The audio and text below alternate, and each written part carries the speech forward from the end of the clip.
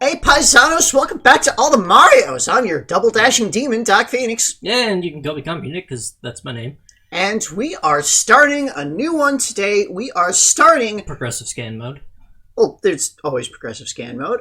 Mario Party 5 is what we're starting today, and this is a weird one. Okay. So, Hudson. Dolby surround sound. We've had that for a couple of GameCube things. A lot of intro. Ah! So, at the opening here, we got, just look at this. It's like a big ball of people just kind of exploding out there, and Made of bullet trail, or? the bullet is flying around it. Yeah? And you just got Bowser at the bottom, and it's, people are pulsing. Pulse. Huh. So, Mario Party 5. We've got our file select thing, and because we actually have different files, different game saves. Oh, huh. Here, and you can go in, you can type in a name, and you can put in, like, numbers and symbols of the different controller buttons, and star and coin and dots, and... Uh-huh. And here we've just got white silhouettes on a black background as it makes our save file. Mm-hmm. I would like to play. Will you let me? And here we have the Dream Depot, the land of dreams. Are those the stars from... These are the great star spirits from Paper Mario. They're not very paper right now.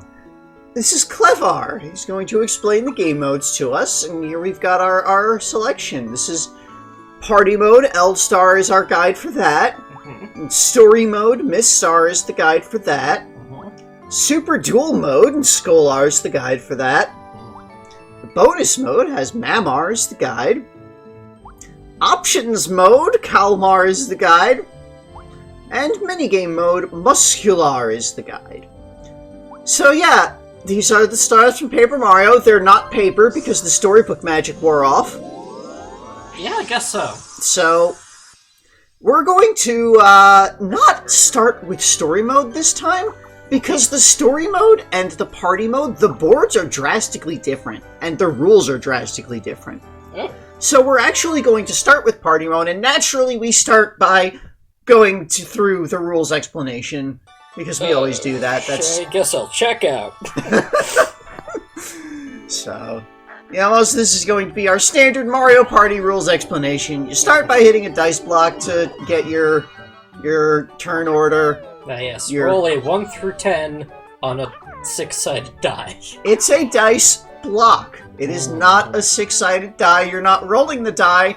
You are hitting the block and making a number come out. Like when you hit a block and a coin comes out. Mm-hmm. Anyway, you roll and move. You move the spaces that you rolled, and the spaces have effects when you land on them. Blue spaces plus, and it gives you plus 3 coins. And then it makes Mario happy when that happens. And the red space is minus, and you lose 3 coins. That makes Peach sad. Mamma mia. And 4 is the green question mark space, which is happening. Some surprising events take place. And that makes Yoshi confused. And each board has different events, so nothing happens because it's the rules board. And you can have a split path, and here's a Bowser space, and that there's... seems like a bad choice, Wario. It's Bowser's choice, because Bowser is going to there in an event guaranteed to wreak havoc. Ooh. And then after everybody's taken a turn, there's a mini game that happens, but it doesn't do that because this is the rules board. Oh.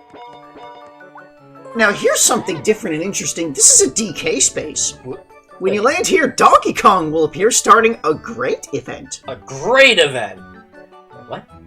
Yeah! It's the opposite of the Bowser space. Oh. Basically. You land there and something good happens. I don't generally associate Donkey Kong with good things. I know! It's weird, isn't it? Sometimes there's a hidden block. This is, we've seen this plenty of times before. Just a space on the board will have a hidden block. Randomly, the game decides that this person is going to win instead. This game, the hidden blocks will only have coins, not stars. Oh, okay. Also, in this game, the item system is completely different. So, in this, you get capsules. And your capsules can be placed on spaces on the board. And it turns that into an event space. Or, if you want to use it directly on yourself, you have to pay coins to do so. Okay, so there's kind of balance? So, yeah, it's a very different way to handle items. And we'll go deeper into that once we actually explore what all the capsules are and what they do. And we're going to get kind of a general explanation of capsules right here, as, types of capsules. So, yeah, that was using a capsule on yourself. Placing a capsule on a space here says you do not need any coins to put the capsule on a space on the board. You can put it up to 10 spaces away, along any path, so anywhere that you are capable of reaching from your current space with a normal dice block. They can only be placed on blank spaces, or rather, blue or red spaces. You can't, override a Bowser space or a happening space. You can override an existing event space, though. And, when you land on that space, there's an event from that capsule. So whatever that capsule was, it places itself as an event, and then you land on the space and it does the event. And the space is a permanent change to the board for the rest of the game. Oh. So, this is the capsule machine. It's the little gachapon thing that gives you free capsules. So that's the thing of this, is you don't have the shop where you buy items. You've got the gachapon where you get free capsules. And there's the 4 different types of capsules, the 4 different colors. There's move events, coin events, capsule events, and special events. So, and we'll go over what all the different capsules are a little later. And then it's the usual explanation for how the mini-games work. Depending on what the color of the space you land on is, it'll change the color of your panel. And depending on the color of everyone's panel, determines what type of game is going to be played. Green panels randomly turn red or blue at the end of the turn. If you've got everyone the same color, it's a 4-player game. If you've got everyone split 1 to 3, it's a 1 versus 3. If they're 2 and 2, it's a 2v2. Those are the types of games. It does the little mini-game roulette, and it picks a game, and until you've seen it at least once, there's the question mark. Also, sometimes there are battle games, and then there's duel games when you do duels, one-on-one thing. That'll happen. And you get coins in the mini-games, and then there's the star. There's the star space. You go there and you pay 20 coins and you get your star. Just the usual Mario Party thing. It's just another person giving you a star. Yeah, the board is hosted by Eldstar, at least in party mode. And he's explaining the different bonuses, if you have bonuses on. It's the same bonuses that there have always been. The minigame star, whoever gets the most coins in minigames. The coin star, whoever has the largest number of coins at any one time. And the happening star for whoever landed on the most happening spaces. And then whoever has the most stars wins. And on a tie for stars, it's coins determines. And if their stars and coins are tied, it's a tie. Take what you've learned and become the champion, he says. So now we know how to play Mario Party. Let's play the Mario Party. We don't need to hear the rules anymore. So, that's our game settings. Starts out, you can do Battle Royale or Team Match. We saw there was Team Matches in Mario Party 4. So we'll go into that. Pick how many human or CPU players, the usual. You can only pick human players for however many controls you have. Here's our playable characters, and you will notice a glaring omission from this list. DK is not playable. Oh. He is a space on the board. He is not a playable character. They've replaced him with Boo. And Toad. Toad's playable now. Oh. And a Bowser kid. That's weird. Yeah! So, yeah, DK, I think, was not invited to this party, this Dreams party, because he's a fugitive, sort of?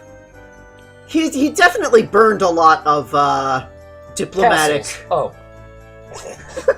Also that. Anyway, the different boards are different dreams.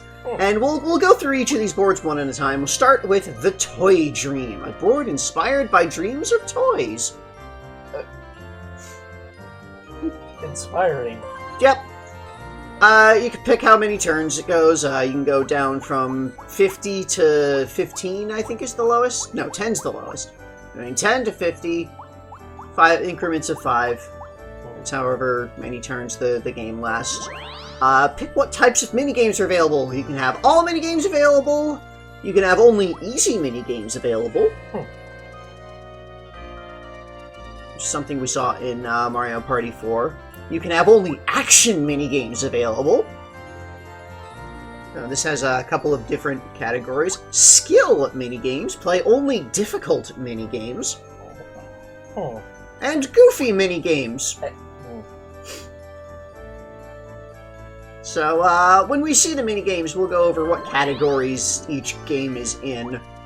Do not hand out bonuses. Yeah, you can turn bonuses on or off. You can set star handicap for how many stars each player starts with. And you jump into the game.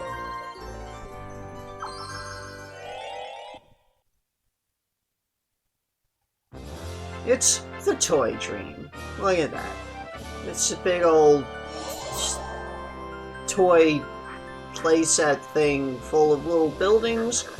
Welcome to the Toy Dream. It's a board where the dreams of toys come alive. Okay, that's what I thought. It's a dream of toys? The toys... Yes, you're dreaming about toys. Oh. Play with toys and enjoy their dreams until their hearts... No, see, there. The toys themselves are having dreams. I don't think so. I don't think that's what it means. I'm pretty sure you're just dreaming about toys, because there's toys here and they're there. It's... Okay, but the way he was wording it there. So where's Donkey Kong now? That's what everyone's asking. He's over here. Found him.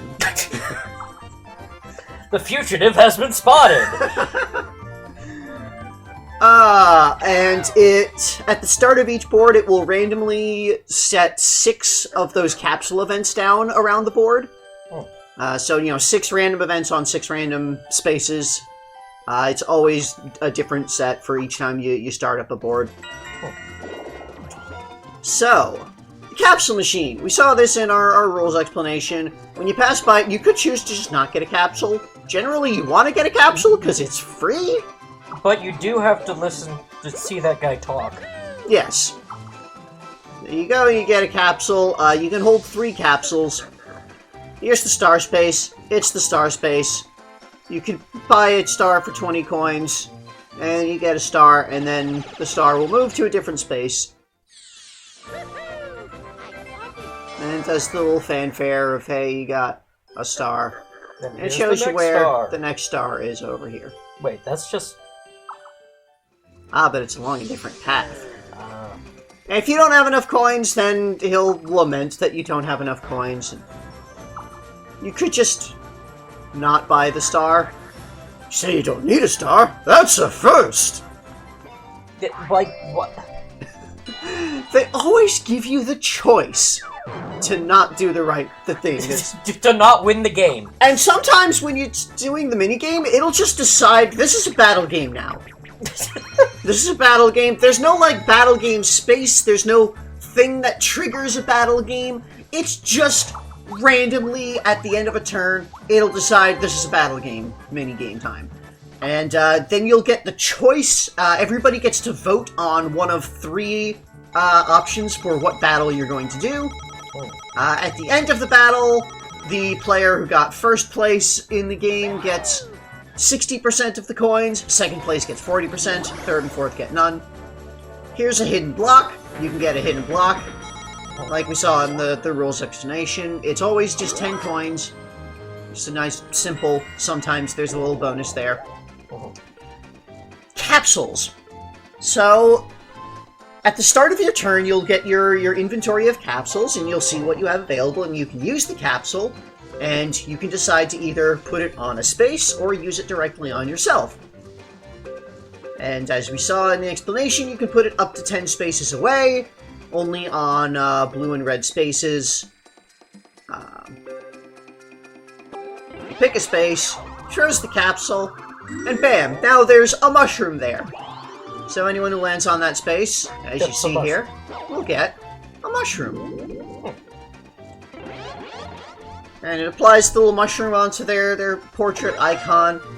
And then on the following turn, that mushroom will go into effect. They'll get 2 dice block instead of 1, and add them together. And then if you want to use the mushroom directly and get it on that turn, immediately, it costs you 5 coins to use it. But then you have the mushroom immediately. You don't have it on a space where anybody could potentially land on it.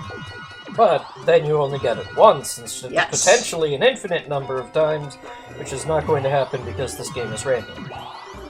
And as we've had previously, when you have the mushroom effect, if you roll doubles on your dice, then you get 10 coins for free.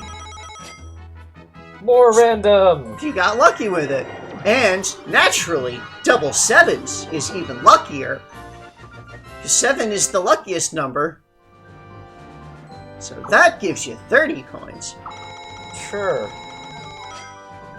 You know, 7 is a lucky number because the sum of 2 die is most likely to be 7 or 11. No. No. What? There's other reasons why 7's a lucky number. Anyway, the gold mushroom, the super mushroom, it's the same thing. When you land on the mushroom space, it gives you the mushroom effect, and you get 3 dice blocks for this. It costs 10 coins to use it directly. It gives you the same thing. You get the mushroom effect immediately. You get your 3 dice blocks.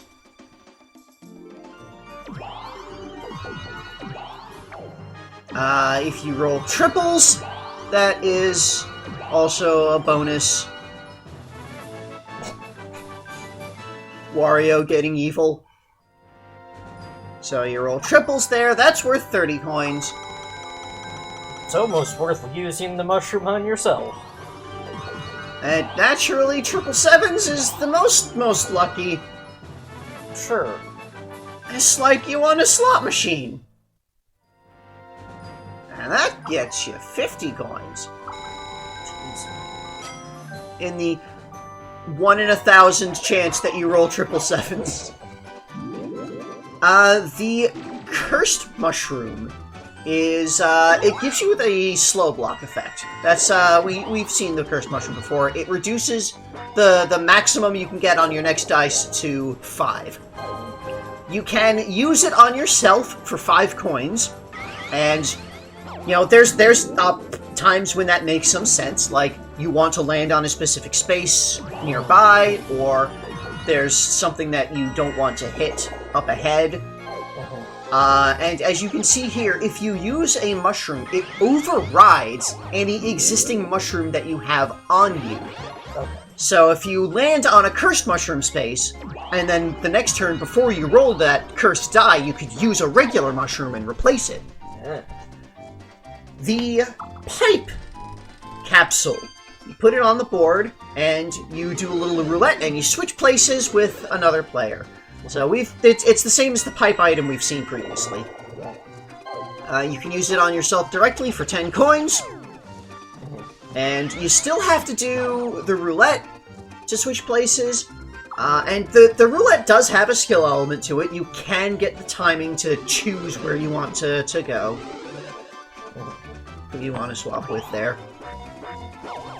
Now, you'll notice that the icons for the spaces don't show exactly what there is. Like, the mushroom icon didn't show what exact mushroom there was. And here there's the little arrow icon. That's like a movement event. You don't know exactly what it is until you've landed on it, or unless you've memorized what it was. Anyway, that was the Klepto capsule, which moves you to an opponent's space without swapping them to where you were. 10 coins for this one as well. Yes. But otherwise, it works the same as the pipe. You get the little roulette, and then it sends you to that opponent's space.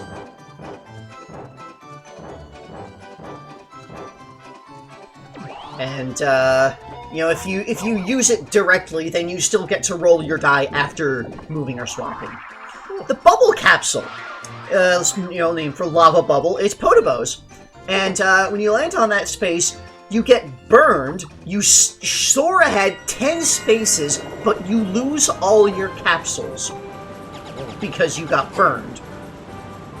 So you may have seen him dropping the capsules as you ran ahead. You can use it directly on yourself. I would think that was 10 coins. And when you get burned and are hopping forward, it picks a direction to go at random, and you skip all events. So you'll skip past the star, you'll skip past any board events that are there. Wiggler space. Wiggler takes the place of, like, the Mushroom Genie. Wiggler is what sends you to the star. Wiggler turns into Flutter when you pay him the 20 coins. You have to pay the coins before he takes you to the star. This is how caterpillars work. Yes. You have to pay them before they metamorphosize. Yes. And then you just immediately get the star, so you pay when you're still on the Wiggler space, but then you just get the star immediately, so you don't have to, like, pay twice or anything. Using it directly costs 20 coins, and then you get the Wiggler flower come up. And then you have to pay another 20 coins to actually get the star out of it. So, significantly worse investment. You know, I mean, it's more expensive, but again, if you're placing it on the board, that means anybody could land on that space, and it effectively creates a second star space that people can aim for permanently.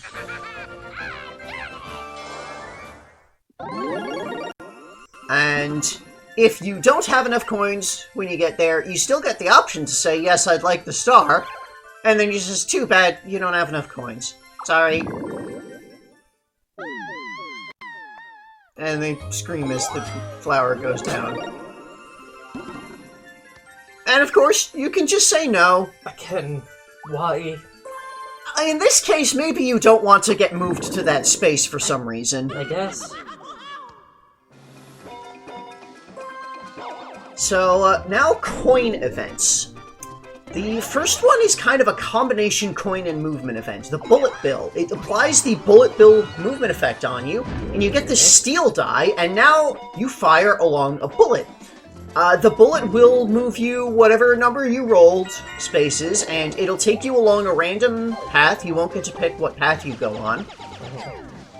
Using it directly is 10 coins, but the most important thing about it is if you pass by another player while you're on the bullet. You'll see here, you get to steal coins from them. You steal 30 coins from each player that you pass by. Similar to the Bowser suit from previous games. Monkey. We'll see that in a little bit. So, and here just showing, like, it can just curve off on its own and not hit the person in front there. Another coin event could just be a coin block. The coin block gives you 10 coins when you land on the coin block space. Using the coin block directly costs 5 coins, and then you get 10 coins, so it's still a net gain of 5 coins.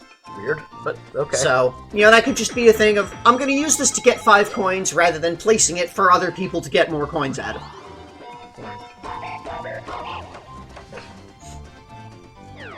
Here is the Hammer Bro. Hammer Bro takes away 10 coins when you land on there, because they hit you with your with the hammers and take away the coins. And You can use the Hammer Bro capsule on yourself directly, and it costs 5 coins to do so. Okay. And then the Hammer Bro comes down and hits you with a hammer, and you lose 10 coins. So you can pay 15 coins to remove a capsule from your inventory. If you have no coins when you land on a Hammer Bro space, you didn't have any coins, so none were taken. Okay. And they just get a little exclamation of... But what if you had no coins when you used the Hammer Bro? Then you couldn't afford it. Well... the Spiny capsule. When you land on the Spiny space, you get a roulette to determine who you attack with the Spiny shell. It hits them and steals 10 coins from them for you. Using it directly costs you 5 coins, so again, as long as the opponent that you hit has at least 5 coins, it's a net gain. But if they don't... If they don't, then It's not. It's not. I mean, you're still taking coins away from them, which could be a good thing for you, but... Yes. You are still being a jerk. And, you know, if the selected opponent has no coins, as we see here, Spiny Shell will just smack them. Then you're just being And then they're just spiteful. unhappy. Next, the Paratrooper steals coins from everybody else. Although I shouldn't say steal, because he just takes the coins away. He doesn't give them to you. Just everybody loses. Yeah, when you land on space, you get that little dice block that determines how many coins everybody else will lose. Not you. The person who lands on the space does not lose coins. Everybody else loses the number of coins that were rolled on the dice block. It can go up to 25. So, it can be a pretty significant thing. Some coins have been taken. Really, a lot of coins were taken there. Using it directly costs you 10 coins, but has the same effect. Makes everybody else lose coins. It could also go as low as 1, so it's not necessarily a great thing. I'm an evil genius. You could spend 10 coins and make everyone else lose 1 coin, and it's not really that great of an investment if that happens, but... I'm so evil. So, yeah.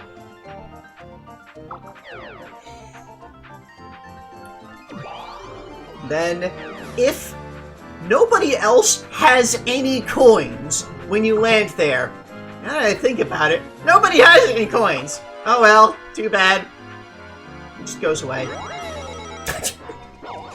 Well, Mario's happy about it. The Goomba space swaps coins with another roulette selected player. So, just swaps the number of coins that you and that player have, so... Okay. You know, could be good, could be bad, depending on, you know, who's got what coins, and... using it directly costs 5 coins. So, this is actually a situation where using the Hammer Bro on yourself makes an amount of sense if you also have a Goomba capsule. You can, like, hit yourself with hammers, and then next turn, use a Goomba to give the lower amount of coins to someone else. Again, being very spiteful. Yes.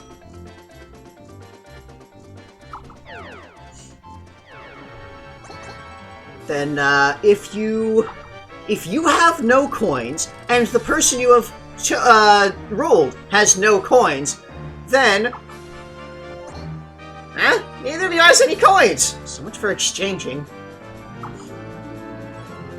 Exchange complete. Sure is. The Piranha Plant capsule. Pop up and take half your coins. Round down. Then you can use it on yourself. Use it on yourself, spend 5 coins, lose half of your remaining coins. Once again, the only time I think it ever makes any sense is if you're planning to trade your coins with a Goomba capsule or something.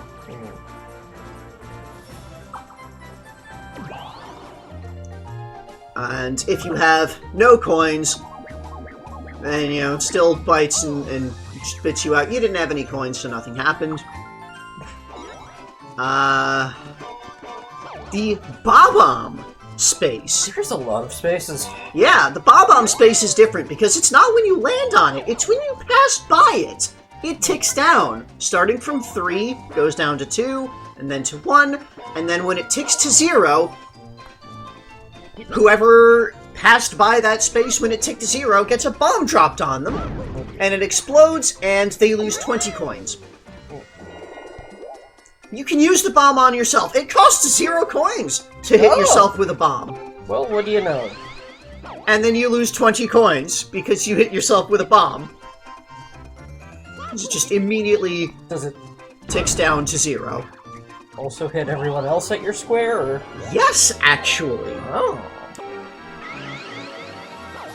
If you have no coins when you use the bomb, when you hit the bomb, then it'll drop and you'll still get exploded. And just boom. And then, yeah, here you can see if there is somebody else on the space, then they will also get hit by the bomb effect. So that's a reason you would use it on yourself. Yes. Is to, again, be very spiteful. The Koopa Bank space. This is the only one that has the little money bag symbol. It works like the Koopa Bank from previous games. When you pass by the Koopa Bank space, you are forced to deposit 5 coins into the bank. When you land on the Koopa Bank space, you receive all the coins that were previously in the bank. If you don't have any coins when you pass by, then you can't put any in. It only adds whatever coins you actually put in to the bank. So yeah, when you land on the space, you receive all the coins that it has previously collected, and bank spaces are linked.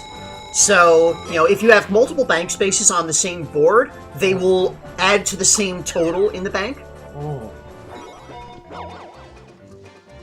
If you land on the bank space and there's no coins in the bank, then the bank doesn't have any coins.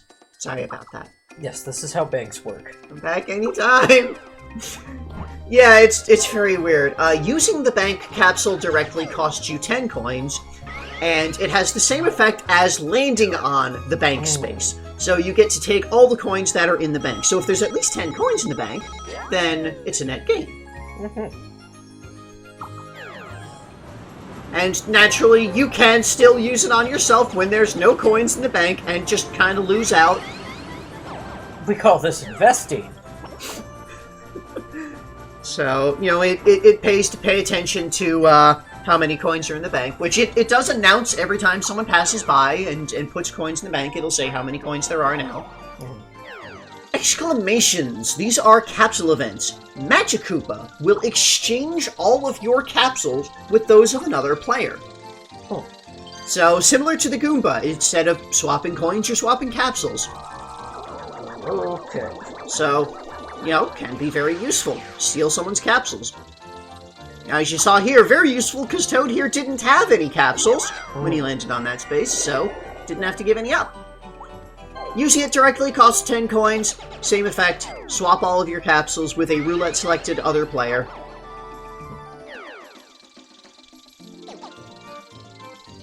Exchange our capsules.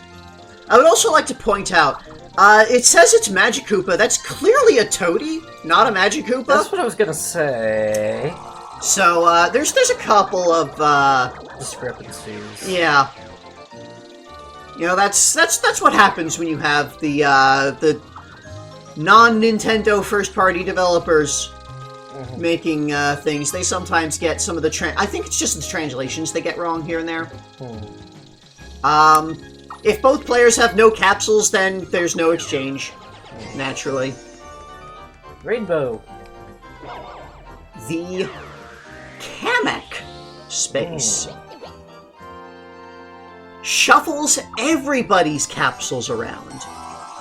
So it takes everybody's capsules, shuffles them around, and hands them out one at a time, starting with whoever activated the effect. So if you land on the space, you will get the first capsule, then the next player in turn order gets the next capsule, and then it goes like that one at a time, so that until all the capsules are spent out.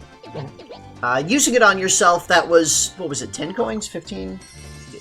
Something like that. Same effect, takes everyone's capsules, shuffles them around, and you are always the first person to start getting the capsules, so you will always have the best result. And if nobody has any capsules... Still here. Shuffle. Shuffle? Nobody has any capsules! Well then, no shuffle! I guess I'll just shuffle off! The Lakitu space lets you steal a capsule from a specific player you pick. Or random, if you pick random. You could pick random, yeah. The capsule that it takes from them is random, so you don't get to pick which capsule they have. If they have multiple capsules, then you don't get to select which one you're taking. But you do get at least to pick who you're stealing from. Using it directly is 10 coins. Same effect. You pick somebody, you steal a capsule from them.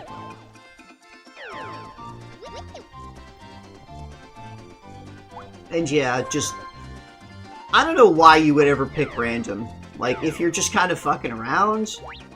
I guess if you just really like the concept of random. If you're trying not to be spiteful.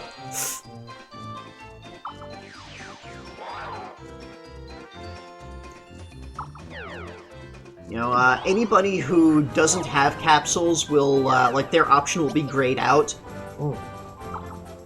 If nobody has any capsules, then, nobody has any capsules. I better go then. Bye.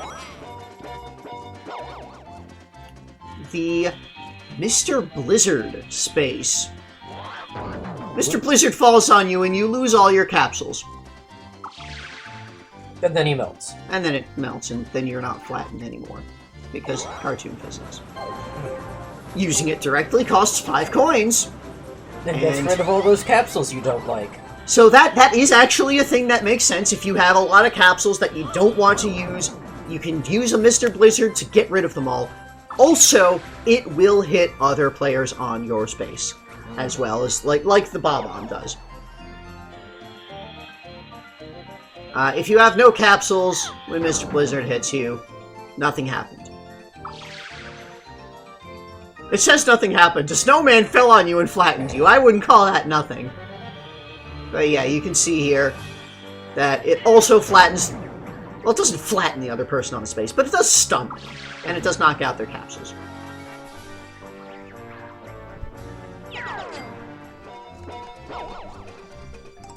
The Ukiki space. You pick an opponent, and then Ukiki will go and forcibly use all of their capsules on random spaces on the board. Oh. Chaos. Yep.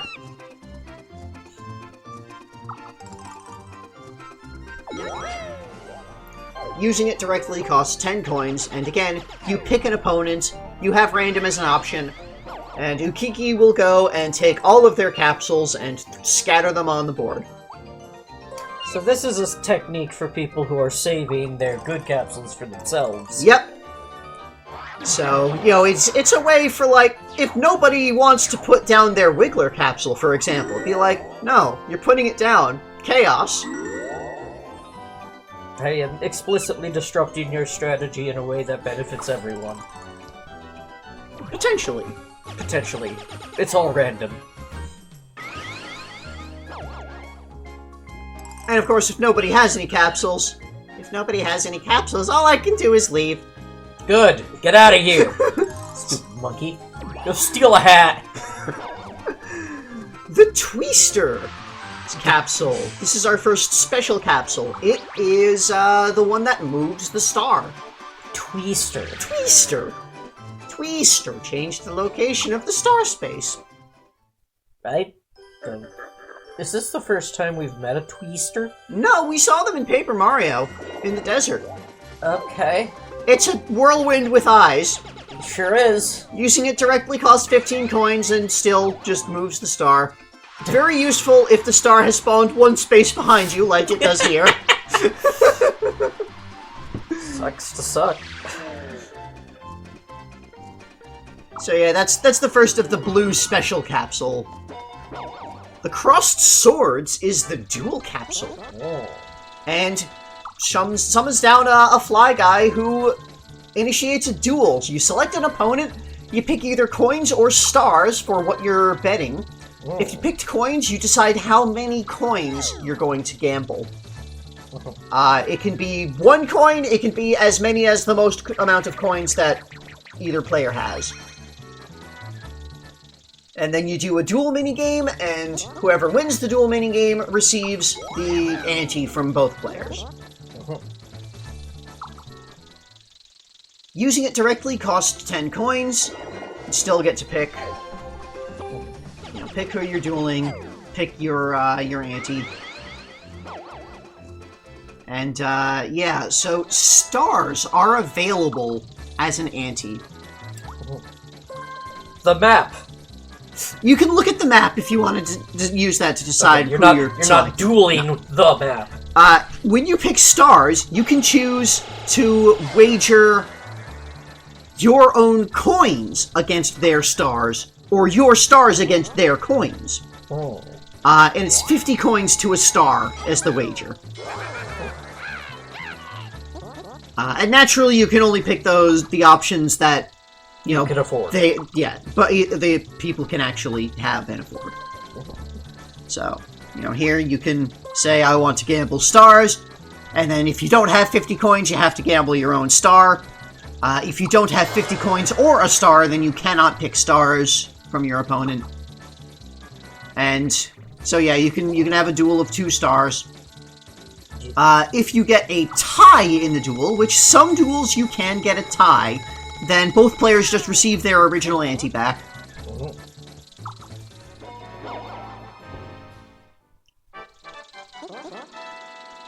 And if nobody has any coins or stars... Well, okay, if you don't have any coins or stars when you land on the space, then you don't have enough to duel. You can't. The Fortune Space. This is chance time. It's chance roulette. Everybody loves chance time. So you land on the chance roulette space. It's got the little star icon, and this goes back to the chance time from prior to Mario Party 4. Mario Party 4 had that weird pinball thing for it that I didn't like. So this just uses the classic dice block. You start by deciding the 2 people that it affects, and you determine what the effect is. It can be giving coins, it can be giving stars, it can be trading coins and or stars. So something will happen. That's your chance roulette. Using chance roulette, chance capsule on yourself directly costs you 20 coins. And it does the chance roulette.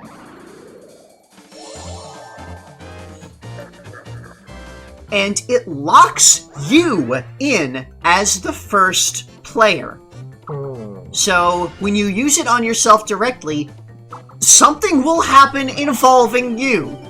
It might not be good for you, but it'll involve you. So, I wasn't involved in a happening. So, I mean, in this case, it was very good, because, receiving 2 stars from Peach here. Or Daisy. It's sometimes hard to tell their silhouettes apart. I got it. He got it. He got it, indeed. And if you do something that can't happen because the stars or coins aren't there, Mario has no coins. Too bad. That's all. There's the exchange stars effect, and again, no stars, then there's no exchange.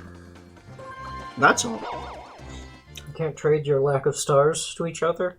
The Chain Chomp space. Oh. So, Chain Chomp is your thief character. It lets you steal coins or stars from another player. Because Boo is a playable character in this game, so you can't have Boo be the character who steals, so it's Chain Chomp. It works the same way as Boo in previous games. So when you select coins, you pick a player, they get the option to tap A rapidly to reduce the number of coins that get stolen. And then you get their coins, and all he says is chomp, but it gets translated for you very helpfully. Using it directly costs 15 coins. If you want to steal a star from an opponent, that costs 50 coins.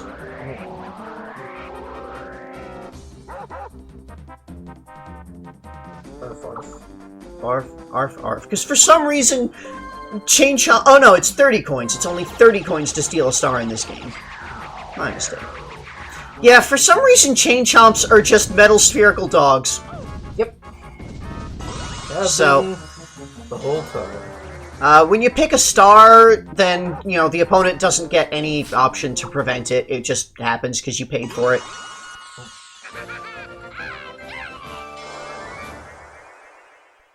And you got it. Sure did.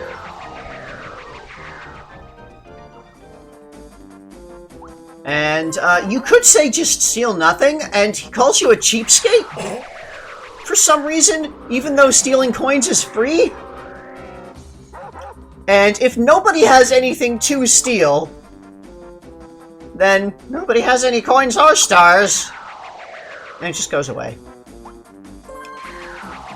Now, you might be wondering, okay, in previous games, you had, like, the flashlight to distract Boo. Well, here you throw a bone, because it's a dog. Dog's not going to be scared of light. You throw a bone. So, the bone capsule sits in your inventory. It activates automatically if somebody uses a Chain Chomp on you, and it just distracts the Chomp to cancel the effect. If you try to use the bone capsule directly, you'll get the option to throw it away. The Miracle Capsule, similarly, you can only throw it away. It sits in your inventory. It does nothing until you have 3 Miracle Capsules filling your inventory. At which point, the Miracle effect will activate, using all 3 capsules automatically. This is very rare. Watch as all the stars from player in first place are given to player in last place. The Miracle Capsule will only spawn. You'll only receive a Miracle Capsule from the Gachapon if you are in 4th place. You can get 3 Miracle Capsules while not being in 4th place if you steal capsules using Lakitu. If you get all 3 Miracle Capsules and you're not in 4th place, it still gives the stars to the player in 4th place. The miracle happens, it just doesn't involve you. Yeah. If you are in 1st place when you get the 3 Miracle Capsules, which is just kind of fucked, but you can do it. It's very rare. Hold on, you're in 1st place! I won't give away your stars. Goodbye. This miracle is void! Burn the Miracle Capsules. And just here's also what it looks like when you get the Miracle Capsule from the Gachapon directly. Because I only actually saw... I never saw this happen in an actual game. I had to manipulate this into happening. Very rare! But nobody has any stars. That's too bad. You are a star! Goodbye. Get back here! And afterwards... I am so evil! And just as a note, if the Ukiki Capsule gets used on somebody with a Bone or Miracle Capsule, since those cannot normally be placed on a space, it'll still use them and throw them, and they'll just get wasted. And the last type of capsule is the Bowser Capsule. It gets automatically used as soon as you receive it. Oh boy. And here comes Bowser. It doesn't cause a Bowser event to happen. It causes a new Bowser space to be placed on the board. And Bowser places it, not you. Yep. So, at the start of the board, one red space will randomly be selected as the Bowser space. There'll only be the one Bowser space. And then anytime someone gets a Bowser capsule, another random red space will be turned into a Bowser space. So let's look at those spaces. The DK space. Right. So DK shows up. Donkey Kong appeared. Something lucky is about to happen. Yeah, sure. So, it'll randomly choose an event. DK bonus. It's a coin present from DK. And you get a dice block to roll to determine how many coins you receive from DK. And it can, it's the same dice block that you get for the Paratroopa event. So it can go up to 25 or as low as 1. And DK just gives you coins. Or it could be a DK minigame, where the DK minigames, you collect bananas. Everybody is involved. And you collect bananas, and then it'll determine at the start how many coins each banana is worth at the end of the minigame.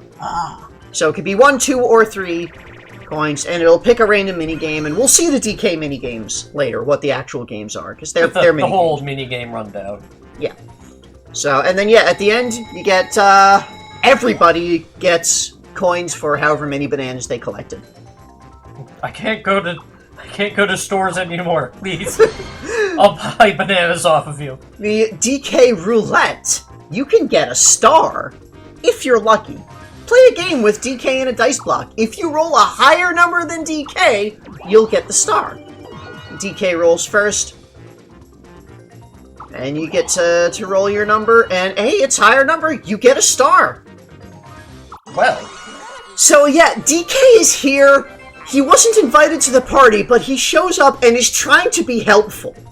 He's trying to ingratiate himself to you know, remove the stigma of being a fugitive.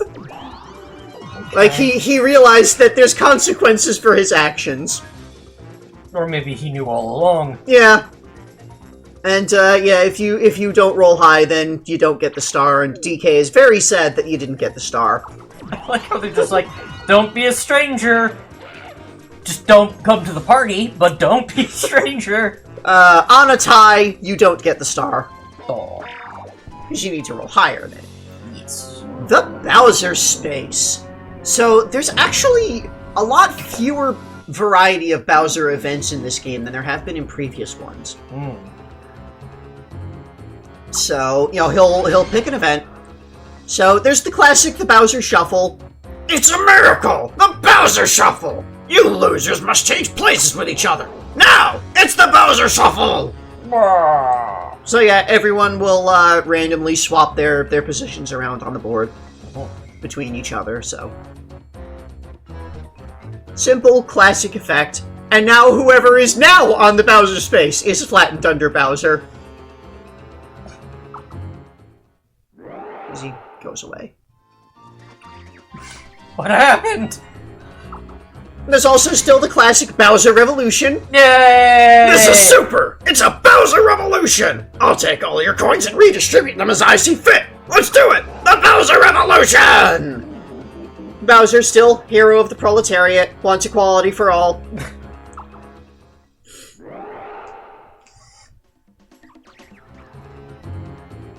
You can have Bowser Bonus. Oh. You're in luck! It's the Bowser Bonus! I'll give you a star because you're so lucky! Oh god. You get a star, and you lose 1 star!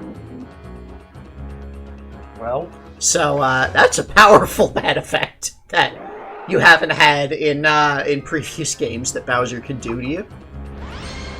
And of course, there's a Bowser minigame.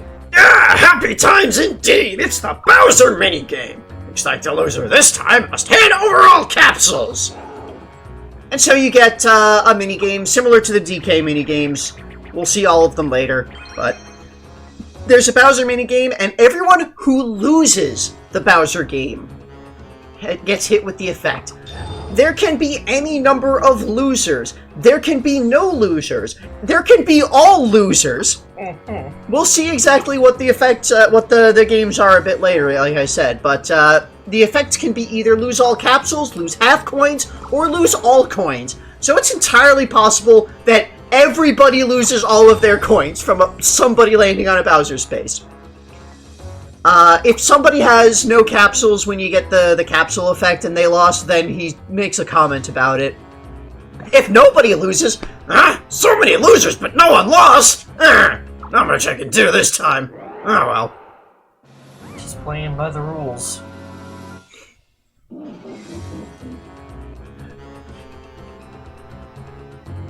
And finally, instead of a Bowser event, DK can just show up!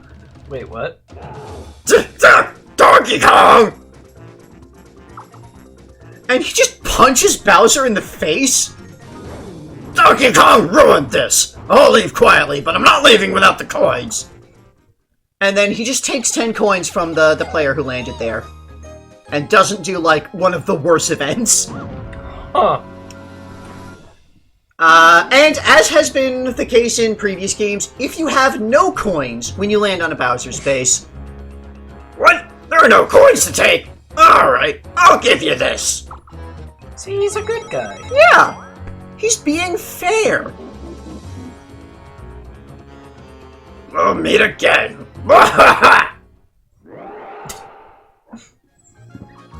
So that's all the Bowser space effects. In the last 5 turns, Bowser hosts the last 5 turn event. There are 5 turns left, so let's make this interesting. It goes down, who's in what places. As is usual in the last 5 turn event.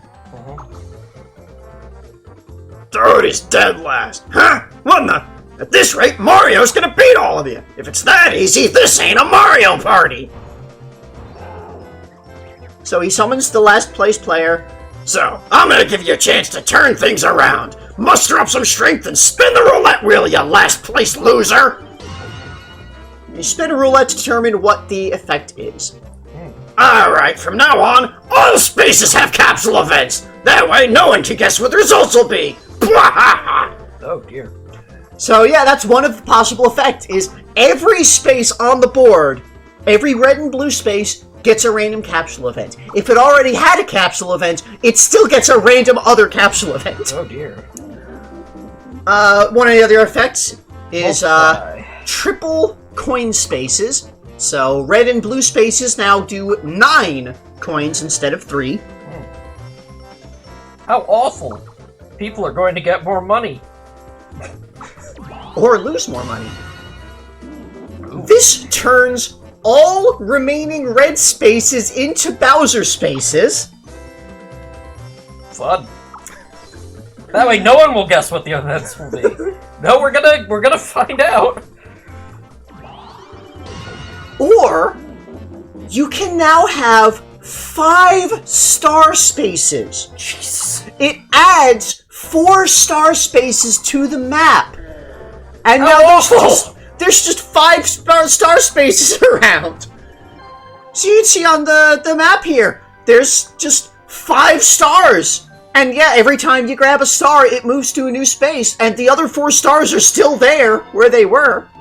Jeez. And as has also been commonly the case, during the last 5 turns, if you land on the same space as an opponent, it initiates a duel. And this is exactly the same as the duel capsule. And then here, at the end, you get you finish the party. Everyone gets stars. Just counts up the star count and counts up the coins and goes through the whole ending spiel, determining the bonuses. This is just what it looks like. It's your standard Mario Party thing. So just kept floating in the void. Yeah. So yeah, we're just in this dream realm, and I'm not sure if this is Subcon. I'm not sure if this is they're in Subcon or if the stars created their own separate dream realm for this party. Why are they even having a party? Yeah, this for some reason the star spirits are hosting this dream party. And yeah, that's a good question for why it's happening. Why is any of this happening? Because, like, last time, it's probably just, like, the stars decided to do this, and they're all involved. Or either that, or Peach and or Mario, like, approached the Star Spirits to ask for this. You dare approach us? Like, they want a party, and... I mean, the Star Spirits are allied with the Mushroom Kingdom. True. Anyway, the winner is the Dream Star! Not the Superstar, not the Ultimate Star, the Universal Cosmic Star, the Dream Star. The Cosmic Cube Star. And at the end, you get your stats, and there's a little graph showing how many coins and or stars people had across over time. Math. That's what we needed in this game. I do like graphs. Anyway, that's all the basic concept of the game. Oh, now God. for the boards themselves. Okay. Okay, so yeah, the Toy Dream. Again, the dream of toys. Yeah, so we saw this opening already, but it's the board The where the dreams dreams of of toys toys. come alive. The dreams of toys. Play with toys and enjoy their dreams. Their until your dreams. heart is content. Okay, fine. These are the toys having dreams. And we're just experiencing them. Yeah, what the fuck? So here is what the board looks like. It's a little weirdly convoluted. There's like these 3-4 tiers of level space that you go along. There's a couple of different like loops. The big loop around the outside. There's the inner area you can go through. Yeah, held on this a little too long. And there's a little train going around the outside. Yeah. You can look around here. We got, from the start, we got our gachapon right at the start there.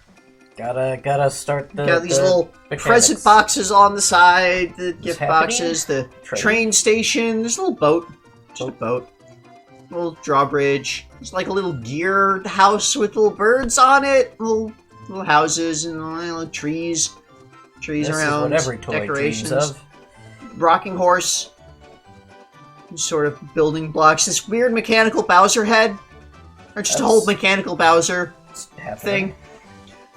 Yeah, and up here there's a little cannon. There's these stacked up blocks. There's like some kind of winding, like, carousel thing below there.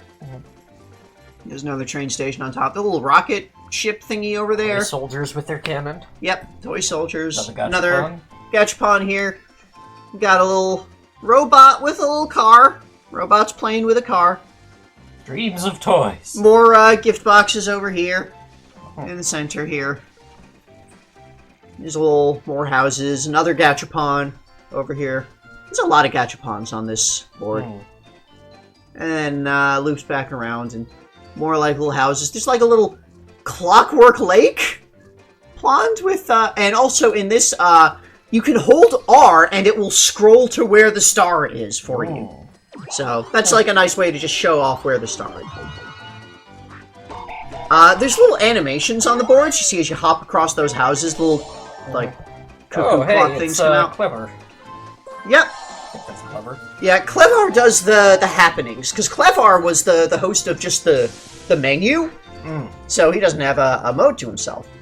So you land on the happening down here at the train station, and you ride the train, and then the train will spit coins out for you to jump and collect. Press A to jump and grab coins. They're just not doing a very good job of it here. But you can jump and grab the coins as they're coming out. Good job, CPU. It moves you up to the top, the train station at the top. And then you receive the coins. And naturally, if you land on the one at the top, it's the same thing. It just sends you down to the one at the bottom. You can say no. You can say yes, no, and map. And I was hoping there'd be something interesting if someone's standing on the drawbridge, but no, it doesn't. Time to die. Chomp! And then there's a cannon. You get fired out of a cannon from their head. Okay. Its head. And you get sent back to the start. That's that happening. Probably bad. The happening on this little hat box. It's a Jack-in-the-Box. Ah! And it launches you to a random space on the map. That completely random space. Well, so just to show off here, it's an entirely different random space. And up here, these spaces, Yep. it fires the cannon. And that knocks down the block things, and it drops you down to this space down here. And now nobody can use that. Well, no, the blocks get restacked. Oh. The Rainbow Dream, a board created from dreams of the sky. I'm assuming this is the sky itself having dreams. Let's see what they say. So you've got these buildings on clouds and such. A Rainbow Dream. This is a world where the dreams of skies come alive. Multiple skies. Enjoy a bizarre place where buildings float on clouds and rainbows. Something that never happens in the mushroom world. Yeah, it doesn't happen in the real world at all! Wait, what? So you start on this little cloud here. We've got 4 distinct cycle Clouds. areas. Yeah, just it's one of these maps with 4 separate zones, each with their own little circle. Each with their own little gimmick. So here you've got this this like electric generator thing, this old like circuit board and batteries down here. Do clouds dream of being thunderclouds? I mean, this is where lightning comes from, obviously. Oh, yeah. Up here you've got a serene little pond. Yeah, the rain cloud. Yeah, this is where the rain comes from. It's got all these little pots, and there's a Gachapon up there, and these little umbrella things, and there's a fish cheap fountain, like a king cheap of some sort. Up here we've got this sky castle. Oh, beanstalk going up there. Presumably just Peach. The castle of the sun. Okay. It's where the sun lives. Yeah. And down here, it's the snow cloud. Oh. Where, you got the snowman pressing the snow into snowflakes to fall down into the world. Oh, that's good. We wouldn't want to waste snow and we wouldn't want to just have piles of snow falling. That would be dull. I don't know. The place where we live. So, we've got these little rainbow things. They're not a space. When you pass by them, it gives you the option to use the rainbow to go on to the next area. So that's like the main way to travel between the areas, is you can clockwise cycle take the around. Rainbow Bridge to Asgard. So the Chocolat generator down here, the happening. So you press A repeatedly to store electricity. So you tap A and you run along the generator, and it fills up the little bar, like the little light bars there. And when it's all the way full, like, you get 10 seconds to do it, and if you fill it all the way, you receive Capsule. Okay. And you receive Capsule. Oh. You get a full inventory of capsules if you fill it up all the way. Okay.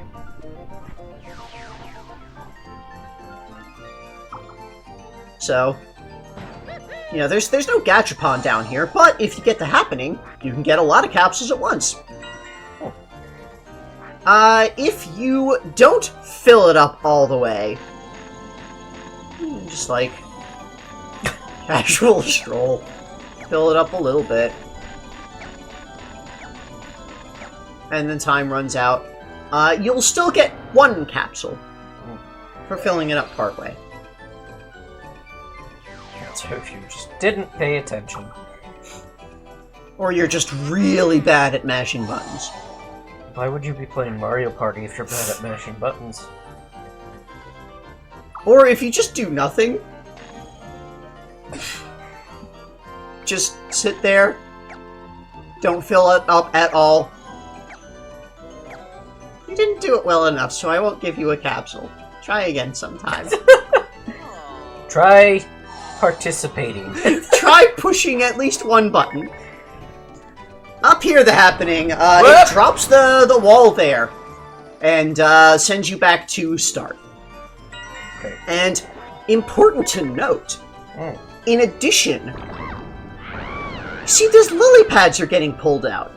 Some of the lily pads have spaces on them. If anybody is standing on the lily pads, they also get sucked out and sent back to start.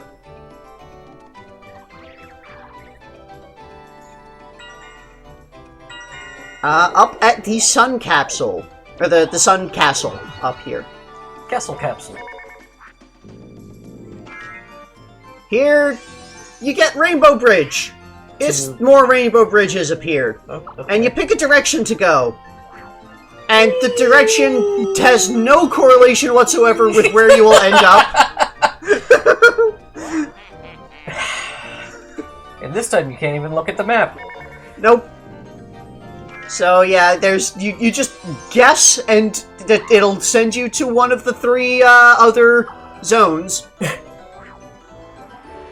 And you'll get coins along the way. Like, whatever one you pick, you will get coins for going down there. Okay. You'll get, it'll land you on the rainbow space there. In the center here, the wind gondola. You get the choice of whether you want to ride it or not, and it will take you to a random other wind gondola space. Well, okay, I guess. Even more ways to decide where you're going, except random. And up here with the snowman. Yeah. You know, a little seesaw. Do a ground pound to make the snowman react. So you do a ground pound, and then just like the seesaw, it launches you up to where those coins are. So you can get as many as 20 coins. You can get as few as 1 coin. I think you always get like a minimum of 3 coins. I was never able to like get 0 coins for it. You actually need to do a ground pound. You see like the tiniest thing there, you still get a couple of coins out of it. The Pirate Dream. Board born of dreams about treasure hunting. Okay, this is dreams about, whereas the others were dreams of, so yeah. Okay, that's toys dreaming of things, the sky dreaming of things. Yeah. This is dreams about treasure hunting. Yeah, so pirates are dreaming about this place. This is a world inspired by dreams of treasure hunting. Yeah. Oh, this one's just inspired, it's not made of. Caves full of riches, pirate ships. That's what awaits you in this swashbuckling stage. I'm going to assume there's actually no swashbuckling at all. Not really. There's a ship down there. Yeah, it's a big, like, waterfall, and... Okay, but do you actually sword fight? No. See, that's false advertising. That is correct. What kind of dream is this? We've got, like, this is kind of like, there's also mining involved. Ah, yes, every treasure hunter dreams of mines. Treasure, there's like this big skeleton dinosaur. The pirates yearn for the mines. The pirates yearned for archaeology and paleontology. Yarr. There's a pirate ship down there, you got a cannon and a happening, you got this waterfall, there's a thwomp, you got these crystal formations. Whompainator? Yeah. There's a whomp guarding a ladder. There's a little warning sign about a cannon. Warning, cannons ahead. There's a bridge, a little split here. There's like these mine cart. So yeah, it's like a combination of pirates and mines. Weirdly. Which I guess is a different type of treasure hunting. But it's not more pirate. Of a Indiana Jones thing than pirate. Yeah, it's a treasure hunting dream more than a pirate dream. So that might be a translation thing. You can jump over the skeleton, it like bobbles its head. When you pass through the cave here, bats pop out. Actual bats, not like... Yet, when you pass by the thwomp, you can pay 10 coins, and yeah, it's the thwomp elevator. Thwomp evader takes you up to the top. And if you don't have enough, no ride for you! And of course, you can just not... And you can, it'll cost 10 coins to pass by the Whomp. And then you just switch the spot? No. He just lets you pass by. Oh. And he still blocks the ladder for everyone else. It's just 10 coins to use that ladder to go on that path. Any of the happenings along this minecart track summons a boulder, which rolls along the minecart track, and then chases everybody along that to this space back here. It's almost like going back to start, but no. Happening there, the rock falls out from under you, and you fall down the waterfall. Huh. Happening up here, a rock falls out from under you, and you fall down the waterfall. And then you fall down the waterfall. Again.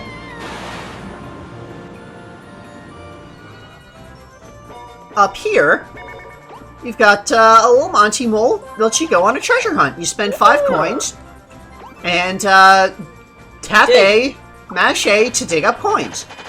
You get 5 seconds to mash A, and every mash gets you a coin. I think. Something like that. Yeah, you mash A and coins pop out of the ground. And you can, in fact, just sit there and do nothing.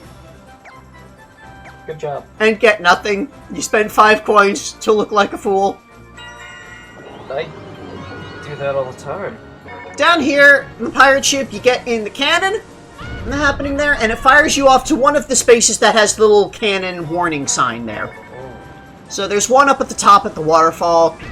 There's one over to the left, just past the Whomp. There's another cannon space up at by the entrance to the mines up there. Also, if someone else is standing on that space when your cannon fires at them, they lose 5 coins because you hit them with your cannon. Undersea Dream. Board inspired by dreams of the tropics.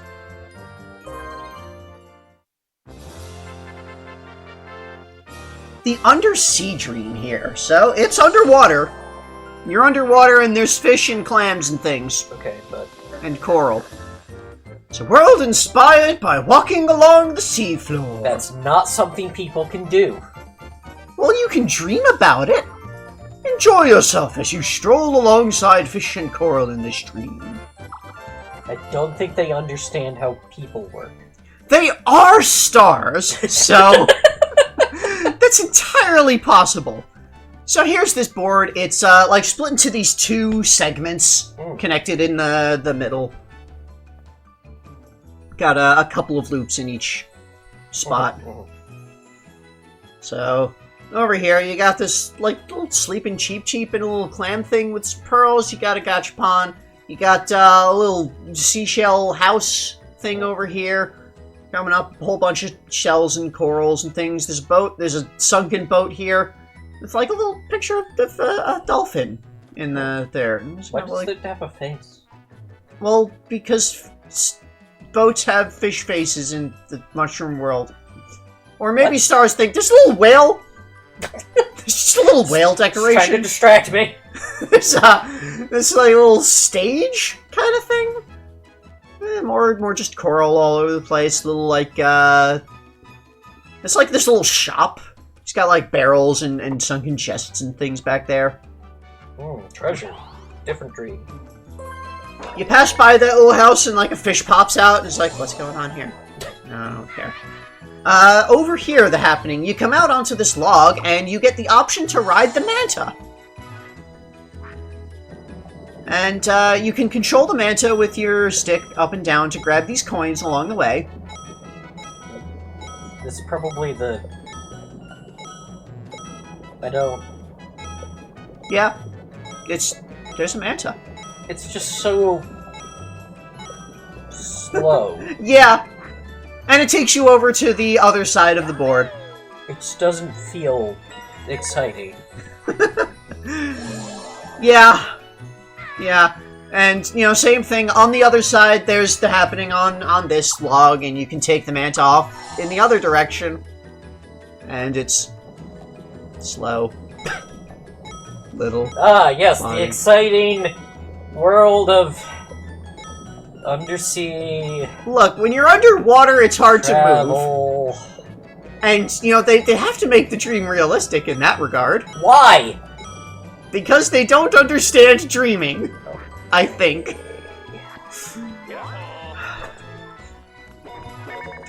And you can choose to not ride the manta if you don't want to go off to the other side of the board.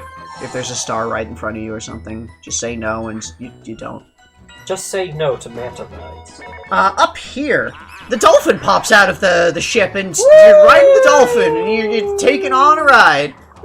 Gonna take it for a ride. And drops you off on this little shell stage thing. Well, okay. This whale happening. The whale will take you just before or after the star. You get a 50-50 chance. You pray to the whale, and it fires you off, and yeah, 50-50 chance you'll either land on the space right before or the space right after the star. Oh, are we gonna do a shell game? Yeah, there's a shell game. Fuck. You don't get to see what's in the shells before you pick. Oh. But you pick a shell and you can get a capsule. That's not how the shell game is supposed to. I don't That's think correct. know how. They don't understand these things. I don't think stars know how fish understand the shell game. And when you run out of time, it just picks whatever thing you're on. You might get a boot. What? Boot's not a capsule. That's a loss. You failed. Wario's not happy to get a boot. Which is weird, because he's been happy to get a boot before. Future Dream. A dream created from dreams about the future. The about! Yeah, okay. Okay, yeah, the first two boards were, in fact, these inanimate things dreaming. They don't... They are truly alien. It's a world where a dream of the galaxy comes alive. Entertain your outer space curiosity in this dream. Because, of course, future means space. They are the same word. Yeah, and also, they're from space. Yep. They're stars. So, we have here 3 separate little That space seems to be a trend. platforms. 3 Space separate platforms. areas. They just love separate areas. So, the first one, we've got a gachapon down here. We've got this little, like, not exactly a planetarium thing. It's a merry-go-round. Yeah. We got little, like, star things. What's the word? Gate? Dishes. Satellite dishes. Stargates. Dishes and levers and flights and things and little, like, glowy platform and just a little robot. There's a robot. Its hands are spaces. Kind of thick. There's, these little, like, platforms. That one's got, a cross over it. Spin! Just stuff. Spin. Just like a little... Oh, F-Zero! Yeah, it's just like a little F-Zero car thing. And over here, that thing is broken. Oh, don't So, use that. I mean, the future's not perfect. Sometimes things break in the future still. God damn it! Even in the future, nothing works! There's a little rocket ship ride up here, and like little zappies, weird, like, little blade lights all over. Do they think that that when we dream about the future, and we dream about space, we dream, whee, that's right, the kiddie ride! Because that's not quite what... Well, those little blue things are teleporters. When you pass by them, you can teleport to the other, zones. Up here, there's just this little animation thing. This is just a path. It just has this little animation of you on a spinny platform. Because spinning is futuristic. When you hop over the robot, its hands, like, go ka-chunk, ka-chunk. Because going ka-chunk, ka-chunk is futuristic. Going up those little platforms, they light up RGB. The merry-go shuttle. Here's the merry-go shuttle happening. Merry-go shuttle. Merry-go shuttle. Some of those are UFOs, not shuttles, but... Yeah, but you ride the shuttle. Oh, well, okay, then. So, you use A to maneuver the shuttle. As long as you are holding A, you will go up. When you release A, you'll go down. You use that to grab coins that pop out of the UFO. Out of the pipe on top of it. Pipe UFO. Pipe. Unidentified flying pipe. So, this is also pretty slow. Not very exciting ride. What was their point? Why did they make these? Like, they clearly don't know what they're doing. I am not disputing this at all. Down here, these happenings on these 3 rocket ships. You know, it sends you into the rocket, and you get in the rocket, and it does a blast-off sequence. Okay. And the rocket blasts off. And then it picks a random one of these little, like, starred platform things there. I was hoping it'd explode. No. That would be too fun. The future's not fun. Anyway, all three of the rockets are identical. You get into the rocket, and it picks a random one of those, like, landing pads to send you to. And I would also like to note that, up here, it has, like, the little teleporter with the cross icon on it. That's the one that matches the teleporter that's broken. Oh. So, just a little, like, fun thing that they did in the design. Okay. And then, yeah, here's the blue rocket. It's a rocket, but blue. It's the same thing. This rocket is sad. It's feeling blue. Yep. And then, yeah, it just goes to a space, and then you get out. Here! Happening in front of the little F-Zero car. You're gonna take the air taxi. Oh. You're going to take the air taxi! It launches through these little laser ring things. It's the future. You have no choice. And you took the air taxi. That'll cost you 10 coins. Jesus!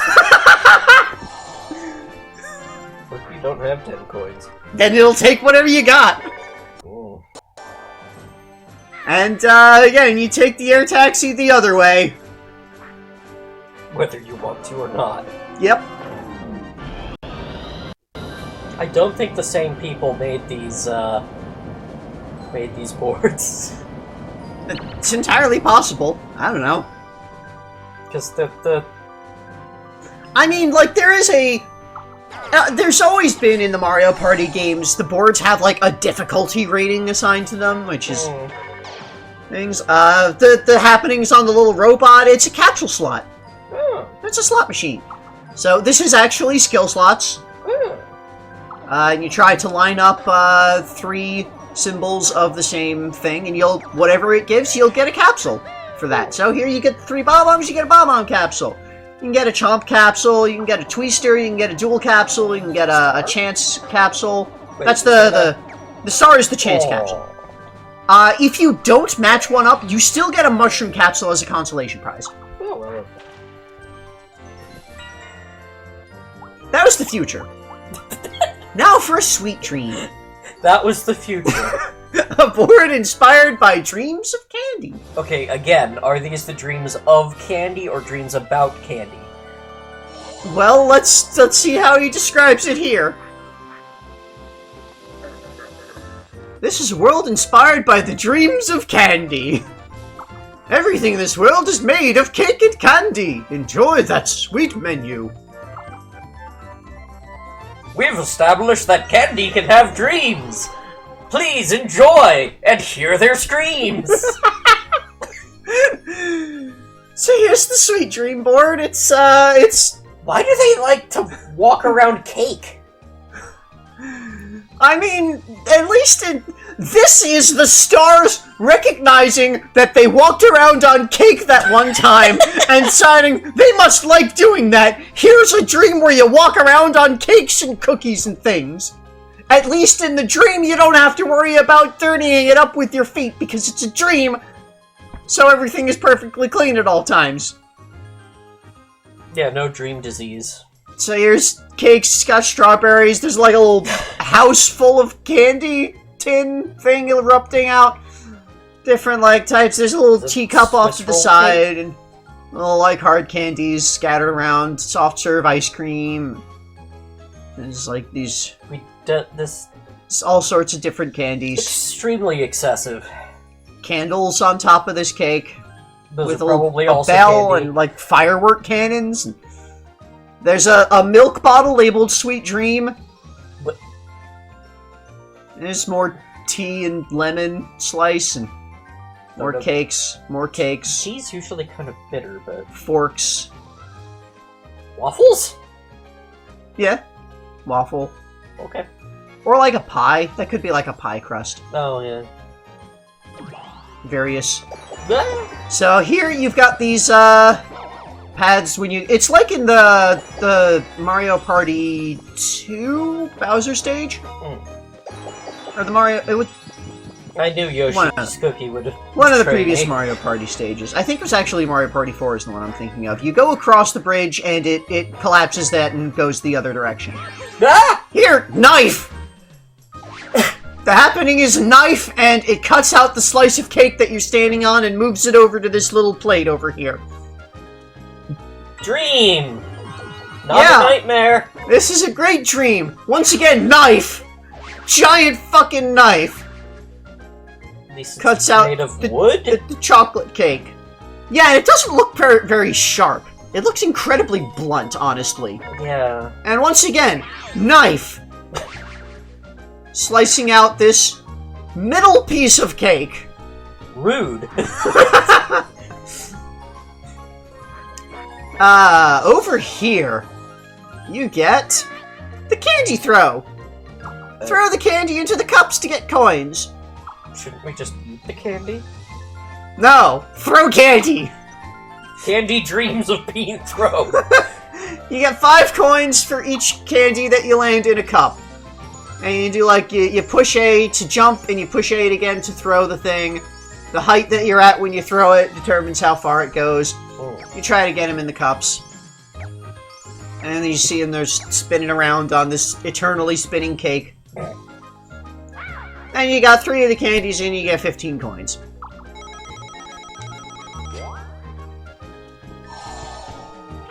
And he's a happy Yoshi. Go to dream of eternally spinning cakes. For some reason, it doesn't end when all 5 are filled, even though you can't put one in when it's filled. So, you can get at most 25 coins out of it. Because, like, usually the minigame thing will end when that happens, when it's, like, done, but... if the timer runs out and you have no candy in at all, you didn't even get one? Try again sometime. But not now.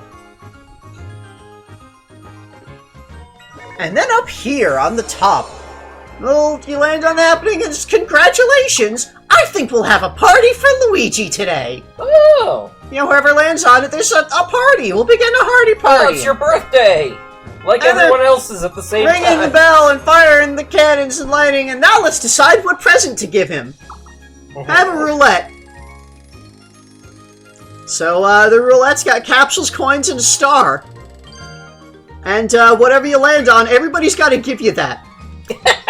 So, here, coins. Everybody gives you 10 coins. That's your party present. Oh.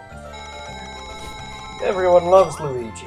And, it looks like it dragged everybody up to this space. It does not. Oh. You know, they go back to their original spaces after the little, event animation thing is done. Oh. But, yeah, so everybody could give 10 coins. Everybody could be forced to give a capsule. Of course, if you don't have any capsules, then you don't have to care.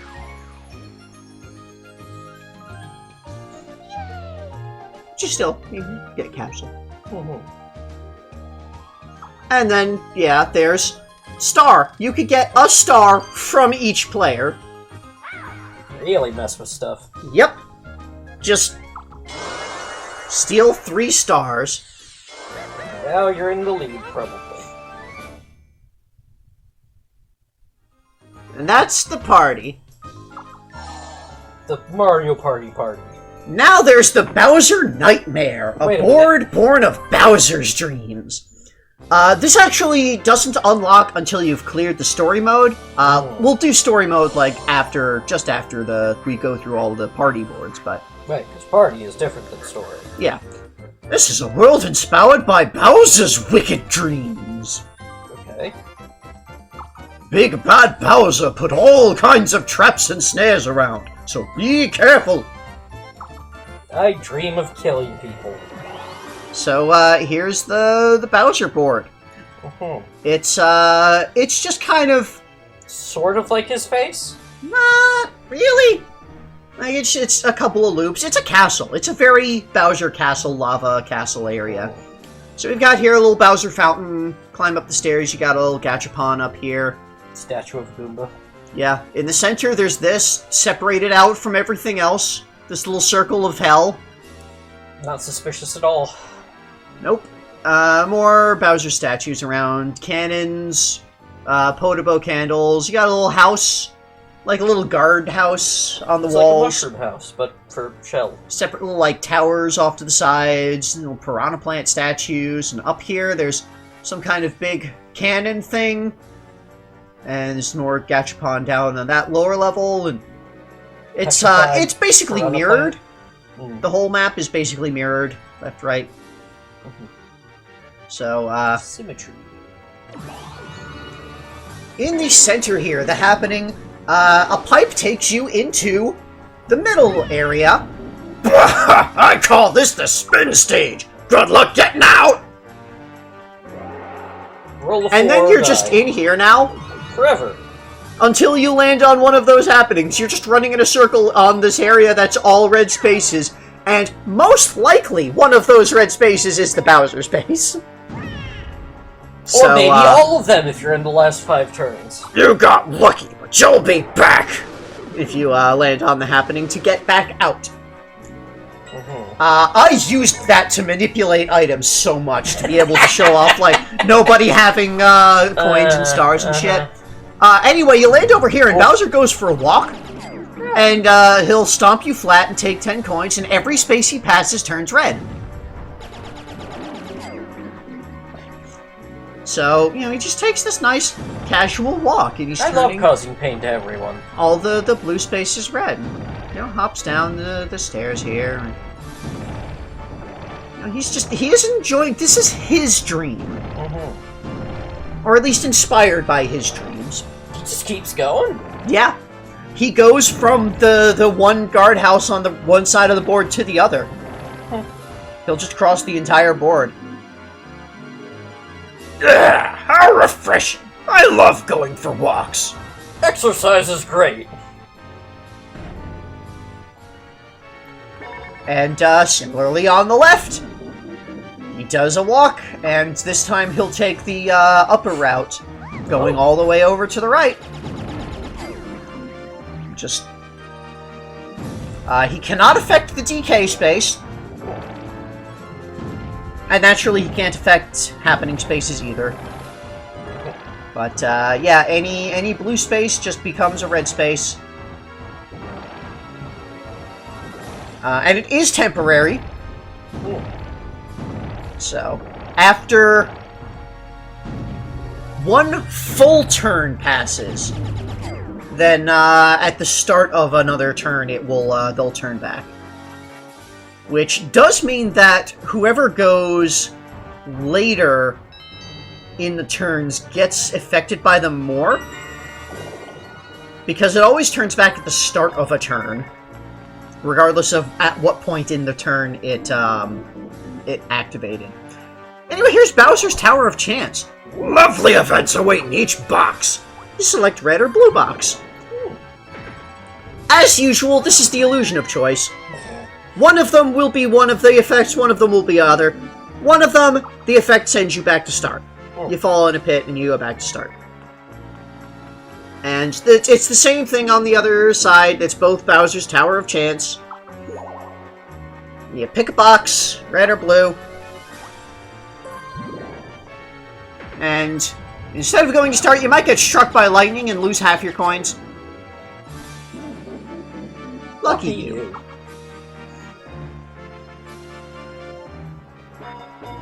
Up here, I'm gonna burn all the capsules! Yeah, okay, that's... Bowser has a flamethrower cannon.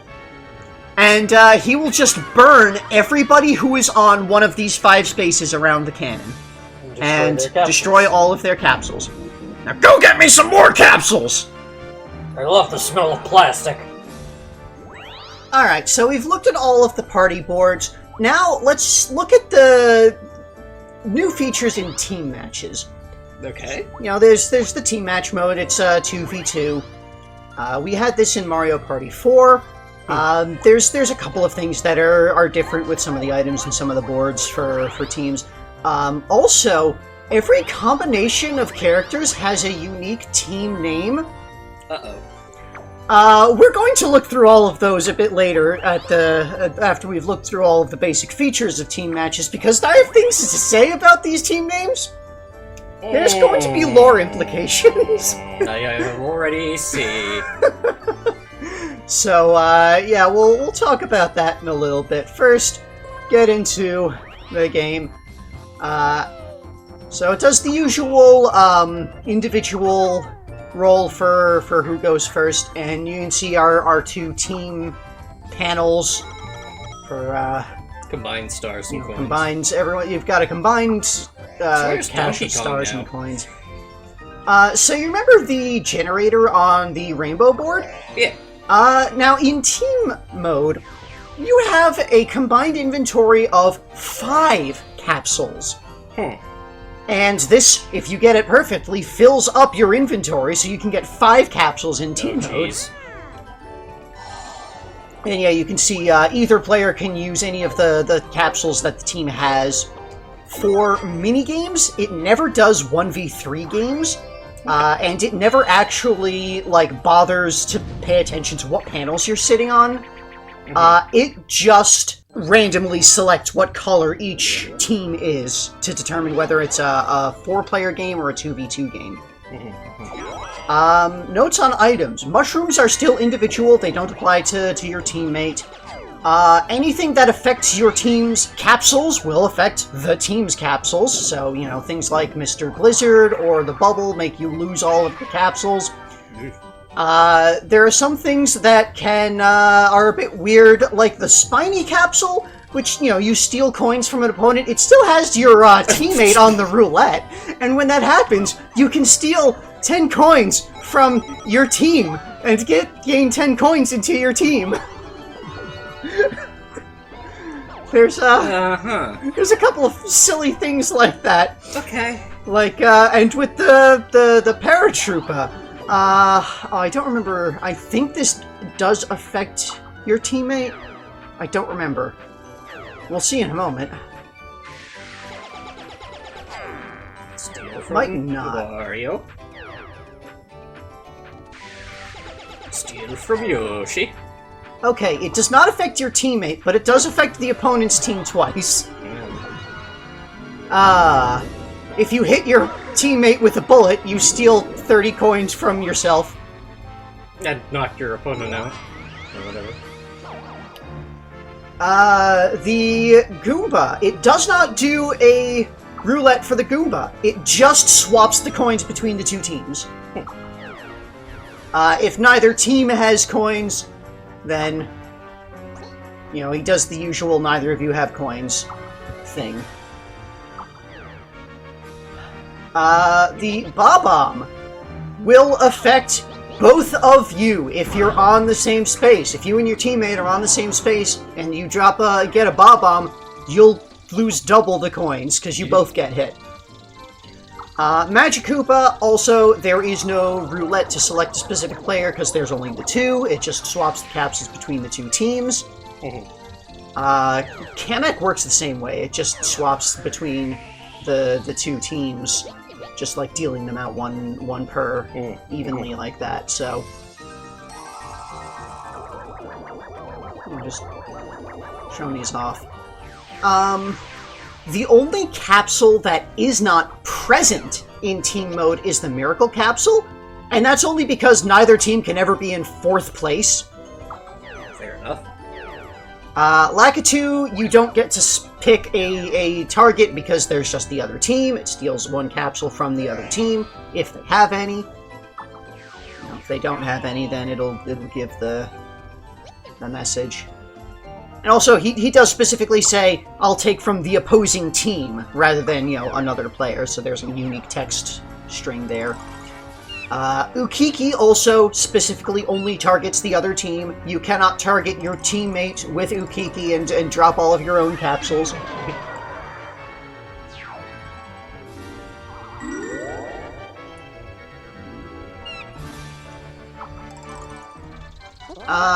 Duels. You get to pick an opponent for duels, but you can only pick one of the actual opposing team members. You cannot duel your own teammate, but you do get to select who you're dueling among the opponents. And your teammate is always grayed out when trying to decide who to pick with the Chomp to steal. In the chance space, the event can't occur to members of the same team, and it doesn't even let you do the third roll for what the actual thing is. If you roll both yourself and your teammate, then it just stops there. The last 5-turn event is basically the same thing.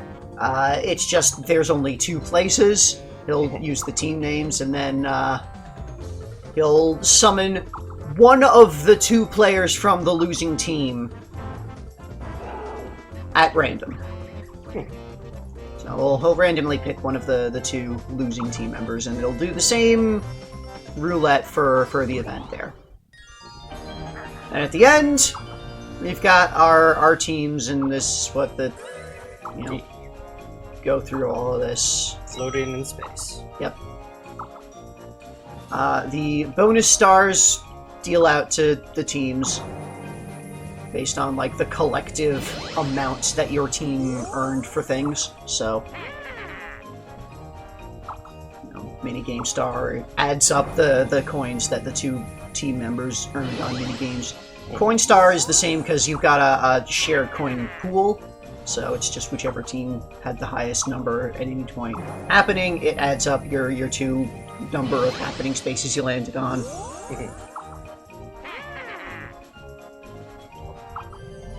And it does, like, the whole dramatic thing, and then one team goes away, and that's it. You are the Dream Star. Your team, collectively. The collective you. Now we're going to look at those team names. Okay. And I have also... I went through, because the team names in Japanese are actually pretty significantly different for a lot of them. So I went and translated those as well, so that we can, look at both of the things. So, I mean, Mario and Luigi, obviously the team name is Mario Brothers. It's the same in Japanese, Classic. It's just Mario Brothers. Mario Brazos. So, that's just a very simple... There's nothing unique or interesting there, just it's their team. Then we get into some more interesting combos. So, Peach and Daisy. In English, they're lordly ladies. In Japanese, they're super idols. Well, I mean, idols are basically royalty. Kinda? Yeah, like that makes an amount of sense. Yeah. Peach and Yoshi. They're regal friends, or in the original Japanese, lovely angels. Doubtful. I don't know why Yoshi would be considered a lovely angel. I guess they consider him lovely? I don't know. Or maybe he's the angel, I don't know. I'm pretty sure these team names are what the stars have given these combinations of players. So there's an amount of, it's how the stars view the relationships of these characters or the combinations of these characters, which may or may not necessarily be accurate. Then we have Yoshi and Daisy, Royal Ride, just it's Daisy riding Yoshi, or in the original Japanese, Funny Angels. See, that would indicate that Yoshi is the funny one, and Peach is the Yoshi is the angel, and Peach is lovely, and then Daisy is funny. See, that follows because the team of Daisy and Toad is Funny Mushrooms. Well, I've taken some funny mushrooms before, and let me tell you. Royal Pals in the English. So, yes. Yeah, I guess Daisy, they think Daisy is funny. It's funny the way you think you're important. And they think Yoshi is lovely.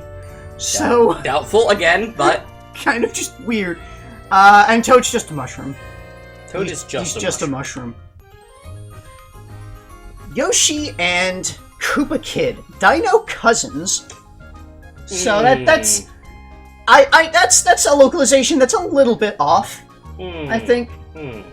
Because the Koopas are not dinosaurs. That doesn't really... did have at least a castle on Dinosaur Island. True. Or Yoshi's Island. In the dinosaur world? Yoshi's Island, which is part of the greater Dinosaur Land. Yes, that. But they were kicked out when Bowser was a baby. So they are distantly, maybe, but... Yeah, I mean, the Koopa Kid is a star-spawned henchman of Bowser's, so... That doesn't really fit. The Mini Japanese monsters, is mini however. monsters, yeah. That is perfect. That makes perfect sense. Mm-hmm. Yoshi with Boo, Scary Dino, or Lucky Ghosts? Lucky Ghost I don't get. Scary Dino, sure. I could see Yoshi being described as lucky. Like, he's... I don't know, that just kind of feels a little right. It doesn't make sense that he would be called Angelic, so... Yeah. I think I prefer Lucky over Angelic. Yeah. Peach with Toad, Royal Family. That's not really quite accurate, but the original Japanese is literally just Princess and Retainer. Okay, so that's like the Knight and the Princess style. Yeah, it's that Toad, makes more sense. Toad, the Toad named Toad, is Princess Peach's personal retainer. Yes. So, you know, that's just right there. For years now. Peach with the Koopa Kid, Trouble Brewing. Yeah, that's math. But the original Japanese is Beauty and the Beast. That's funny. Like, that is literally how, the translation that they use for the old tale Beauty and the Beast. Yeah. Bisho to Yaju. That's pretty good. Yeah. That's pretty good. Again, this is why I went through and did the Japanese games, because they're really good. They are much better than the localized ones, I think. Let's keep going. Peach and Boo, Royally Spooky, or Beautifully White. So, that's a little bit weird. Like, the word bihaku is like a description for... It's a little hard to describe, hard to explain off the top of my head. But just like the picture of a beautiful princess with, you know, the beautiful fair skin there, that's definitely big in Japan. Japan is, they consider pale skin to be very beautiful. Oh, so we're thinking about like the geisha style. Yeah. The no. Yeah. Like face paint style. Yeah, so like it's that kind of idea of, you know, she's, you know, the princess being described in that way, like with the addition of the ghost, adding just the clear white there. Kind of an interesting. Yeah, it might be like, I might have gone with like a haunting beauty. Yeah. Which, you know, like the idea of like a beautiful but ghostly appearance. Yeah. Right? So, that one I understand the localization, because that's kind of a bit of a cultural thing that is difficult to translate. Yeah. Alright. Yoshi with Waluigi, Unhappy Dino? I imagine they are both unhappy with this situation. Yeah! The original Japanese is just long-faced. Okay, now that's They both have insulting. long faces. Hey, why the long face? Waluigi It's the way it was made! Waluigi is horse-faced. Okay. Daisy and Boo, Haunted Flower. That's okay. Yeah. But in the Japanese, shy people. Ooh. Hazukashi garia. Shy people. So, it's... I would not describe Daisy as shy. There might be some kind of, like, relation to, like, how a flower will, like, wilt and close up is related to shyness. And like, then Boo is, you know, notably shy. They don't like it when people look at them. I think this might have more to do with how the stars view Daisy. Ooh. Because Daisy tends to be...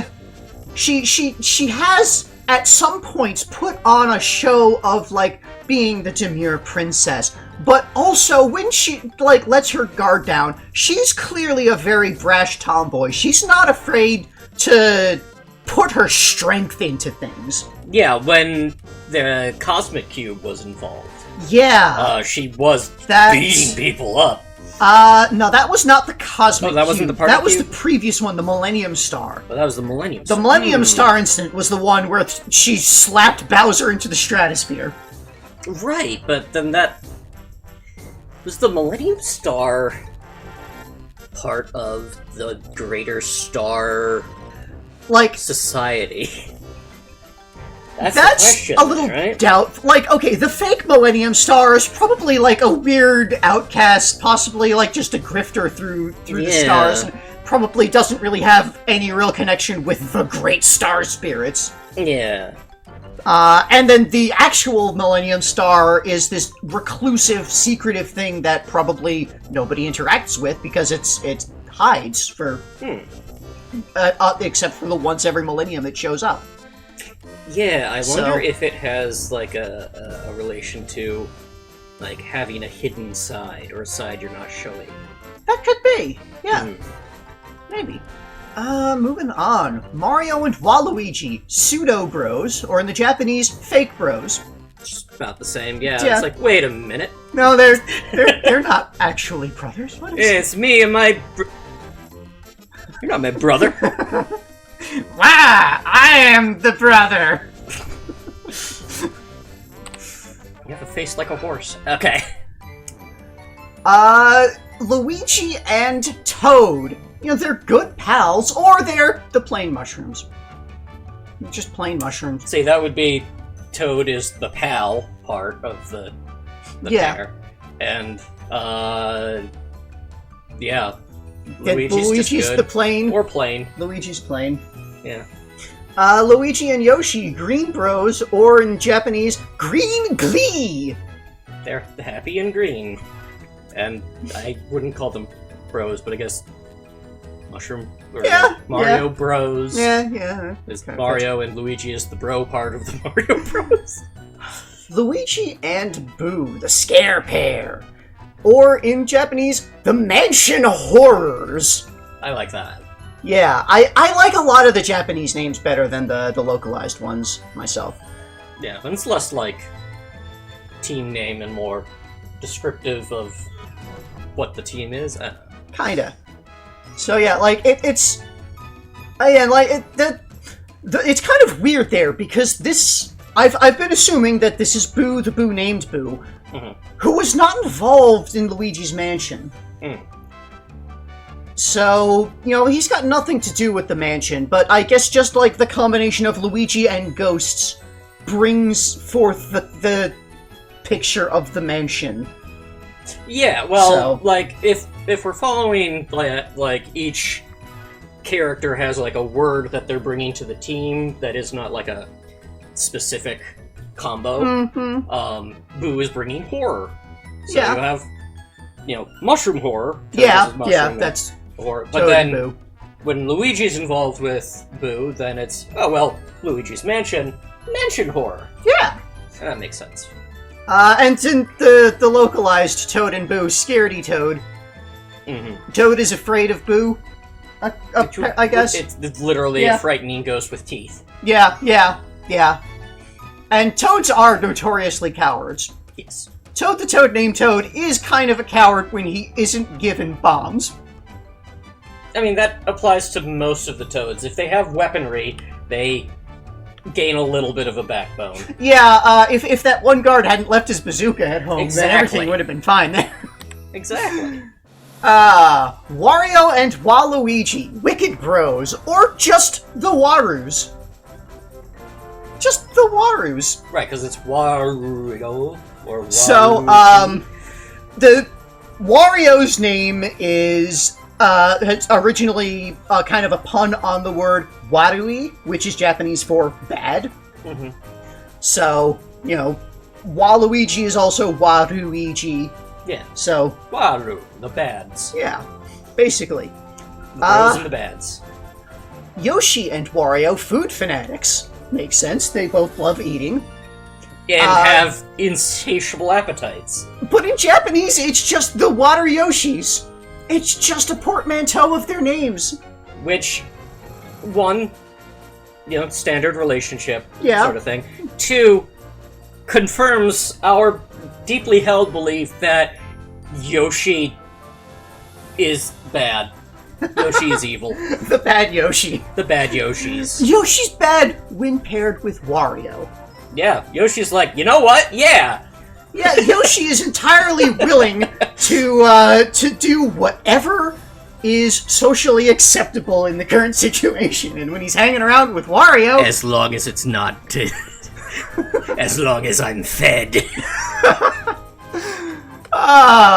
Wario and Toad, the water shrooms. Yeah, it's just a portmanteau. Wario's things tend to just be the portmanteaus, or mushroom stinkers, so it's... Yeah, like, Wario is frequently described as stinky. I would have gone with, like, stinky. Bomb Bros, but... Yeah, well, Toad isn't really associated with bombs anymore. It was just the one time. Yeah, and I guess Wario isn't either. Yeah, that was also kind of just the one time. And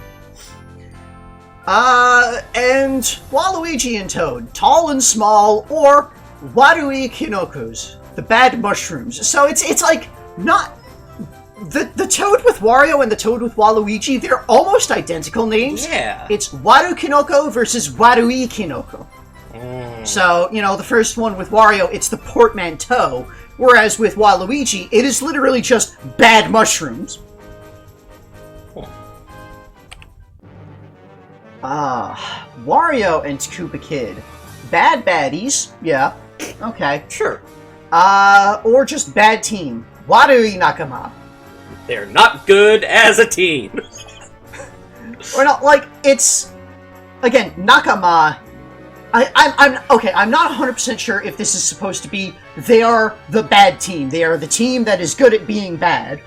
Or if they're a bad team. They're not good together. Maybe both. I'm not sure. Waluigi and Koopa Kid, cheap chaps. That... Calling Waluigi cheap is kind of funny. Yeah. Also calling him a chap with like, his roots. Like, they both look like somebody who would tie somebody to a railroad track, is what I'm saying here. And the Japanese is almost identical to the Wario and Koopa Kid match. It's bad friends, Warui Tomodachi. Tomodachi as opposed to Nakama. Nakama is like a team, a group, like they're working together. They work together to get something done. Whereas Tomodachi is, we are friends. Yeah, we hang out, we chill. You know, we're not here to work, we're here to hang out. And, like, I think that this is saying they are friends who are bad. Not that they're bad at being friends with each other, but they are friends who are together bad. I think also they're not good at being friends, but Probably. Also because they're both trying to, like, outdo each other. I don't think their relationship makes either of them better. You know what I mean? Or happy, yeah. I think they are friends. They shouldn't be. Waluigi and Boo. Scary creatures. Yes. Or prankster friends. Also yes.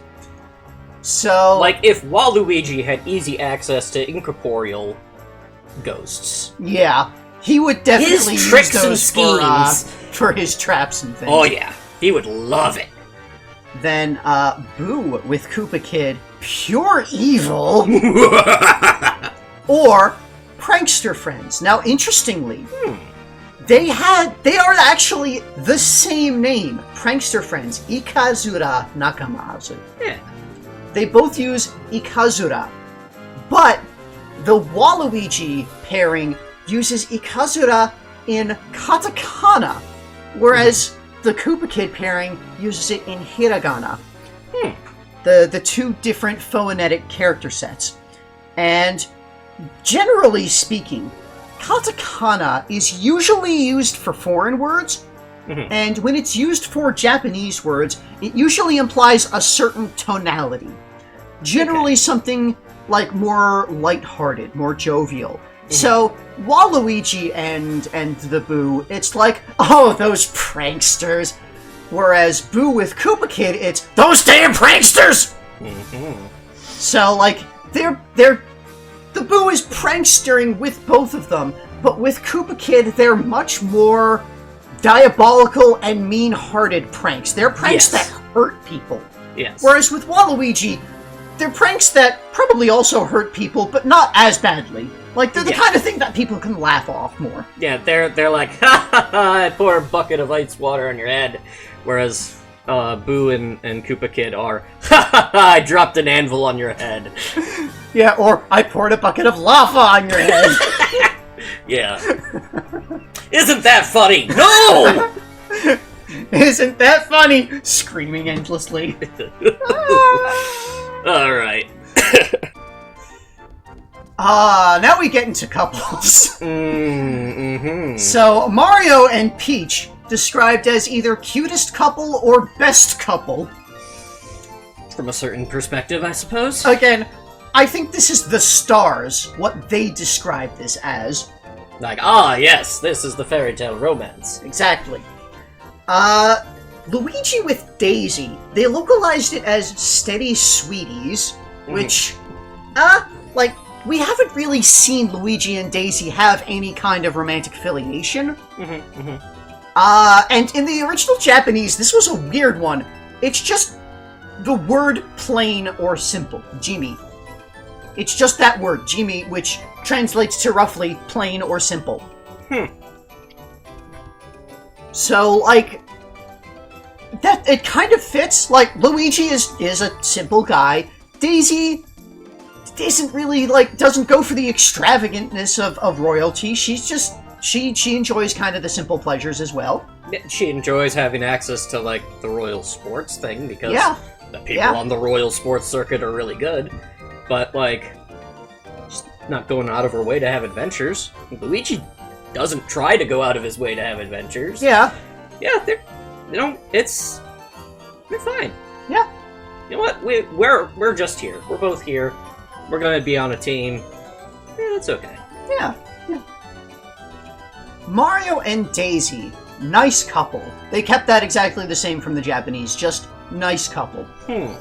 So, and again, this, I guess, like, the stars would see this pairing as being like, yes, this would also work. Mario must be with royalty, so it's not the best couple, but it's still nice. Luigi with Peach, localized as Green Escort, originally friendly or heartwarming couple. Honobo is like a friendly or heartwarming, so just like, they're just kind of nice together. They're, yeah. The same way you would be to, like, your partner's brother. Yeah. and Luigi is perfectly, polite with the princess. He's a nice guy. He's nice. He's got a job plumbing. That's kind of not what you would do with your time. But, he's successful enough. Yeah. I mean, if I need to favor, like, move a couch or something, maybe I could call him. Yeah. I not my first choice, really. It's like a, boyfriend and all that. But, in a pinch. Peach and Wario, Royal Pain. That's kind of a good one. Yeah. Or surprising couple. That is a surprise that they would be together in any manner. And Peach with Wario, anti-couple. Or in the original, the Japanese, startling couple. Now, the two, like, so that's like my description of how I translated it. So the two words there, odoroki and bikuri. Those both have similar meaning in, like, surprise, but, like, odoroki is more surprise in the sense of, oh, I didn't expect that. Whereas bikuri is more in the sense of jump scare. Like, what the fuck are you two doing together? I imagine the jump scare is on the part of Peach going, ah! What's wrong with your face? Ah! You're a human? Yes, I'm a businessman. I'm fabulously wealthy. I inherited railroad baron money.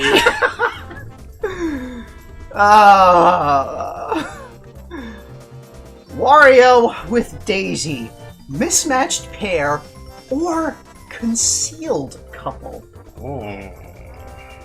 do Wario and Daisy have something secretly going on? Now, if we follow up with Sarasa Land, Diamond City being somewhat related, maybe they have like a secret off-camera existence? Yeah, like, we've seen Wario is a bit of a womanizer. He likes, everything to do with wealth, which includes, the usual stereotypical fast cars and loose women. He has no actual interest in women, from my understanding. No, he just likes the idea of being wealthy, and that includes women as part of it, yeah. Yeah, it's all for show. Yeah.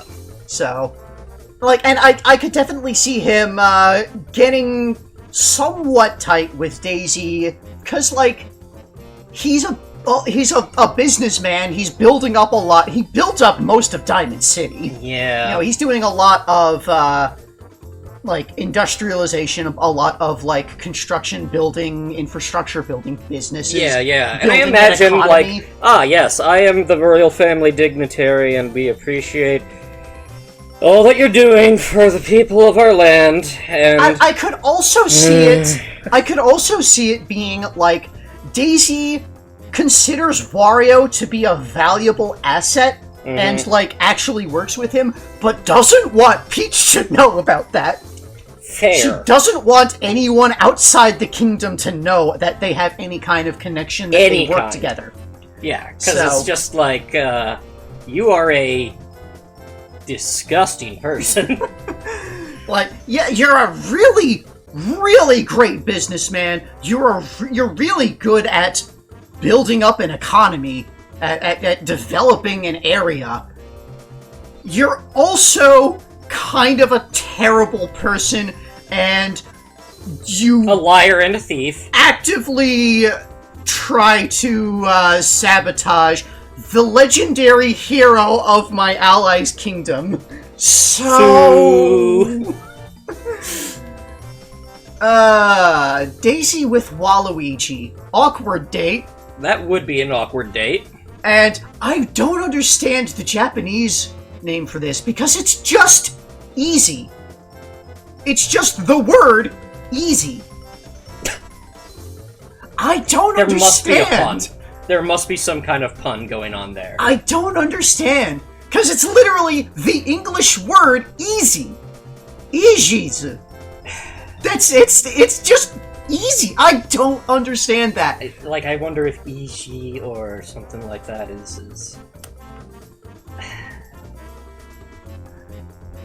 Yeah, that's weird.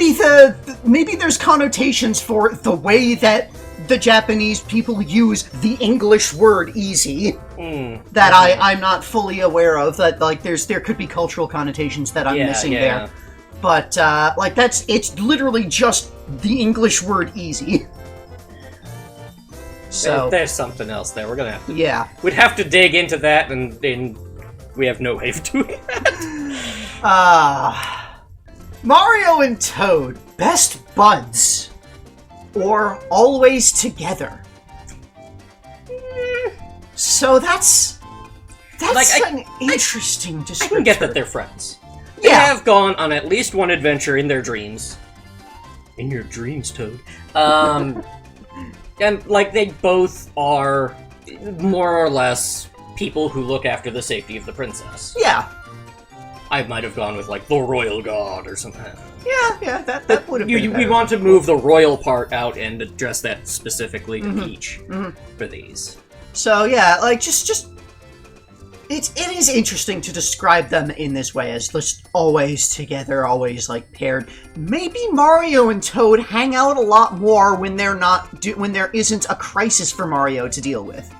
Yeah, I can imagine they have a lot to connect over, such as the terrible things that Peach has done to both of them over the many, many years. Yeah, they have both been on Peach's bad side in some really bad ways. Yeah, and she always gets kidnapped. And it's us who have to try to contain all the chaos. Yeah, and can you believe all the other Toad guards? They have their spears and they never use them. We don't even have to give you weapons, you just jump on people. Like, I saw you doing it once, and then I jumped on people. Guess what? It works! Just fucking body them. It's not that hard, guys. Mario and Yoshi, the famous combo. Horse and rider. And the original Japanese Meikonbi, great combo, or like well-oiled machine. It's like Meikonbi is a term itself specifically that it has that kind of meaning of like they're a great pair. They work well. They work together extremely well. It's a well-oiled machine. Like they've known each other since Mario was a baby. Mario has known Yoshi for his entire life, basically. So, like, they have a very good connection. The interesting thing about that is that Mario and Toad, friends. Mario and Yoshi, just working together. Yeah. They're not necessarily friends, but they do accomplish a lot. Yeah. I don't imagine a lot of people choose to hang out with Yoshi. Especially because it could be mating season at some point and then everything goes to hell. Yeah, I could see Mario choosing to hang out with Yoshi now and again. Probably not as much as he'd hang out with Toad. About as much as he might hang out with somebody after work. Yeah. For beer. Or something. And I mean, also, like, a company-sponsored event.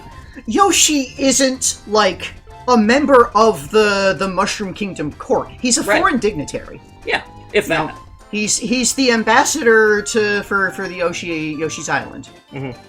So he's... And I still don't think he knows how to speak English. Or the equivalent. Yeah, he can communicate well enough. He can at least communicate to Mario because of their, like, years-long connection here. Yeah. So, like, he communicates well enough that the members of the royal court can have foreign relations in some meaningful way. Mario and Boo, old acquaintances, are in the original Japanese longtime associates. Now, death follows me. The first time that we saw a Boo named Boo, it may or may not have been this Boo. It was the one that was part of the Three Musty Fears in Mario RPG. You remember them? Yep. But aside from that, Boo has shown up in a couple of the sports games. He was in the parties, the last party. He was one of the big hosts. He's been the thief character in all of the previous parties, although that was more like Boos in general. There were Boos in general in Super Mario World 2 Yoshi's Island. Yes, also in Mario 3, there were Boos. So it's back when Mario was a baby, he had encountered Boos. That's right. In the general sense. So... Though that is a little weird to be like, oh yeah, we definitely know each other. I know death. I mean, we know that Boos are like their own species. Yes. Boos can be born as Boos. Yes, which is very interesting. So, like, it's not necessarily this is something that was alive and died. Mm-hmm.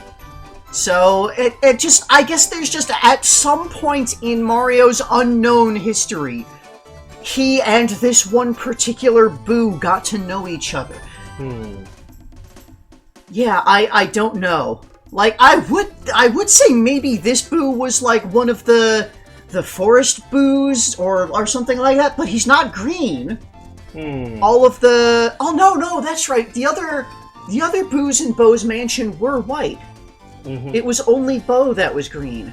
Mm-hmm. Yeah, that's right. So it could be that he was one of the Boos in Bo's... Yeah, they were merely acquainted at that point. And yeah. Yes, I remember you from way back when. And Mario going, are you sure? It's like, yeah, you were wearing the same hat. You were the same as always, my friend. Wario and Boo, Spooky Spoil Sports or Mean Team. So, then that's specifically Ijiwaru Nakama. So Nakama is like it's usually used for like a group of friends that like they or like a team that works together towards something. And Ijiwaru being just mean. So like they are the mean team. They are the team that is good at being mean. Yeah, I can imagine that if a Boo approached Wario with the intent of being like, "You want to stir some shit up?" He'd go, "Yeah!" And vice versa, Boos love scaring people. That's like their whole reason for existing. So if like Wario could pull a prank using a Boo, they would have a laugh riot. Yeah. Yoshi and Toad, cute buddies. I would disagree. Yeah, Yoshi, it's debatable whether Yoshi is cute. I'd say Toad is maybe cute. In the original Japanese, perfect chemistry. Aisho bitarizu. I guess we haven't ever seen them, like, fight in any way. Yeah, like, they just have perfect chemistry. They work perfectly together. They are perfect friends. Do I sense a romance forming? The term is not necessarily romantic. It might be, but it's not necessarily explicitly a romantic term. Okay. Toad and Koopa Kid. Little guys, yeah, that's okay. Yeah, they're just little guys. But the original Japanese, perfectly unfriendly. It is also the exact opposite of perfect chemistry. Seikaku awanai. They are not a good fit. They are absolutely not a perfect fit. They are the worst fit ever. They are terrible together. Yeah, also good. Yeah. They're just little guys. They treat their littleness differently. Yeah. Perhaps the exact opposite of how you should. But they're both little. Luigi with Koopa Kid. Friendly enemies or unexpected close friendship? Feel the darkness inside you, Luigi. Honestly, I think it's more like... I've kind of been... You know how I am, generally speaking, amenable to Bowser and his whole... Like, I tend to view Bowser favorably and his motives and things. And I think that Luigi, without the... Like... Without having, like, to deal with the stigma of needing to fight Bowser all the time, without, like, having that... animosity. Yeah. I think he is able to, like, just sit and talk and just be friends. He can, like, connect with the people of the Koopa Kingdom. He can connect with Bowser and his direct minions in a way that Mario can't, because Mario is always fighting him and just has all this extra negative feelings built up there. We've established that Luigi has been... When he was in the real world in New York, you know, he had a couple jobs. He tried to help Mario out, but got fired along with him. He had his own business doing plumbing. You know, he's industrious. He's self-motivated. He wants to do a good job, right, and help people. Yeah, and Luigi... like do the best he can, but he's always in the shadow of, but you know, your brother is just this giant hero who's doing all this stuff. He wants to be just a man of the people. Yeah, Luigi is absolutely much more of just the blue-collar, average Joe working man than, like, Mario at this point is the famous hero. He is the legendary hero of this magic world. Luigi still, like, he still maintains his plumbing business. Yeah. Luigi is still a plumber. in that Mario is not a plumber. So yeah, that absolutely works as well. That Luigi still has this connection with, like, the average worker and can empathize with, like, the Koopa people having, like, not getting a fair shake. And probably even align a little bit with, like, the ideals of their, like, semi-communist style of government, right? Yeah. Like, yeah, I think Luigi, like, if you left him alone, right, he would just want to work. Yeah. Right? Like, he's the kind of person who, if you gave him all of the money in the world and said you can do whatever you want with the rest of your life, he'd be like, okay, I'm just gonna do, like, mechanical stuff. Yeah, right? I'm gonna fix pipes or build airships or something. You know, I'm just gonna make stuff for people.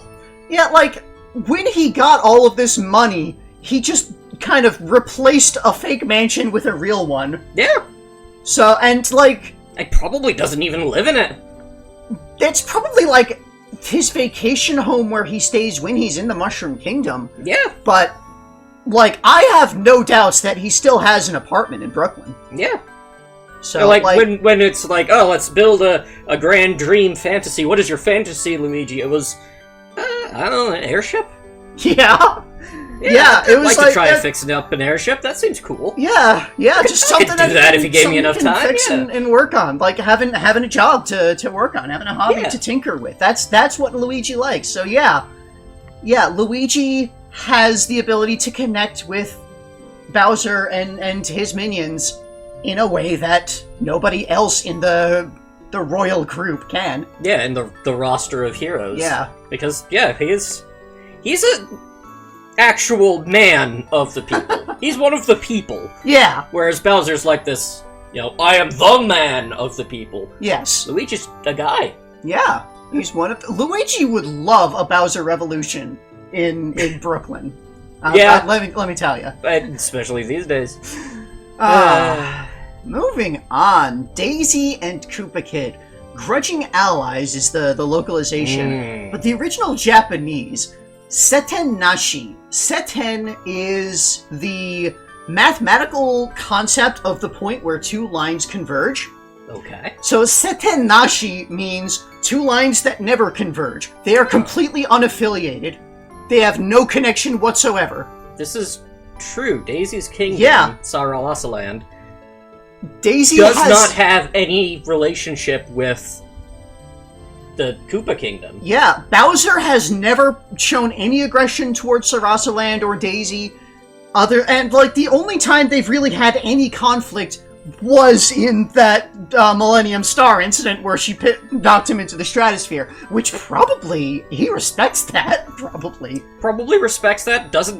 Probably doesn't hold a grudge because there's a whole thing going on there. Yeah, and honestly, she's the kind of person who would be like, this is personal, this is not one of my royal functions. Yeah.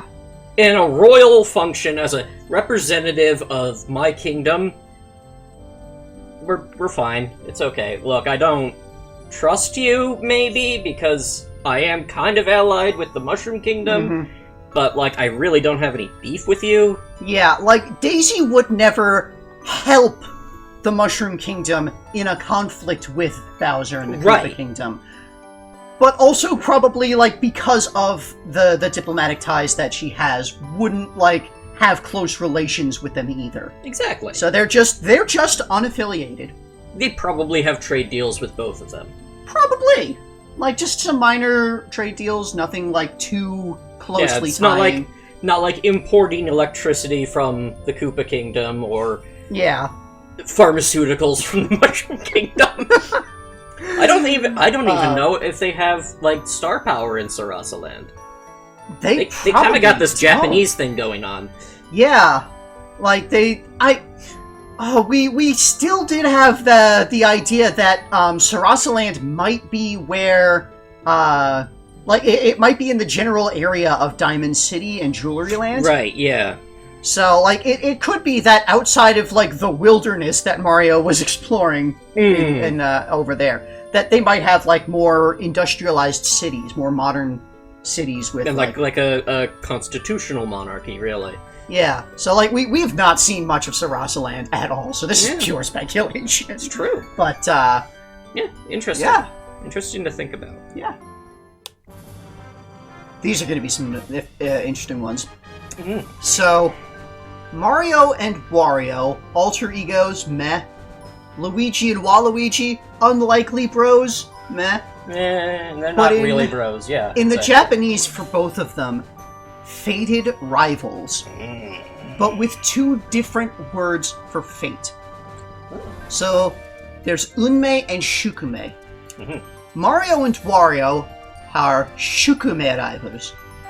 Shukume is immutable fate. This is destiny. This is some mystical outside connection that you are being brought together as rivals. You cannot defy this fate. You will hate each other, and there will be conflict between you two. It is immutable, destined fate, mystically applied.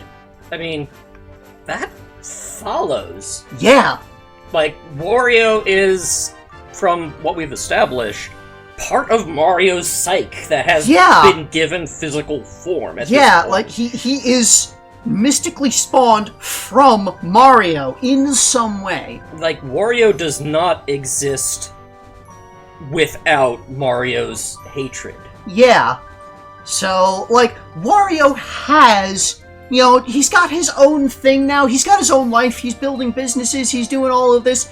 But he will always still have Mario there. And he always has to keep coming back to screw with Mario in some way. And, like, lately, he's been getting an outlet from that with, like, sporting events and things. Yeah. And like, competitions. But, like, there's always going to be that rivalry that they will always be in conflict. They will never escape it. Meanwhile, Luigi and Waluigi is Unmei rivals. Unmei is the fate that is created by your actions.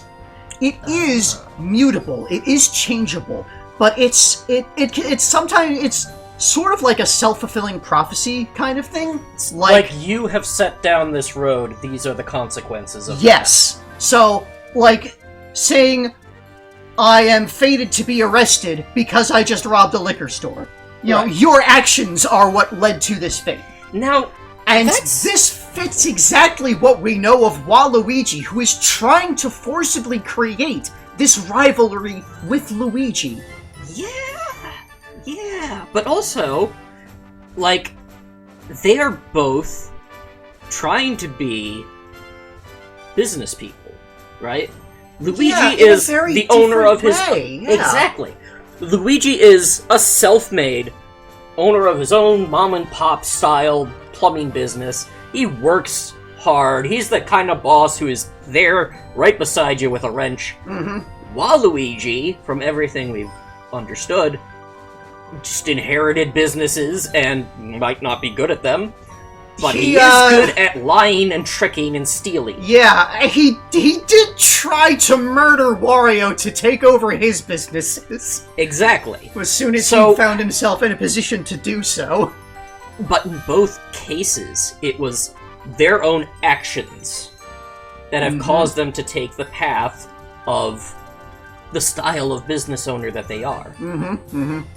And yeah, it's also their path to be rivals in order to...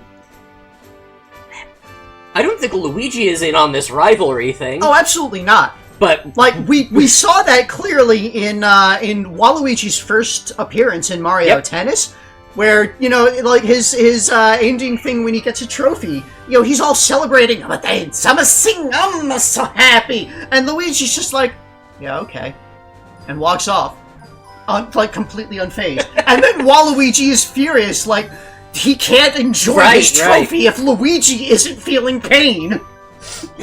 So, like, yeah, it is entirely this one-sided rivalry that Waluigi is trying to create with his actions, and by his actions, like, there is a rivalry there. It's just Luigi doesn't care.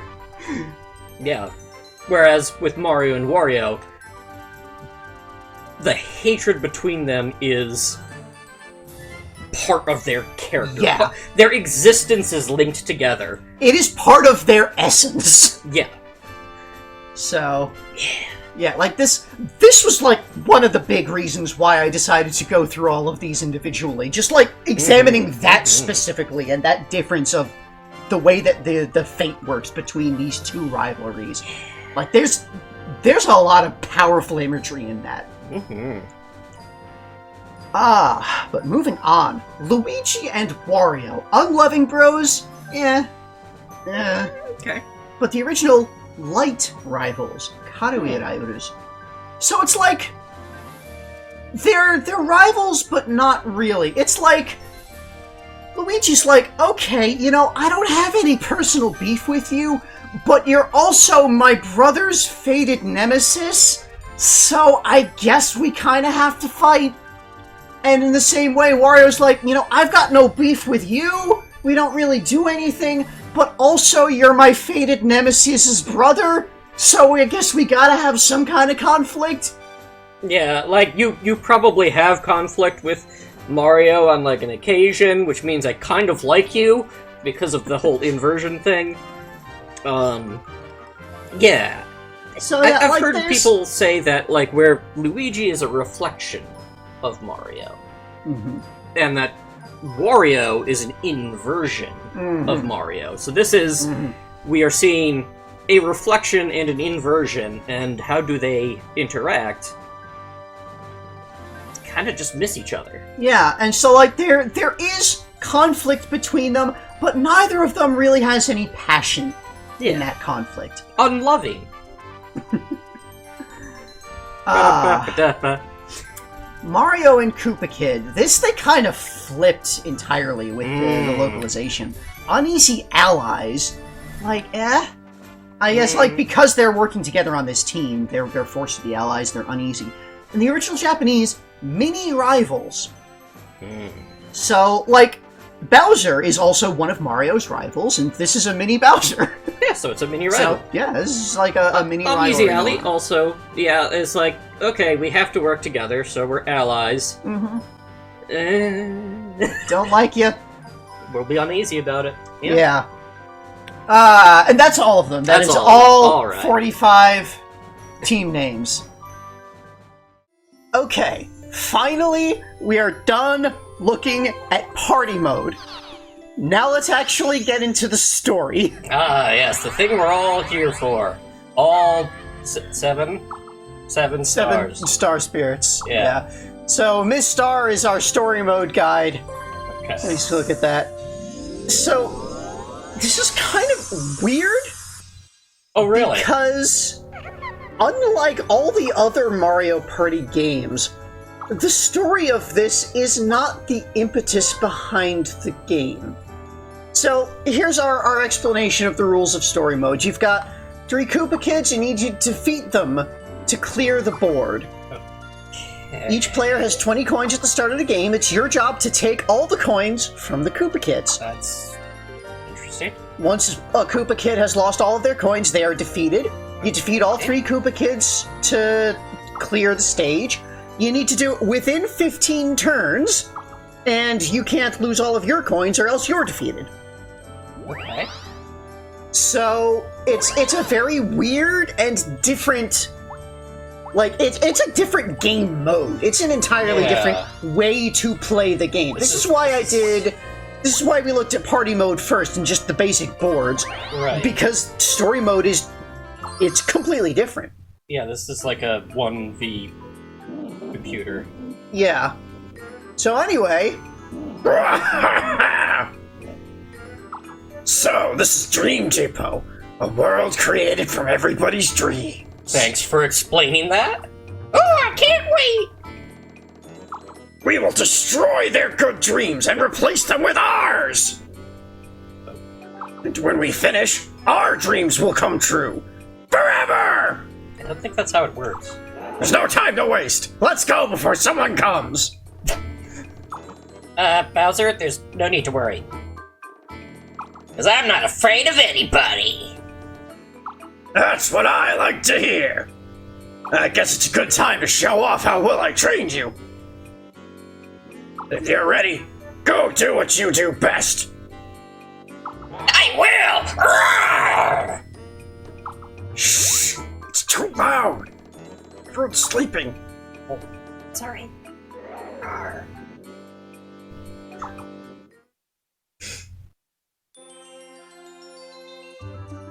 So, already, Bowser's causing all kinds of trouble again.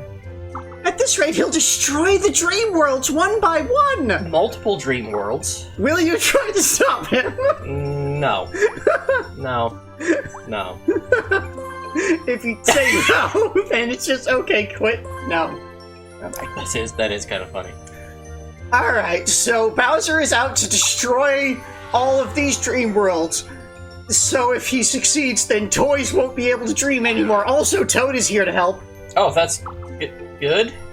Just, Toad's here to help. Dot, dot, Because dot. you may or may not have noticed that, of the playable characters in story mode, we are missing Toad, Boo, and Koopa Kid.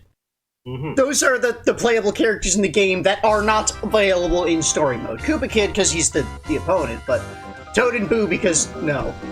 I'll ruin this toy dream by filling it with my own dreams! And I'll help you do it! Toys shouldn't dream! It's you again, Mario! Are you trying to stop us? Looks like he's trying to look at the camera. You can try to stop me, but I'm not alone this time! Let me introduce you to my powerful Koopa Kids! We've met them before. It's about time you met all of them! Oh! I'm Red K Kid! I'm Green K Kid! I'm Blue K Kid! That look on your face is perfectly horrible! You think you can beat my underlings? Red K-Kid, Green K-Kid, and Blue K-Kid, take care of this pest!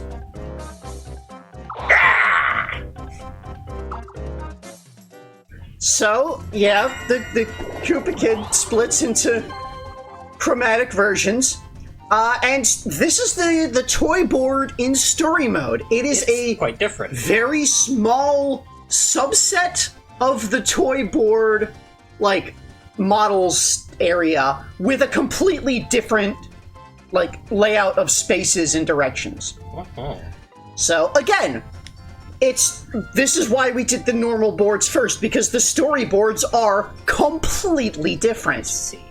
So, you know, it is basically a small subset. Like, the stairs have little robot things on them now, and the rocking horse, so that they're, like, blocked off, but, you know, like, bits and pieces all over the place. So, story mode. As it was explained, it's us against 3 Koopa Kids. In order to make things go quickly, they take their turns simultaneously. They all do their dice rolls at the same time. Technically, it is, like, in turn order, the 3 of them, but you know, it does it all simultaneously. Whenever you pass by an opponent, it initiates a duel with them. So it works like a normal duel, how all the duels in the normal game work. When you pass by an opponent, if you win, they will lose 15 coins, and if they win, you will lose 5 coins. When they pass you, if they win, you will lose 10 coins, and if you win, they will lose 5. Oh.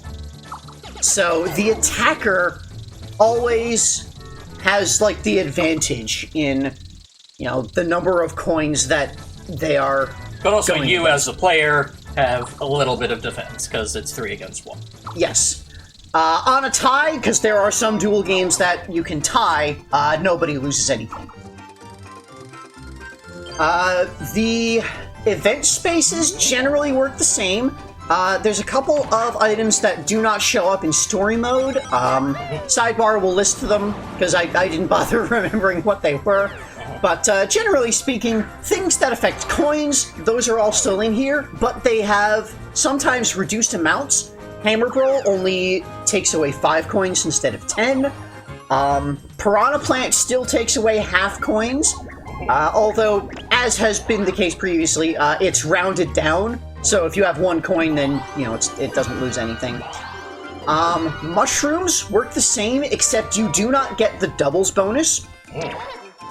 The Donkey Kong and Bowser spaces work differently. So, the DK space, if you land on DK space, he just gives you some coins. There's no, roulette of picking what happens, he just gives you 10 coins. That's great. He's helping you protect the dream, I guess.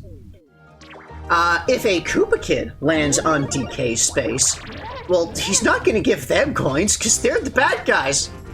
Donkey Kong! He's gonna punch him in the face, because that's what he does. And take away half their coins. Rounded down. Yeah, round. So there is no Bowser space on the board to start with in the story maps. You only ever get Bowser space on the board at all if someone gets a Bowser capsule. And, it works the same as the Bowser capsule in normal party mode. It picks a random red space and turns that into the Bowser space. And then, when, if a Koopa Kid gets the Bowser capsule, he'll still, come and flatten them. Dang, it is Bowser. This is kind of funny. So, when a Koopa Kid lands on the Bowser space, it's basically the opposite of the DK space, where he will... he still comes and flattens them. Yeah, of course. It's just kind of how he does. Hey, you came! They're Koopa Kids! Quick, here are some coins! And he'll give them only 5 coins. Now, there's no excuse for losing! Ow. And if the player lands on the Bowser space... The Bowser stuff happens. Then it's... again, much like with the DK space, it's Bowser's turn. I won't waste any time. I'll take half your coins. Oh. So yeah, there's no... That's not fair. You're right. Now just play harder. Nope. So yeah, it's very simple. Just things affect coins. That's it. This green versus space starts up a versus mini game, which is slightly different depending on how many opponents there are still in the game. So when you've got 3 Koopa Kids, everybody gambles 5 coins. Each of them is 5 coins. If you win the versus match, you take 5 coins from each of the Koopa Kids. If you lose the versus match, you give 5 coins to each of the Koopa Kids. On a tie, nothing happens. And the versus match in this case would be a 1v3 minigame, because there's 1 versus 3. And you see here, if you've lost, then Bowser comes down and forces you to give 5 coins to each of the Koopa Kids, so that's a pretty big hit. Considering everyone starts with 20, losing 15 of your coins right off the bat could be really, really bad. When one of the Koopa Kids runs out of coins, they get defeated. They're knocked out. They're just eliminated from the game. They're removed. When there's only 2 Koopa Kids left, the versus space turns into a 2v2 game. And in this case, it's 10 coins now, so you would lose 20 coins, giving 10 to each Koopa Kid, or receive 10 from each. And in the 2v2 game, Toad is your partner. Okay. So that's what, that meant at the start, where Toad's coming to help you. In 2v2 games, he's your partner. And when there's only 1 opponent left, the versus space is just a duel for... How much was it? 20 coins. So, the versus spaces are, they will swing things heavily. And you can see the roulette, whenever the roulette happens for one of these event spaces, it will only have, it will actually reduce it to 2 people if there's only 2 opponents left. And if there's only 1 opponent, then it will not do the roulette at all. It'll just, pick 1. When there are 5 turns left, because, it was 15 turns, as they said. We've got the 5 turns. I wonder if my Koopa kids are doing okay. And he, looks at everyone's things and... Well, my Koopa kids are doing what they do best, he says, as Wario has 104 coins there.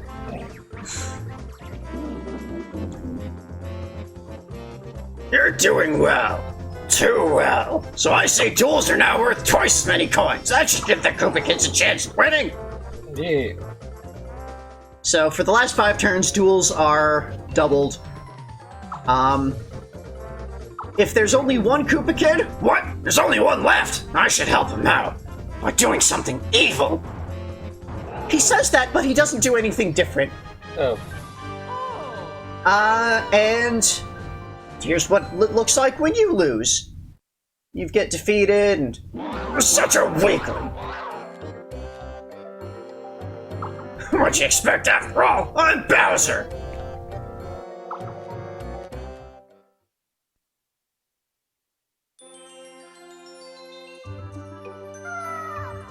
Mario, don't give up. Just try harder. Just try harder in this incredibly random experience. Where you really have very little control over what happens. Honestly, that's what people tell This game is over! Oh. Well, okay. This is what happens when you run out of time. Oh. You don't join us, there's no use for you! Oh. Useless! And we'll take your coins! Robbery! And he just takes all of your coins. And that was my dream! So that's all of the basics. Now, like the board stuff and the toy board, the happening. They all have a happening, and it's the hat box thing that springs you and sends you to a random space. And when you actually win at the toy map, the first one, it does this thing. I'm sorry, Bowser! Don't worry, this world grants wishes to those who wish. Wait, what? Huh? Really? So you see, Mario, there's still plenty of time for us in our evil plan. We just gotta wish for more time. Yeah, so don't get any big ideas. So, Mario, I bet you're dying to know what my dream is. Hey, I got a dream. Silence! That's not fair. If you win the next one, weakling, I just might tell you. Until the next board map, Mario.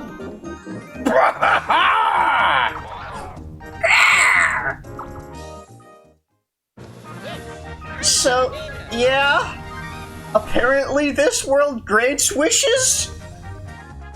At least Bowser claims so.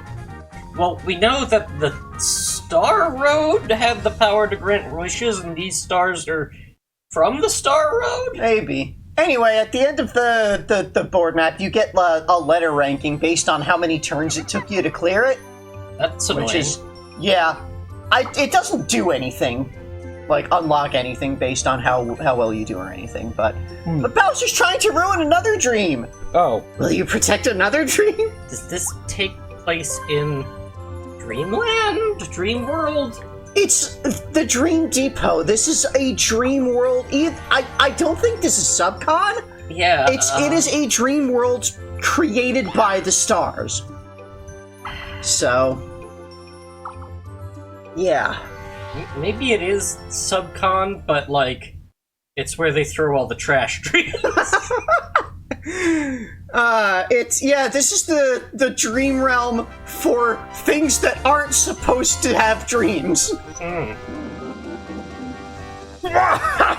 I'll ruin the pirate dream and fill it with my dreams. And now help! Mario, again? Just try to stop me this time. Us! Try to stop us! Do you think you can stop me? No matter, I've got help. Meet the powerful Koopa Kids! We already did. Say hello to... These It's three. Yeah. They have a different, like, animation of introduction each time. Oh. Can you defeat my underlings 2 times in a row? Yeah, and that all of them take care. So here is the pirate map. It is just kind of the bottom area. It's just the boat. It's the boat and like a little bit of the waterfall area, so none of the things that really make the map interesting, really. Not like the Whomp elevator or the Whomp blocking thing or anything like that. Yeah. But it's very pirate-y. Sure. And it's got the cannon happening. I guess launches you to another... Yeah, it launches you here, it launches you to a random space, because this version of the map doesn't have the little, like, cannon signs indicating specific points. Right. Doesn't the last map hit you to a random... Yeah. Yeah. But it does still have the thing where if you happen to land on the same space as an opponent, you'll they lose 5 coins. Bowser, I failed again. Oh, never mind. We still have a chance to fulfill our mission. Oh yeah, the wish thing. So, it's not over yet, Mario. I suppose you're happy, huh, Mario? Should I tell you about my dream? What about my dream? Hush! If you win the next one, I just might tell you. Until the next board map, Mario! Don't pose, that's rude. Yeah, Bowser's a little bit mean to his Koopa Kid. Yeah. They're probably trying to disown. Did you need to get A on all of these? No. Okay. Thank God. Yeah, that would be annoying. You saved the pirate dream. Now everyone who wants to steal treasure from regular citizens is going to be able to think about it. But there's another dream. Oh. He's attacking the future. By the way, the order of the maps is random. Oh. Like, it actually, it picks a random map to be your first one, a random map to be your second one, and all of them. Huh. Until the last one, then it's the Bowser map at the end. But this also means you don't play every map, because there's only 5 stages. Huh. Oh yeah, I'll ruin the future! And now, help! Not again! It's Mario! Not again. So we meet again. But I won't battle you. I'll let the Koopa Kid team I put together do it. Show them what we do! Ah. And but they still do the same pose. Yeah. Wrong. So, Mario, notice the subtle differences? My underlings are very capable when they want to be. Implying that they didn't want to be before. So here's the future map. It is basically just the first of the 3 stations that you have. So again, removing the thing that made this board unique. Yeah, and except it has this, like, cut through the center path. So, ooh. Yeah, there's 2 happenings here. There's the teleporter happening, which teleports you to the other teleporter. That's surprisingly consistent. Yeah. And of course, it goes the other way. And the rocket, which sends you to... Oh, where did it send you? I don't remember. We'll see in a moment. The random space? I don't think so. Bye. Start. It sends you to start. How useful? Yeah, that's it. Bowser? You lost again? I thought this was the place where wishes were granted. Well then... By the way, what was your dream? be near you, Bowser. That's your wish? No, it's my dream. There's no problem then. No, I couldn't be happier. Anyway, I know you really want to hear my wish, weakling. Mario, you want to know, don't you? You'd be surprised if you knew. Mario, I don't know either. Silence! You can't stop us. Until the next board, Mario.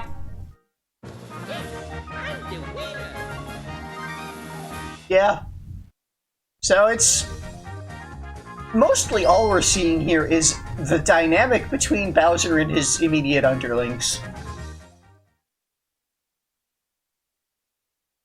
I like how they set the story in a pocket dimension of dreams where there is no stakes. Yeah, this might have the lowest stakes yet. The fascinating dream of the universe continues. Apparently, that's the future dream. Dream of the universe, it's the space dream. Yeah. The future. Future is the dream of space. Not dreams about space, just of space's dreams. We established that, and still don't like it. There's the rainbow dream. The dream made by rainbows. Dream of the sky. It's time! I'll ruin the rainbow dream and fill in my own dreams. Okay. So, Mario, you're back again, but this is it! It's time! We say without moving our mouths. Yes, it's time, but I won't battle you! Check out my Koopa Kids! Again! Show this weakling what you do! This time they do like a weird little ninja flipping around. I think the people who made this were inspired by those Ninja Koopas from Paper Mario. Mario, do you need to see that again in slow motion? My underlings are powerful! Are we going to, like, splice in that animation in slow motion here? No. No. Guess we don't need to see it in slow motion. So here's the Rainbow Dream storyboard. It's that, like, sun castle that's at the top. It of the... just like every other story board. Yeah. Wow.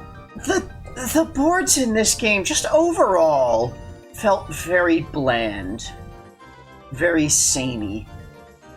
In a game that is all about, like, randomness and whatever.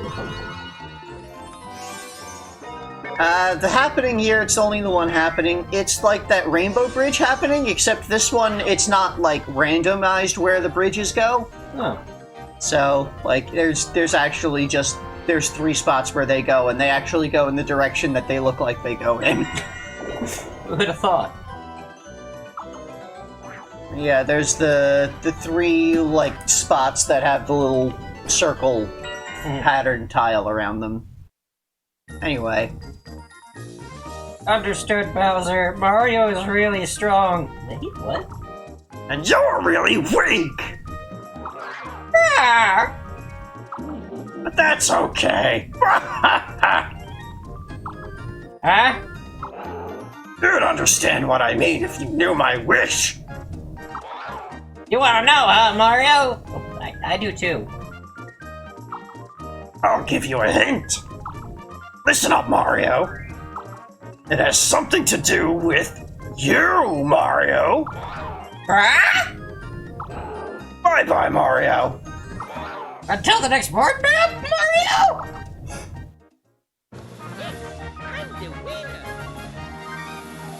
Yeah, this is not very Bowser writing. It's not.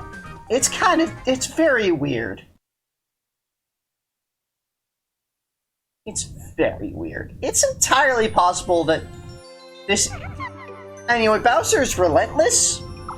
Seems he's trying to challenge you to the final battle, Mario. Ooh. So, after you do 4 stages, it goes to the Bowser stage. Bowser's dream of being Bowser. And we'll see the other two afterwards. The underwater and the Sweet Dream story maps. They're not particularly interesting. But actually, yeah, here's what it is. This is the underwater story map.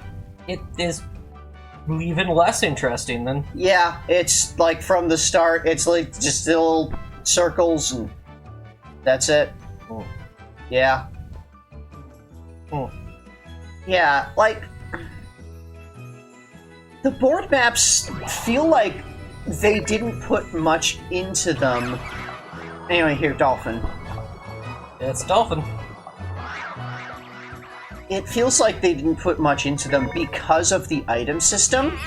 And like the way that, like, because the whole thing is like you basically make the board yourself. You set the events yourself on the board, so that they just didn't put anything in them directly.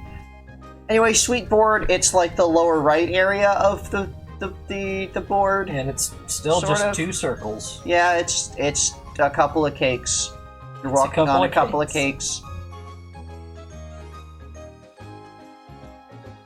And yeah, that's it.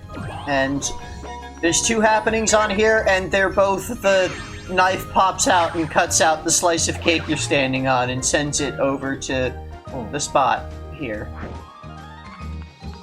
That's it. Yeah. But yeah, like, because the events are all the things that your items make, and they're all very standardized, it makes every board feel kind of the same. Because they're all just, like, the events that are standardized. And even more so when it's intentionally smaller and less... Here we are! This is my dream! It looks horribly good, Bowser! It's Mario! Why don't you get out of here? Yeah, what he said! I'm warning you. Get out of here! This is my dream. You really are a pest. Sorry, but you've gotta go. Koopa kids, go to it. Let's see it. This time they do it. No, they don't even do their... Hello, I'm the handsome one. Rah! That was unexpected! My underlings are tough! Even though I said they were weaklings before! Ah! The Bowser board, it's hard. It's basically the lower area, except in that little, like, center ring, they moved the flamethrower cannon thing. Oh. So, and, like, made that just part of the area you walk on one of the loops. So, again, it's very the same as everything else. Anyway, you get on here, and he's got the flamethrower, and this time it takes half of your coins instead of capsules. But it still hits all 5 of those spaces, including the Koopa kids. So, Bowser is willing to just use his flamethrower on whatever is in the flamethrower's area. Well, it's because the more coins he gets, the happier he is. Exactly. And this is his dream, so... He will absolutely do it if you're not there. He just does it wherever lands on the happening, and it'll just be a helpful thing for you if you're not up there. So... yeah. That's the Bowser board.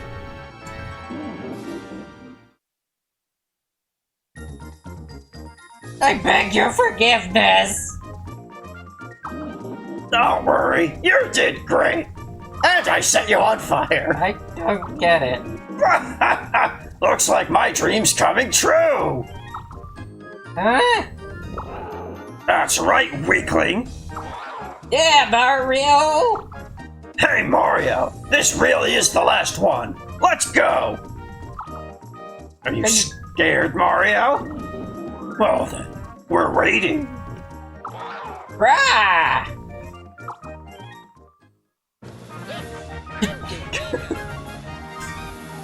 Then Are they? usual fanfare happens because you need a stage. S. By the way, it goes up to there's S. S's too. Yeah, Oh boy. yeah. What the hell's going on? Well, after you've cleared Oh. the Bowser stage, it's the final battle. Nice work, Mario. The last battle still awaits you. What will you do? Oh. Good, I've been waiting for this, Mario. Last, the final battle is here! Something's wrong with this Bowser. He's like Yeah, really excited about it's...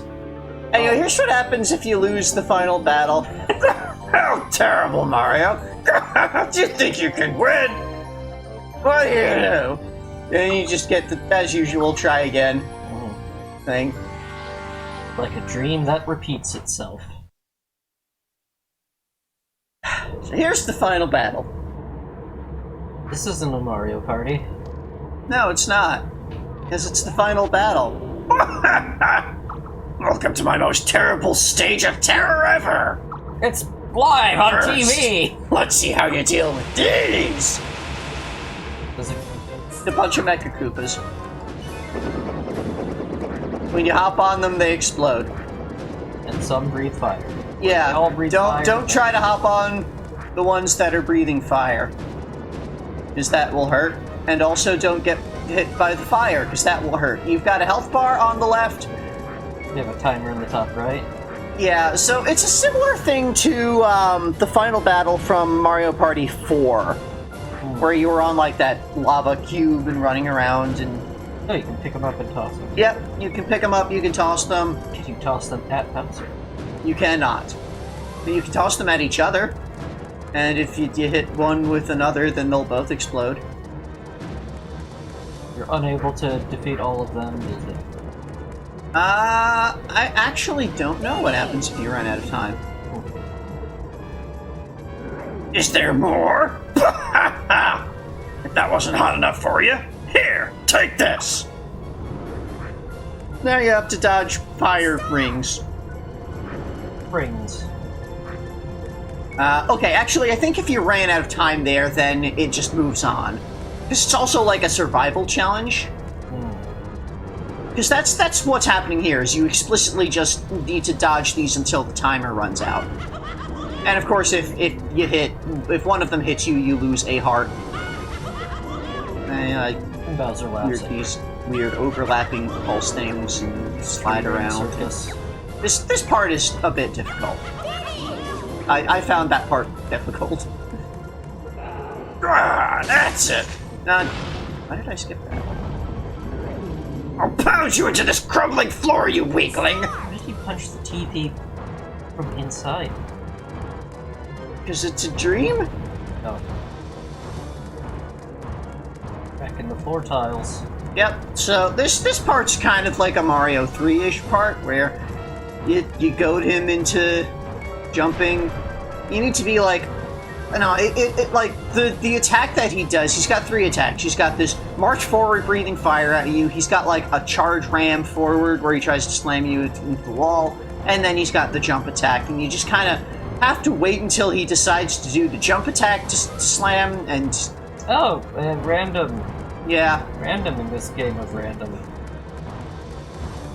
And when he does that, it'll crack the floor tile that he lands on, and you just kind of do that until he cracks through the floor and falls. Huh. So, that's it. It takes 3 hits to completely shatter a tile.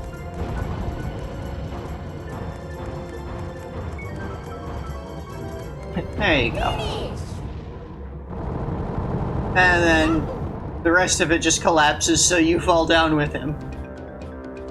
Now he has a health bar. Drat, you've made it this far. I guess the only thing I've got now is this. So long, runt! What is that? He's got some kind of thermos. He chugs it, and he gets super big. It was full of mushroom. He dreamed of mushroom juice or something. Huh? But he's too big. Arg! What are you waiting for? I'm helpless! Start! And then you have the fight against Bowser directly, and he throws these explodey lava magic orbs, and then he breathes fire, and when he breathes fire on one of the orbs that's on the ground, it gets charged up. And then he drops that purple orb that does like a shockwave out, and if you hit him in the face with one of the charged up orbs, he takes damage. Okay, what about this is helpless? I feel like there's bad translations happening in a lot of the dialogue here or something. Because a lot of it doesn't make much sense.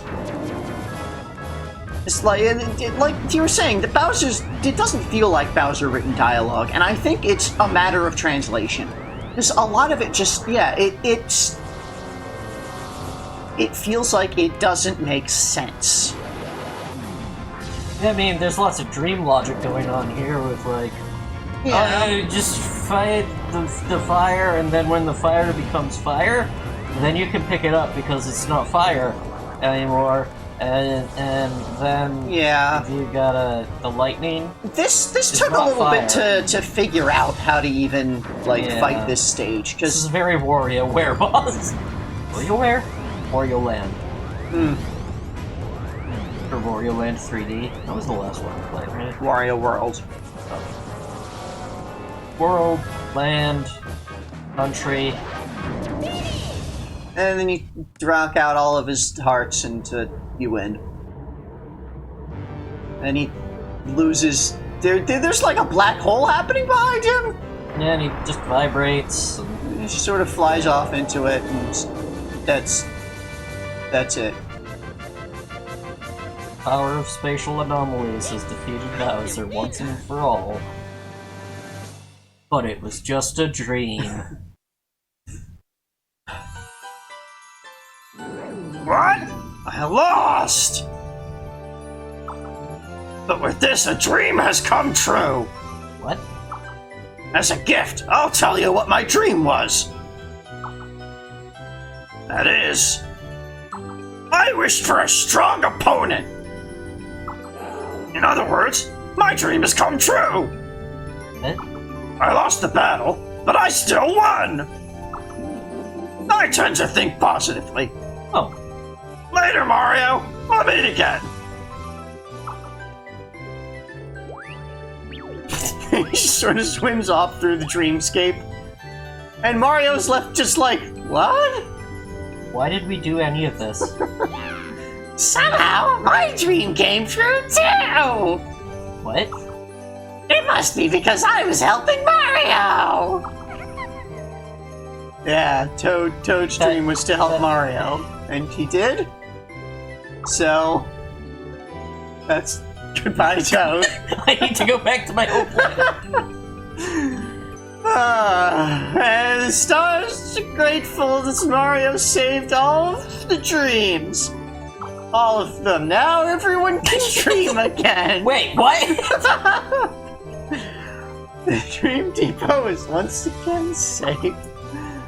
And I can marvel at all the dreams. All the while wishing my dream comes true. What? Yeah, same, Mario. This is a one crazy dream. And that's it. That's the story. This game overall, there's a lot of weird to this. Really? The story just feels weak in a lot of ways. It's weakling.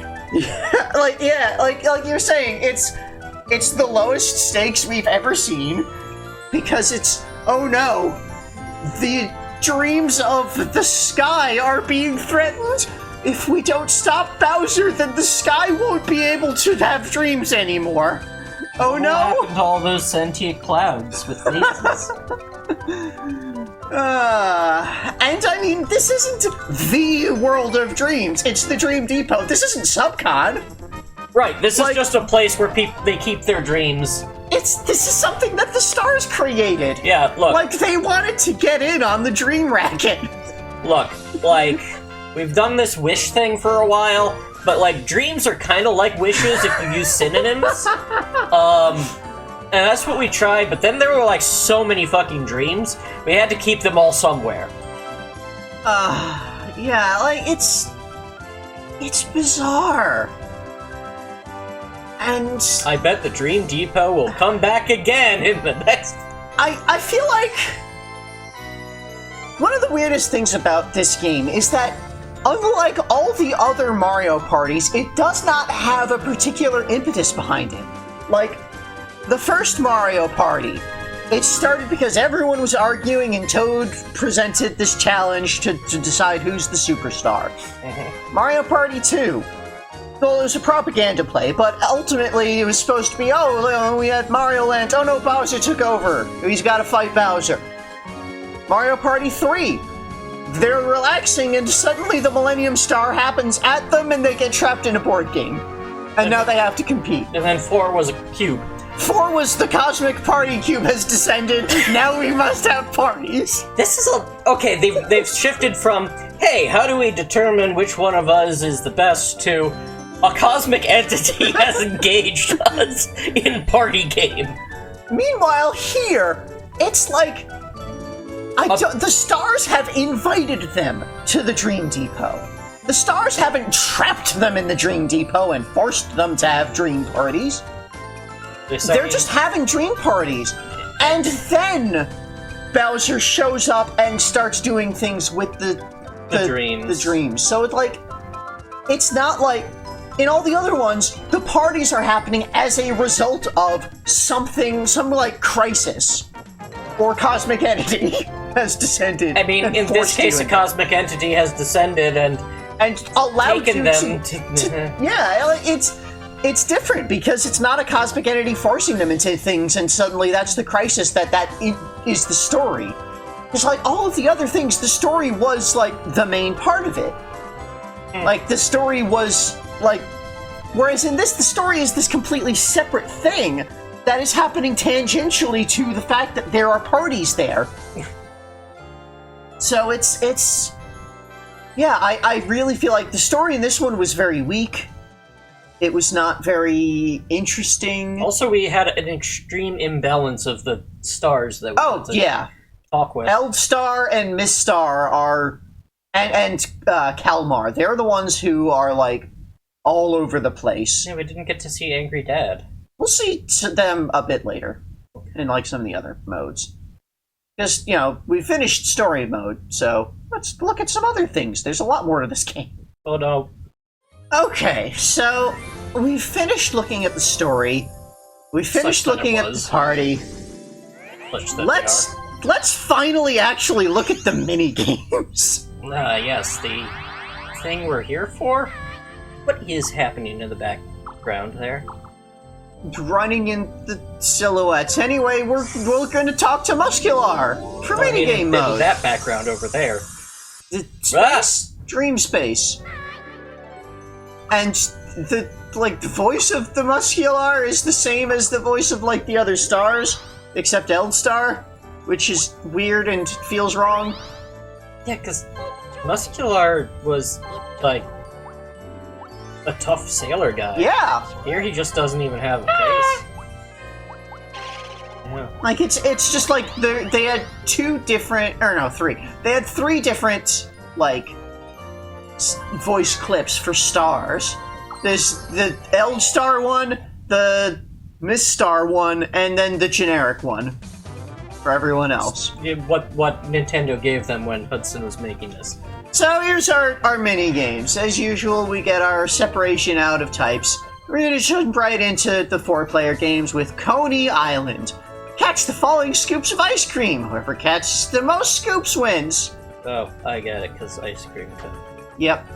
So it's just move with the stick. Shadows on the ground, show where scoops are gonna land. Find a shadow and stand on top of the spot where the shadow is. So it falls into your scoop, and it's happening on this, Mario Statue of Liberty thing.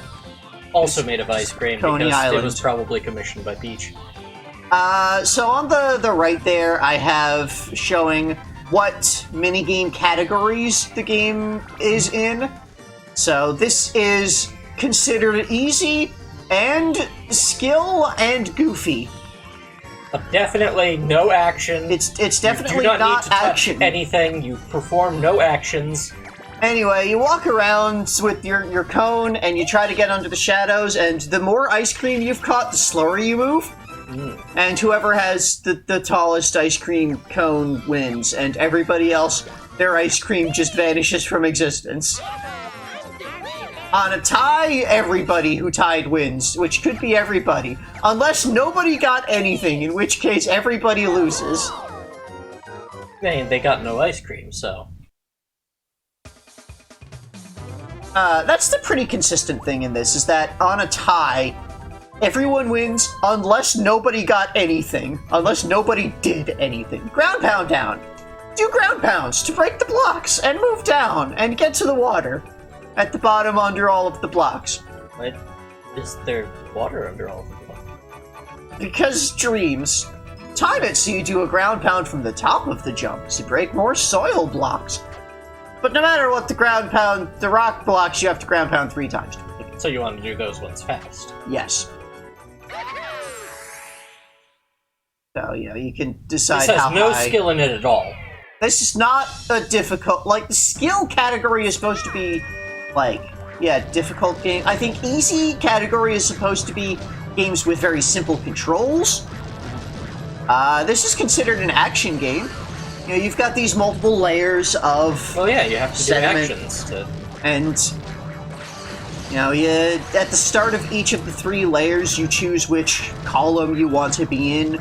You can move the left and right. Guess, it seems. Yeah, you just gotta guess because you can't see what's below. And first person to break all the way down into the water wins. By getting Geyser. evacuated. I could not actually manage to get this, to get a tie to happen on this. Even manually trying it, I think each character's animation is ever so slightly different for, the timing and exactly how their ground pound works. So, even if they're both hit the button at exactly the same time from exactly the same height, there'll be, a 1 frame difference. Anyway, Chimp Chase, catch the little Ukikis and return them to the same colored adult Ukiki. Whoever catches the most wins. It's one of them hungry hippos. You run around, you press A to grab. There's a gold Ukiki worth 3 points, which can be returned to any color. When an adult Ukiki gets angry, the little Ukikis of the same color stop moving, and that's your chance to grab them. So this is not goofy at all. Not at all. This is incredibly serious monkey grabbing. And I would once again like to point out this is another instance of people not knowing what a chimp is. Ukikis are monkeys, chimps are apes. These are not chimpanzees. Nobody knows what a chimp is. Anyway, there's that gold one that just kind of flies in from the side sometimes. You grab them and you throw the things, and occasionally, the ones that you delivered will hop back into the center. So, you'll have the opportunity to grab them again. Because it's not about having a certain number in a certain place, it's... Yeah, it's every time you deliver one, you get a point, or 3 for the gold one. So, or no points. And if nobody has any points again, it's everyone's sad. Good. Because you didn't help any of the monkeys. Chomp Romp! Oh. This one is just skill. It's pure skill. Guide the chain chomp to the finish line by calling it with a whistle. Whoever gets across the goal first wins. So you've got to move around, you've got A to blow your whistle. Be careful, if you bump into the chain chomp, you'll lose time. No, not... I'm... Just stuns you. The first to get it wins, so you lose time, then others are getting advanced. Is this a block pushing puzzle? No. You go to a spot, you blow the whistle, and the chomp will charge directly at whatever spot you are at blowing the whistle. You need to lure it through this area, because when it hits a wall, it stops and kind of gets, like, stunned a bit. And so you need to guide it through this little, like, maze of stuff. Playground equipment. And get it into, like, the little cubby hole down at the bottom. It's not a block pushing, it's a block pulling puzzle. Kinda? On ice. Kinda. Anyway, this is what happens if you get hit by the chomp. You get stunned for a little bit. And if it doesn't actually have a timer on the minigame at the start, but like all minigames, it's always been in the Mario Party games, even if there's no visible timer, there is a time limit. It's like 4 minutes or something. That, like, if nobody wins within 4 minutes, then everyone loses. Pushy Penguins! Avoid the Pushy Penguins as they march to the sea! Last player standing wins. Okay. Penguins will speed up right before they march into the sea. Don't get trapped. So, the worse you're doing, the worse you do. So this No is... action here, by the way. This is just skill. Yeah, it's easy and skill, so, It's you know, definitely... very simple controls, you're just moving around, and this is a very difficult game, actually. It's incredibly serious, these... Oh yeah, not goofy penguins at all. Being pushed by penguins. Like, your life is on the line here. And look at how many penguins there are. Yeah. It gets, like, ridiculous.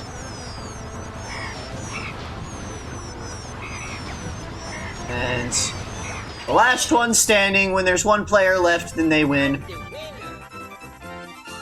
If you make it to the end of the timer and there's more than one player, then they all win.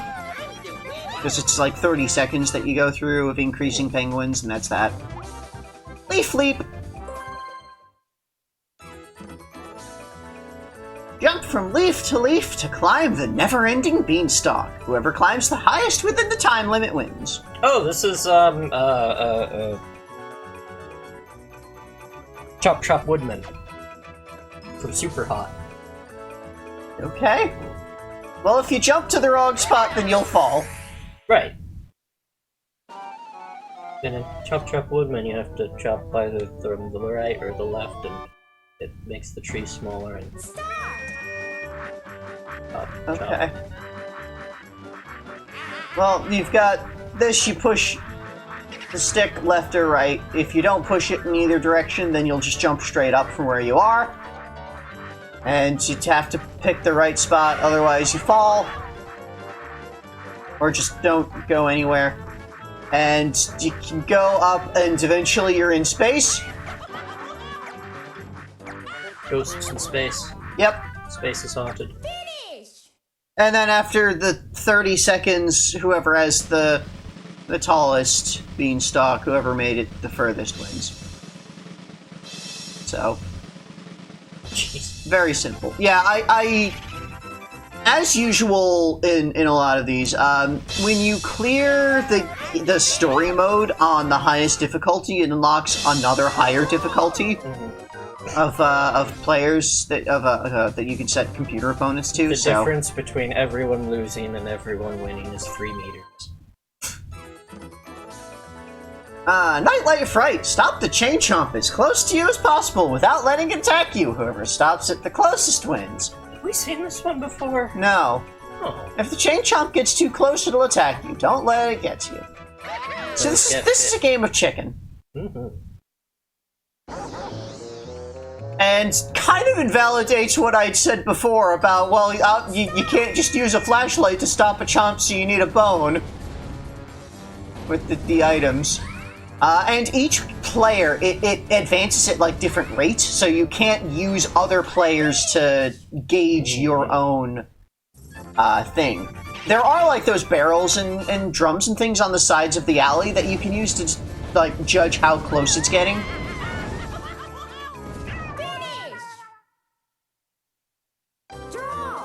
And everyone got eaten by chomps there. It's very sad. Oh, Star Piranhas! This one's goofy. Find the one piranha plant that's dancing differently from the others. Whoever answers correct the most times wins. Press the button noted on the warp pipe of the piranha plant that's dancing different. Watch the leaves to find which one is dancing to its own rhythm. That's a spot the difference. Yeah, it's to spot the difference with 5 piranha plants that are dancing to music. So here you can see they're flailing around, and Y was going slower than the others. And yeah, each of the pipes has its own thing, so. Arr. And like each of the things, you have like 5 seconds to figure it out, and once everybody has made a guess, it stops early. There are 3 rounds, and that's that. Whoever has the most correct guesses at the end of the 3 rounds wins. On a tie, it's everybody. Finish! So, everyone can win. No one can win. Finish! Everyone can win, no one can win. Winners don't do drugs. Mazed and confused. Speaking of, Work your way to the center of the star in the middle of the maze. Whoever gets there first wins. You just have to move. The walls of the maze change often. that makes it a very poor maze. Yeah. I didn't really like this game, this mini game. So you've got this maze of electric walls, and like every 2 seconds it changes. Yeah, every 2 seconds it'll change. And you need to maneuver your way to the star in the center. Finish! Yeah, whoever gets there first wins. Keeps getting closer. Yeah, you just like try to move your way towards the center as much as possible during the, with whatever the current arrangement is, and then when it changes, you look for other paths. Yeah, I mean, it's not like it's going to stop you from not moving when you're right next to it. Yep. Dinger Derby! Swing the baseball bat and hit the pitches from the pitching machine. Whoever hits the most pitches wins. It's dinger. Say swing the thing. Try watching the speed of the arm to predict the speed of the pitch. This is just that WarioWare game. Yep. Actually, that was a boss fight, wasn't it? Yeah. Anyway, yeah, there are 30 balls that it throws, and you can see at the back it ticks down the thing. You're murdering people in the back there. Yeah, you actually can hit the people in the stands with the balls, and it's terrible. Ooh. The speed of the arm shows you how fast the ball is going to go. If the arm goes very fast, the ball will go very slow. And if the arm goes really slow, then it's going to be a very fast pitch. So, like, basically you always have time to recognize what is happening. Finish! But yeah, it's... What? They throw balloons? Sausage balloons. Yeah. And Everybody wins. this is another one that is simple controls, difficult game, Everybody according to their loses. category. No sausage balloons for you. Hydrostars. This is pure action, baby. Steer the boat through all the gates in numerical order. Whoever reaches the finish line first wins. You have boat controls. Accelerate, brake, and steering. The arrows point your direction to the next marker. What does this have to do with stars? Because there's stars that you have to go through. Okay. You see, the stars are the markers. Oh. So yeah, you got your boat, and you drive your boat, and you hit the number 1, and then you go to where there's the number 2, and you hit that, and you do the number 3, and there's 5 of those points, and then you have to hit the finish line. It's like playing Robo Rally. Yep. It's a big old race through things, and of course you're on a speedboat, so like there's momentum happening with like you kind of Boat momentum. drift along the water as you're turning. There's a border around, so you can kind of... A border of buoys. Yep. Finish! You get through, and you get to the end first, and you win. And after 5 minutes, if nobody wins, you're all terrible. I kind of like the way it just like, it eventually will just give up on you and recognize that you're not actually trying to play the game. Just like my mother. No, my mother's wonderful. Later skaters, speed skate through the skater track. It's a race where you're skating. It's an action game. Avoid the walls and the inner wall. No, this is... I'll slow you We've down. had something similar to this. So, yeah, you're racing around on ice skates. While you're holding A, you are skating forward, and you try to get around the track with ice physics. And if you hit the walls, either of the walls, then you slow down, and that's bad. You can also hit your opponents, and that just kind of gets in the way between the two of you. And whoever makes 5 laps first is the winner. It's gonna be that thing where you want to stay on the inner loop, but there's ice physics. ice. So it helps if you're not touching the ground at all, because you're a flying entity.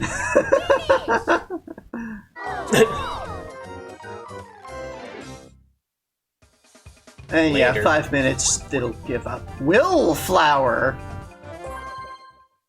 What? Use the power of your minds to bring the flower back to health! Sorry, what? It's a goofy game. Sure is! Tap A repeatedly to send willpower. Don't stop pushing till the flower's been revived. So this is a mash A game. So not action or skill. It's easy though. You're Yeah, just pushing, sure. it's just one button. But yeah, you come here and use your mind and command the flower to live! Damn you, live! What?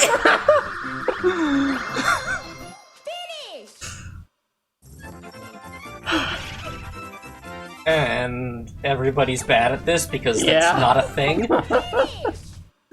This is... And all the Goombas love it.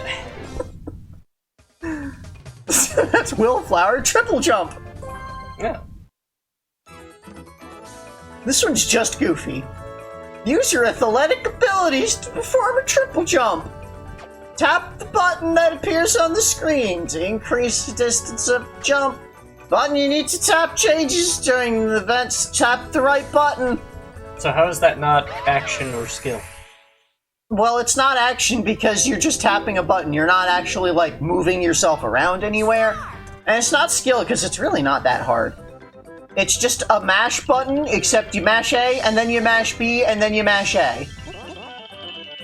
Oh. So it's not difficult, because button mashing isn't considered a difficult thing. Yeah, that I can't It's think not- of anybody who have problems mashing a button very quickly. So, yeah, it's not easy because the controls aren't a very simple thing, because you have to pay attention to the control on the Once screen. again, they are flying. Mm-hmm. This is not fair. Yeah, but Oh, it's... don't touch the ground, okay.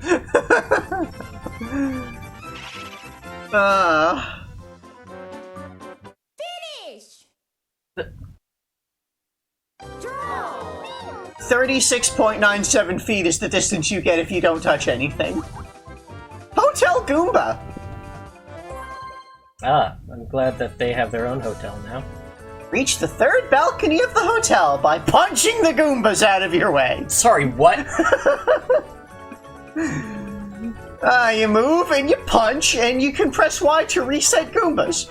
Oh, yeah, reset Goombas. If you move the Goombas in the wrong order, you can get stuck, so press Y to reset the room This and try is a again. block pushing. It's a block pushing puzzle, yeah. Except you're punching Goombas. Seems rude.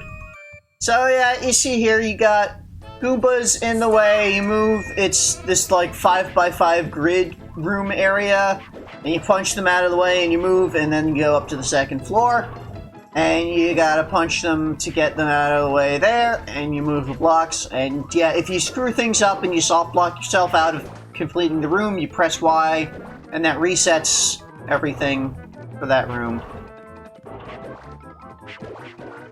And you clear the third floor, and that's that. You are the best at goofy skill. Not even ghosts can stop you. And again, there's invisible time limit. Okay, but what if you all get up one floor and then stop? Everyone still loses. Oh. Coin cache. Cash. Coin cash? Coin cache. Cache? Collect coins by jumping into bricks. Careful, not all the bricks have coins.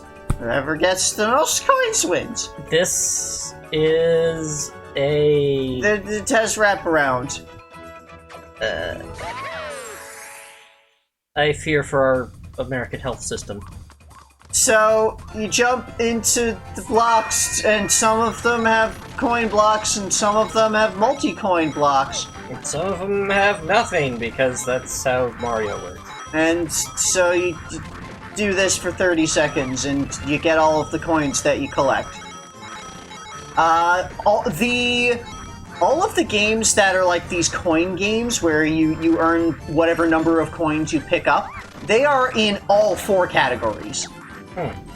So, like, they don't, like, separate these ones out by category, because they need to make sure that every category has enough of the games that are these coin games. Coin earn straight games, because there's only, like, 2 of them in the 4-player, and, like, there's 1 in each of the others, or was it 2 in each of the others? But there's not very many of these. Vicious Vending. Rotate the lever to get a capsule. Whatever comes out is a complete surprise and yours to keep. So... You rotate a lever, and then you randomly receive a prize or not. How is this everything? Again, because it is a game where you just earn the coins that you earn, which shouldn't be how this is categorized, honestly. Nope. But you rotate it and you get a capsule, and some of them have coins, and some of them have thwomps, and some of them have different amounts of coins, and that's it. I wish some of them had different amounts of thwomps. You don't have to push a button, by the way. It just happens if you run out of time. This is really the illusion of choice. Worst one.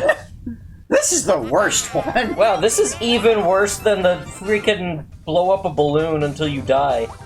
Yeah. Flower shower. Collect the flowers before they disappear. Whoever catches the most wins. This is an easy game, and it's an action game. You're running around. Slow down in water, so don't run in water. Pink flowers are 1, gold flowers are 3. Whoever gets the most points wins. Okay. And look at this, it's a Koopa wedding. Aww. And they throw the bouquet, and the bouquet explodes into the air, and then there's flowers raining down everywhere. But, you know, another wedding has this place in, like, 10, so we need to clear up all the flowers before they come in. So, this is kind of interesting, because, like, okay, this is part of the whole dream thing, so this doesn't say anything about how, like, wedding ceremonies in the Mushroom World are actually held, but it's kind of an interesting concept of, yeah, you know, you toss the bouquet, and whoever catches it is gonna be the next to get married. You toss the bouquet, and whoever collects most of the bouquet is the one who will get married. And if nobody collects any bouquet... This is one where you cannot have multiple winners. Dodge bomb! Wait. If you can dodge a ball, you can dodge a bomb. Pick up and throw bombs at your opponents! Don't get hit with bombs! Last one Murder standing your wins. enemies. Yeah, move. You got A to grab and throw bombs. Bombs flash right before they explode. Like how ball bombs do. So you're in this little area, and then ball bombs come out of all the houses from the sides, and you run and grab and you throw them at the people, and that's the game. Oh, Yes, I'm the winner. That's the game. that's the game. And if you have multiple people survive to the end, then they both win. You could have everyone win if they just focus on avoiding. And if everyone dies because you blew yourself up while blowing up your opponent, that's a draw. Fish upon a star. There's fish on the star. Avoid the falling objects and crumbling grounds, and the other players. Last player standing wins. And they're throwing fish at you. You can move around, and you can punch, and you can jump, and you can kick in the air. If you feel the ground starting to shake, it's about to fall out from under you, so don't stand there. Oh. It does a rumble, I think. So, there's the fish, and they break the island into a star. And then you're running around on the star. And then there's fish on a star. And you can move around, and you can jump on people, and you can punch them. You can fall. And you can just fall off. And the fish crash into the platforms and break things as over time. And that. And as the time gets lower, they break things a little faster. And bits will also just kind of collapse sometimes. And there's the big fish that break bigger areas. And I'm pretty sure if you make it all the way to the zero, like if you make it through the full time limit, it will actually break the entire area. Like literally everything. So there's no like multiple winners in that one. Rumble Fumble. Find the Shy Guys hiding under the buckets. First player to find 3 Shy Guys wins. This one's a little weird. Because there's a rumble pattern that you get at the start to show what the Shy Guys buckets are. And if you have rumble turned off, then it does exclamation point pulsing pattern. There was something kind of like this in Mario Party 4. One of like the bonus games with like there's like the thing with the doctor. That weird one where like you get at the start, there's a particular pattern of rumble pulsing that you need to match, and then when you walk up to one of the buckets, you'll feel like the rumble pattern of the thing that's in there. And if you match it to the one with the Shy Guys, then you'll find them, and you find 3 of them. Fly Guys, yeah. You find 3 of them, and you win. And then there's also some of them have bombs, some of them have chain chomps. Both of those will stun you if you grab them instead. And of course they have different rumble patterns from the Fly Guys and from each other.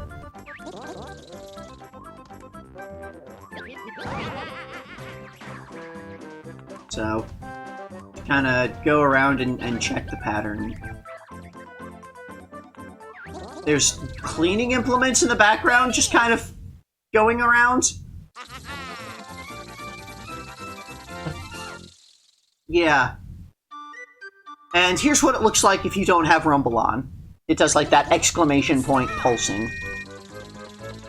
So. That's that. This one is considered goofy, for some reason.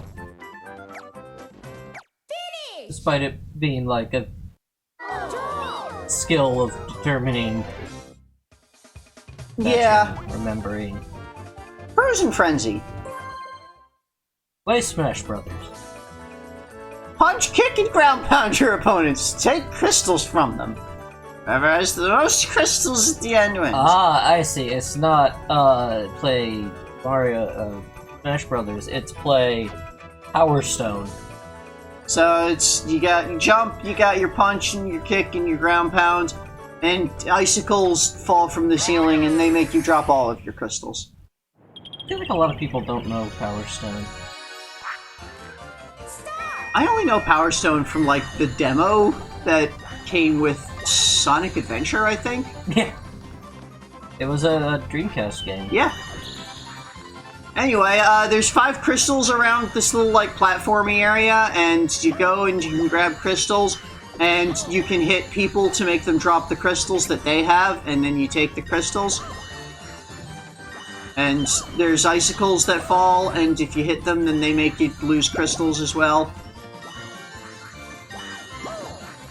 And then when the timer runs out, whoever has the most crystals wins.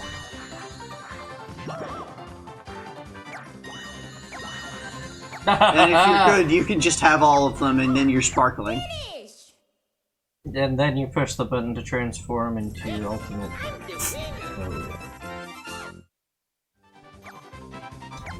And again, there can be a tie where the tied players both win. And if nobody tries and nobody has any crystals, or if actually no, if everybody ties, then that's bad. If everybody has 1 crystal. Fish sticks. Oh, fish sticks. Cheap. Catch the cheeps as they nibble on the fishing lines. When the pole dips down, you grab it to catch the fish, and whoever has the most points wins. Oh, those fishing poles, not fish sticks. Well, red cheeps are 1 and gold cheeps are 2, and you cannot tell the difference between what one is on the line, so there's luck-based. Oh, good. Just go here and you see like the fishing poles start to dip down, so you walk up to the pole and you hit A to catch whatever fish is on the pole, and you'll get the points based on whichever fish it was on the pole that you caught. Sometimes they'll be gold and you'll get an extra point from it. So, not dissimilar from hitting blocks to get coin. Kinda? Except this is one where, coin. like, this is not one of the coin ones. This is one of the ones that, you know, winner takes all. So, yeah, you have to be quick to pay attention to notice what ones are, you know, have the fish to catch, but also there's a big luck element there. Everybody wins. And it's another one. Everyone can win, and no one can win. No one.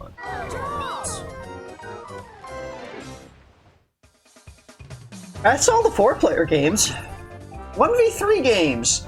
Flatiator. Because it's gladiator, but flat-inning.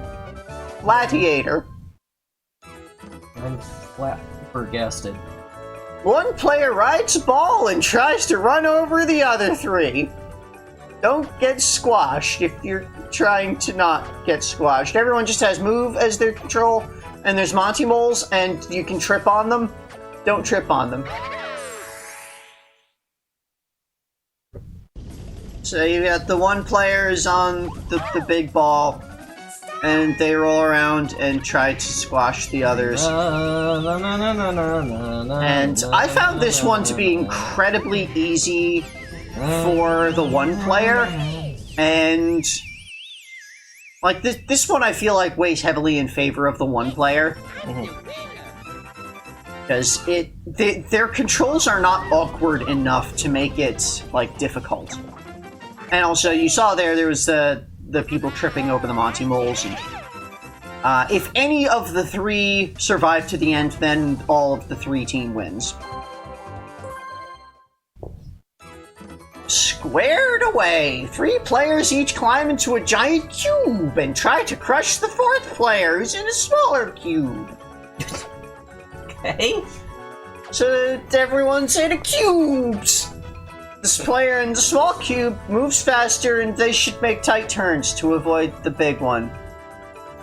Whereas the 3 players should cooperate. Try to cooperate and coordinate to trap them.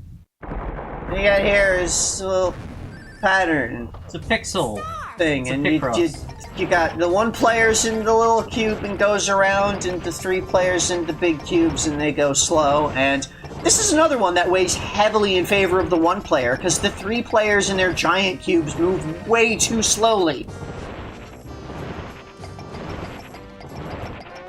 Like, it's if you have even the slightest bit of paying attention to what's going on, like, even if they're coordinating, you can very easily avoid them as the one player.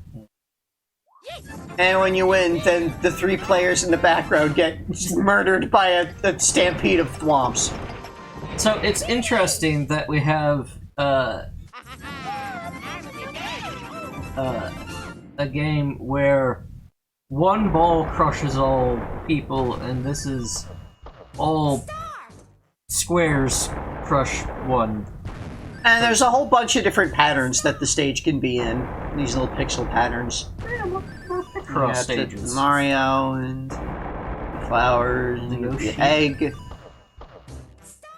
And the heart. It's a heart. Yeah, from Mario 2. And the mushroom. From Mario. Mario Mechs! This Fuck is off. probably the best one. Parched Ruins, Dark City. There are and three stages for you to pick from. So this is pure action. Fight in a battle arena setting using vehicles to fire back and forth. Whoever's the first to destroy the opposition wins. So you're in a mech. You've got move around. The one player has a beam and a shock beam. The 3 players have a beam and a dash. The single player can use L and R to strafe. They can also charge both of their attacks. This is one that could be an entire game on its own. It probably became something for the Wii.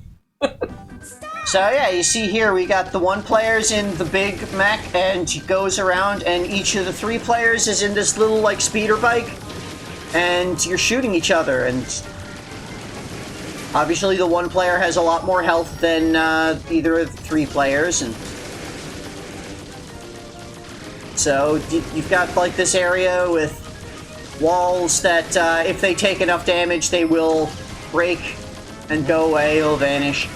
But until then, they're like, you can use them as cover.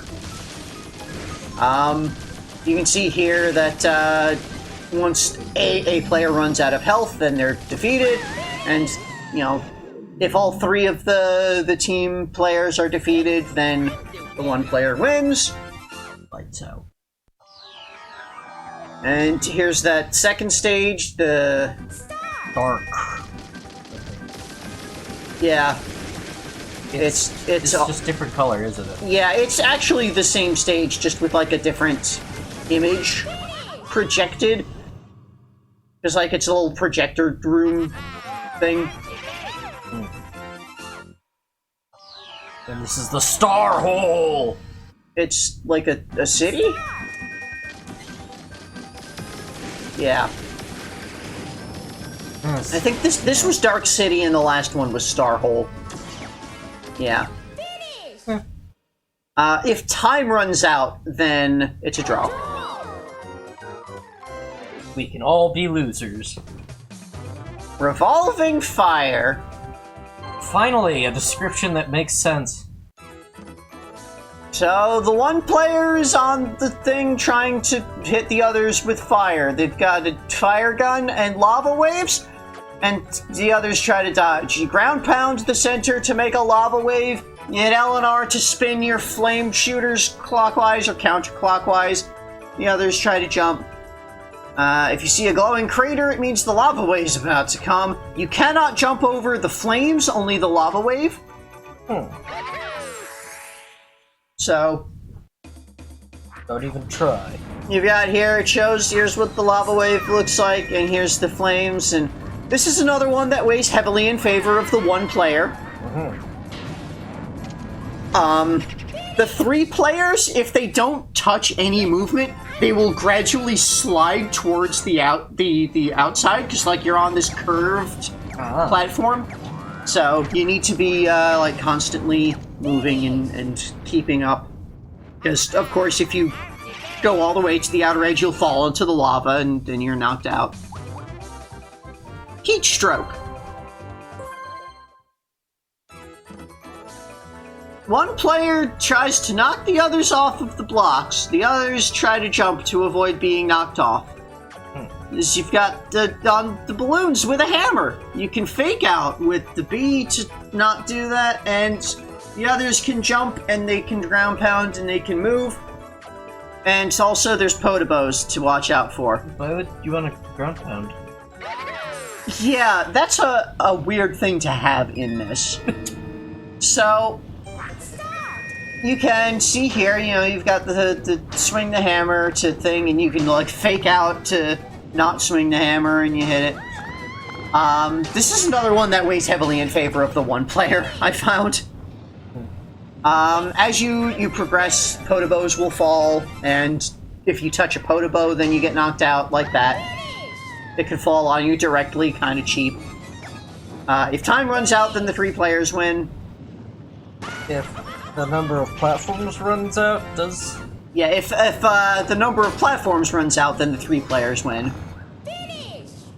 Because you've run out of things to knock them off. Yeah, okay. The balloons just spontaneously pop, and then you die in fire.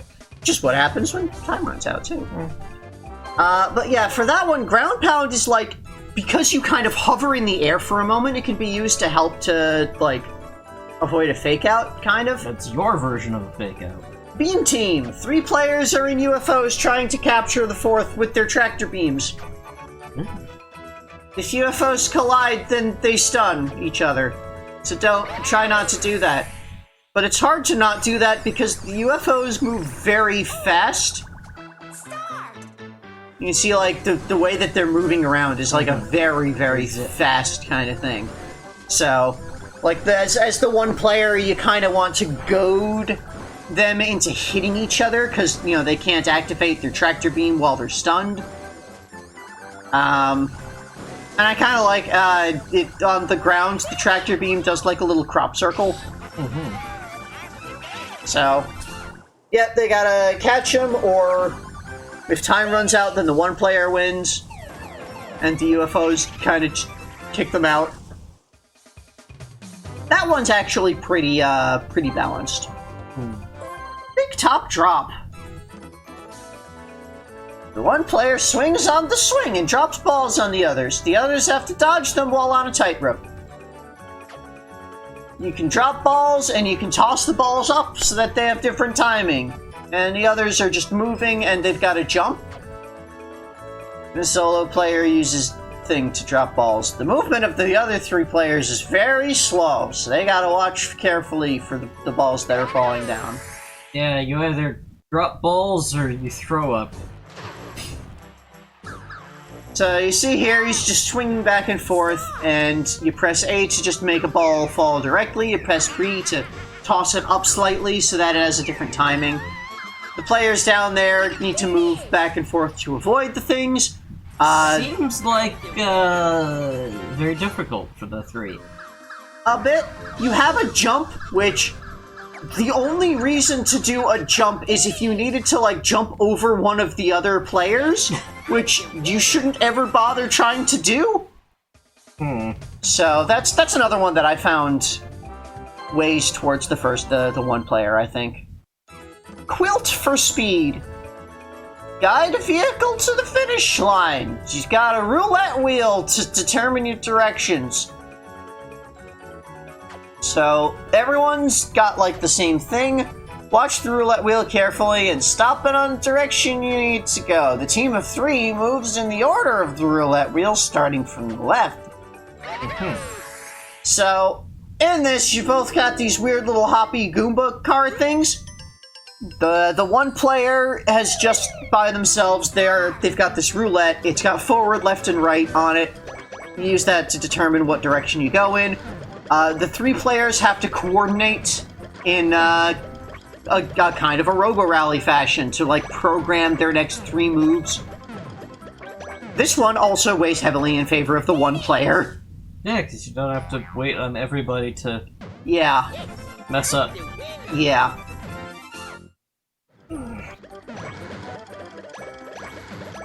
Is this one where everyone can lose? Yes.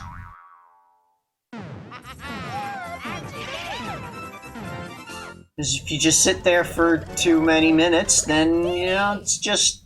No, you've all lost. You're all kicked out of your spring Goomba car.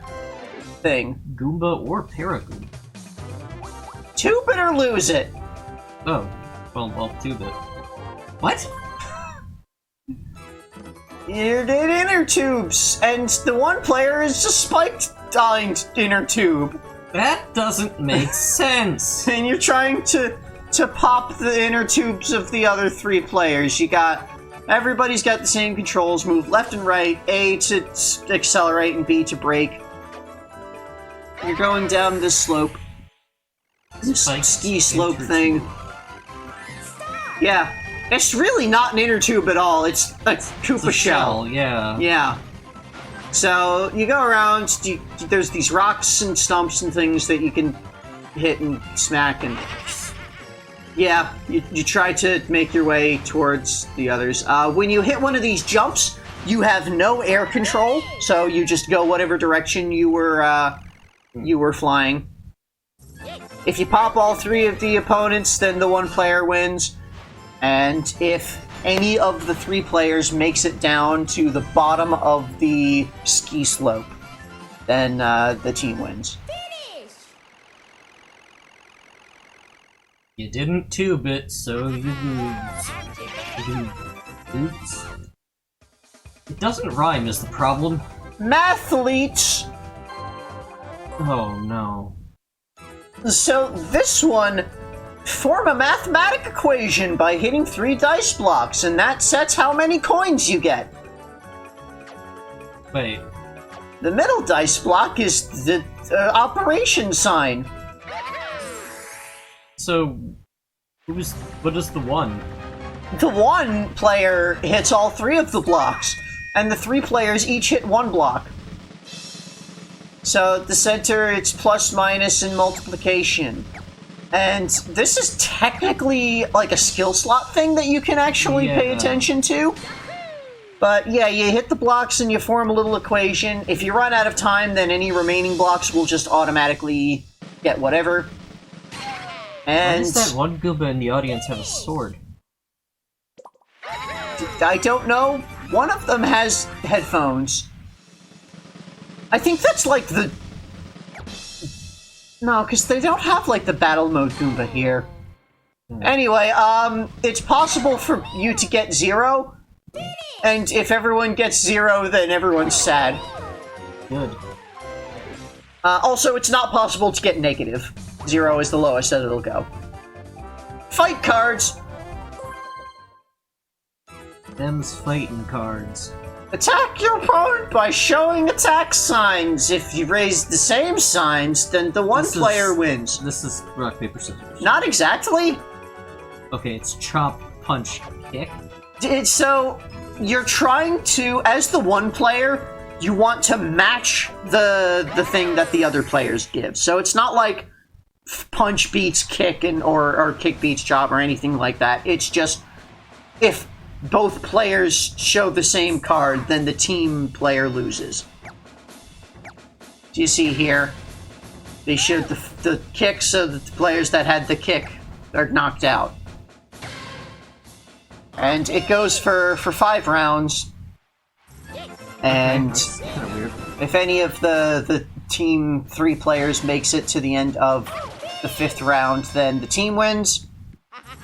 And this is another one that you can just put the controller down and let it play itself, because when time runs out, it'll pick one at random. Curvy Curbs. Guide your one-wheeled cart and a trailer along the pathway. Okay. You just gotta steer left and right. And that's it. And the single player's pathway is more slick than the others, so, you know, it's a little harder to control. Okay. But if any of the players hits a curb, then it'll pause the cart. It'll hit stop. Okay. So you've got the one-wheel cart, and you hit left and right, and if you hit the curb, then you get stunned. So you see the 3 players all need to be good at it, so if any of them screws up, then the whole team gets stopped and slowed down. Why is it one important player... that it's one wheel. What's that? Why is it important that it's a one-wheeled cart? It's not. That's just what it has. It's your one-wheel device. Anyway, this is another one that I found weighs heavily in favor of the one player because the extra slick pathway that they have doesn't really impact that much. Doesn't compensate for having to coordinate 3 brains. Yeah. And, like, it's not really needing to coordinate so much as just you all need to not fuck up. Yeah, there's more points of failure. Yeah. And as a note, you'd think that, like, with the one player, they've got, like, the little secondary carton behind them. Yeah. That, it does not hit curbs. It just passes through things. Okay. 2v2 games. Clock stoppers. Push the hands of the clock to match the clock in the middle. The first team to do this 3 times, or the most times at the end, wins. Or the most. So you got move, you got jump, you're pushing the clock hands to match them, you're on a team of 2. Okay. So we've got the middle clock that spins around randomly to show here's what you need to match, and then you get 15 seconds to push the clock hands to match that time.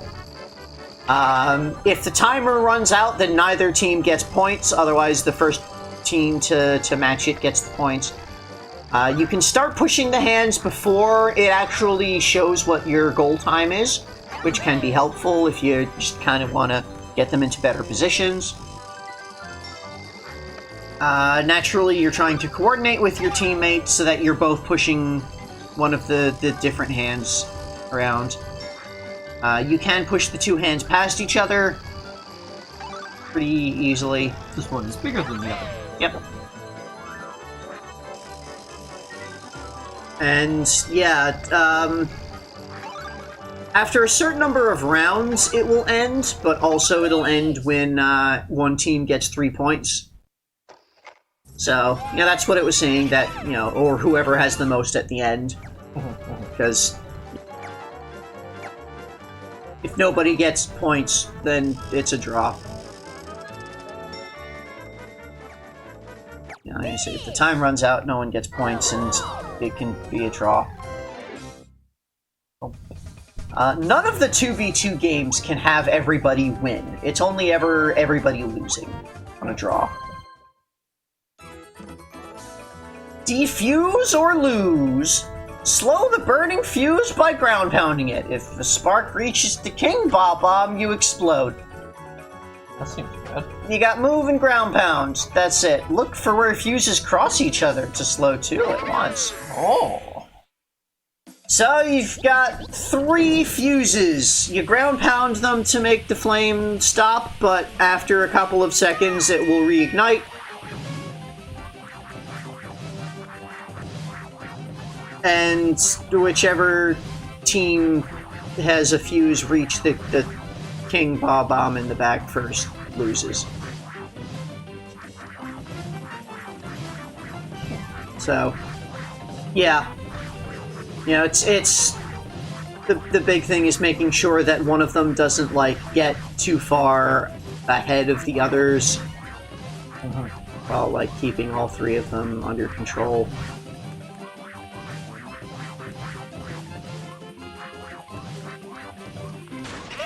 And it's just a big ol' explosion. Rip. And of course, if nobody does anything, it's a big ol' explosion. Everybody dies. And then the field is empty, with giant bob-bombs in the background. ID UFO. IDUFO. I don't fucking know. Find the panels that match the 2 UFOs. You and your teammate must then do ground pound on both panels at the same time. So you move in your ground pound, and to get a point, you have to hit the panels at the same time as your teammate. And there's leeway involved in there. And if you hit the wrong panel entirely, then it'll just show red. So here, you got your 2 foes in the back, and they are different shapes, and you need to match the shapes of them to the ones that are on the board there. And then you and your teammate need to hit those 2 panels at roughly the same time. And there are 5 rounds of that, and also it lasts for 1 minute. So at the end of a minute, whoever has the most points wins, or if one team reaches 5 points, then they win.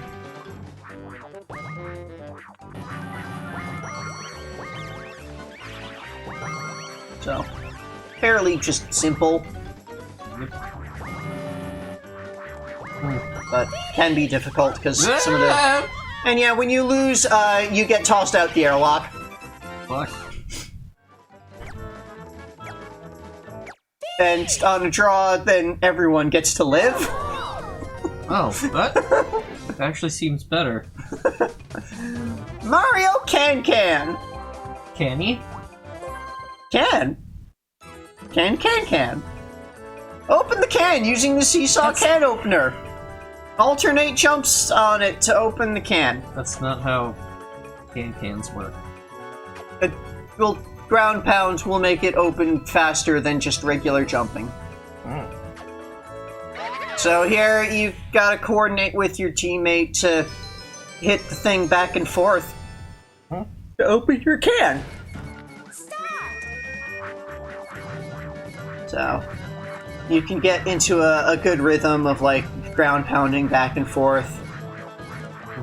If you like jump while the thing is pushing you up, you get a little extra height, so you know that can help you go faster. You have more jump power. Yep. Ground pounder.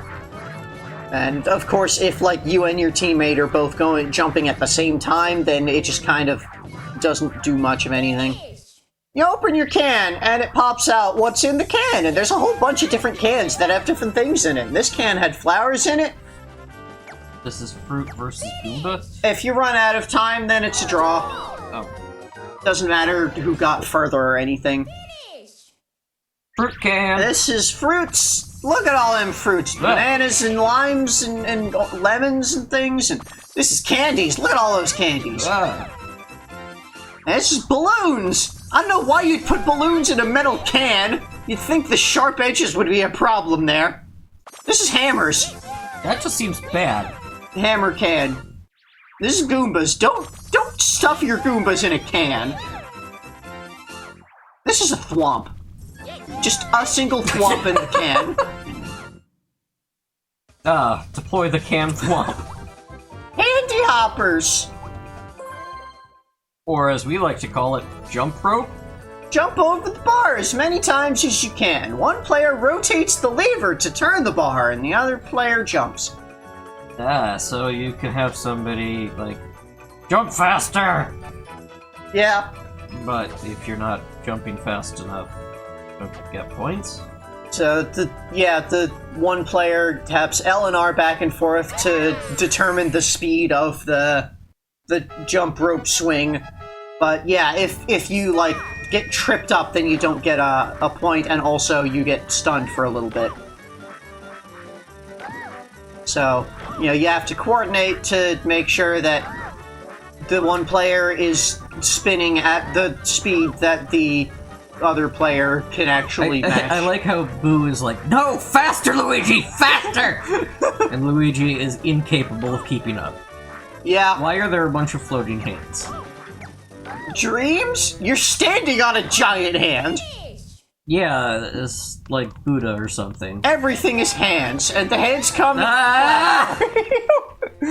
I gotta hand it to ya.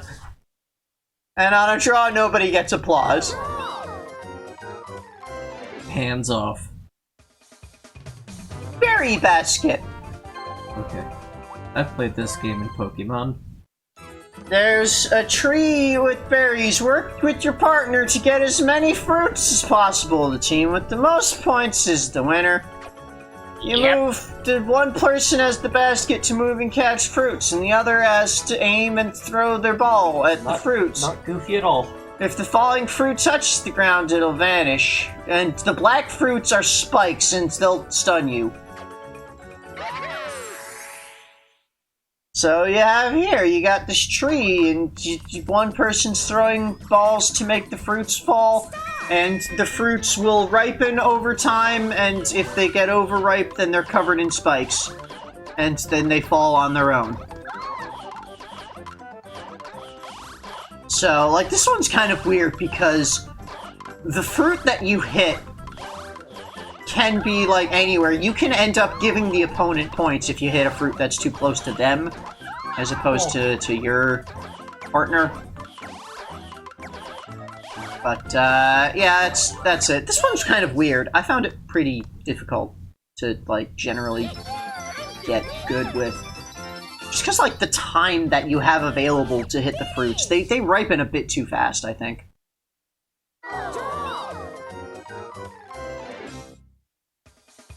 Bus buffer. Bus. We're gonna buff the bus. Buffing a bus, or yeah, polish the roof of the bus with your buffer. It's covered in stuff. The buffer is hard to control. So the whole thing of this game is that the buffer is always moving forward and turning in one of the two directions. And the whole thing is you need to change what direction it's moving, left versus right, to kind of make it control. Like, it's a weird, awkward kind of control. So, like, if you go back and forth, left and right, you'll kind of weave forward eventually, sort of like this slow. You see how I'm moving with Mario there? Yeah. I'm just kind of doing the back and forth, like, because you're always moving. So, whatever team... of course, your teammate can get in the way. Yeah. Whichever team clears off all of it first wins. If the time runs out, then it judges by percentage. You can see it runs up a percent, and of course you can have a tie. And everyone loses. Well, that was a competitive Power Wash Simulator. Rumble ready! Be the first player to react to the rumble and catch the capsule. Catch 3 first or end with the most. Press A to catch. How is this skill? Press A the instant you feel the rumble. If you press it early, then the other team gets it. If you've turned rumble off, an exclamation point will appear instead. Pressing buttons fast is skill. Pressing it with a timing, reacting fast is skill. Yeah. Maybe it should have just been called reaction instead of skill. Well, it's not always reaction. The categories are a little awkward. They should make better categories. Yeah. They should make better games. Yeah. Anyway, this. You stand up there and you alternate with you and your teammate who's up there, and then at some point your controller will rumble, and whoever pushes the button soonest when the controller starts rumbling catches the ball.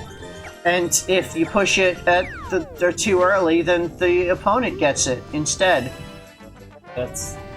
And whoever gets the 3 balls is the winner. Okay. So, it's not very good. It's not a very good minigame. What happens if you don't push the button? If you don't push the button at all, then, and the 5 seconds runs out, then nobody gets anything. And also, that was what the exclamation looked like if you don't have Rumble on.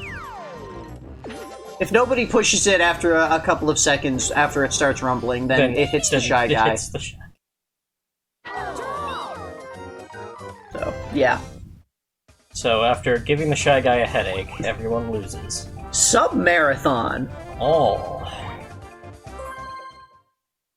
Did they make the puns first, or...? I mean, the puns are the translations. Right. Race your submarine to the finish line. One character uses the lever while the other one rests. This is a weird one. Because one player is actually doing all of the work, and the other player can make the eyes blink on their fish sub. Switching is the key. So, you know, you're doing all of the work. You're tapping, alternating left and right, L and R to do the thing. And when you get tired, when your hands get tired from pushing these buttons, you're supposed to switch to your teammate with Y. Or not. Or you could just not, and just tough it out. And then the other team is switching, which takes time when they're not moving. And you can just kind of go. And as you can see here, if you're not actively doing it, you can make the eyes blink and the lips move on the fish card. Why? So that you have something to do while you're not playing the game. At first, I thought that, like, maybe there was a thing where your character gets tired after a certain amount of time, so you gotta pay attention. No! It's 100% you, the player, when you get tired. Switch off to your teammate. I hate that. And the computer players will have, like, a set amount of time that they're able to stay active for, and then they decide that they're tired and swap out.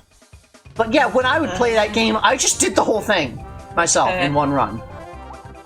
Manic Mallets. This is another Mache game. Hit the switch with a hammer. The team that hits it the most times wins. Oh. So this is Mache, but you're adding your A presses to your teammate. And the giant hammer in the background will show who's currently winning. You're adding each other's A presses, but can you complete this with only a half A press? I mean, technically, yeah. As you can see here, the hammer is ascending. You are praising the hammer with your hammers, and whichever team is less able to praise the hammer idol is smashed.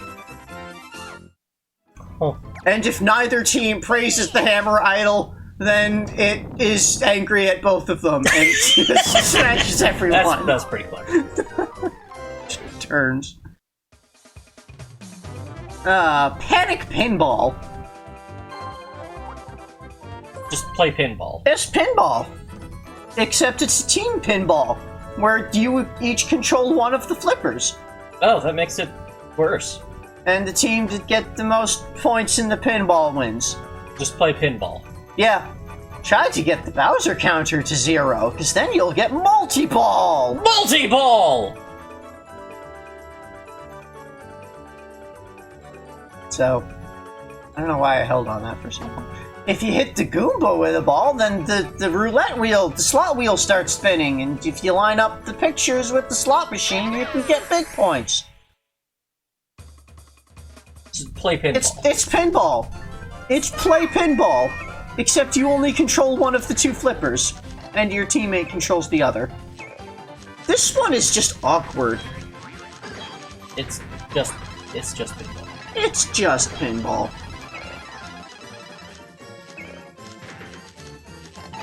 If you're when the ball falls into the pipe bottom, then you lose like a couple of seconds before the next ball comes down. But you always will get a new ball. There's not like It's the pipe lives. There, like, allow you to transfer ball, or? The pipe in the center is like weird. I don't fully understand the pipe in the center. Like, I think if you have multi-ball, then you'll end up giving the ball to the other team when it goes in the center. Otherwise, it'll just kind of pop back out if it's your only ball. I don't fully understand that. But yeah, you got the bumpers on top with their scores. You've got the slot machine in the center. You've got the Bowser head that if you hit it, then it ticks the number down, and that ticks towards multi-ball. You've got the little spring track around the edge, and if you have a draw, then you draw on a tie. Banking coins!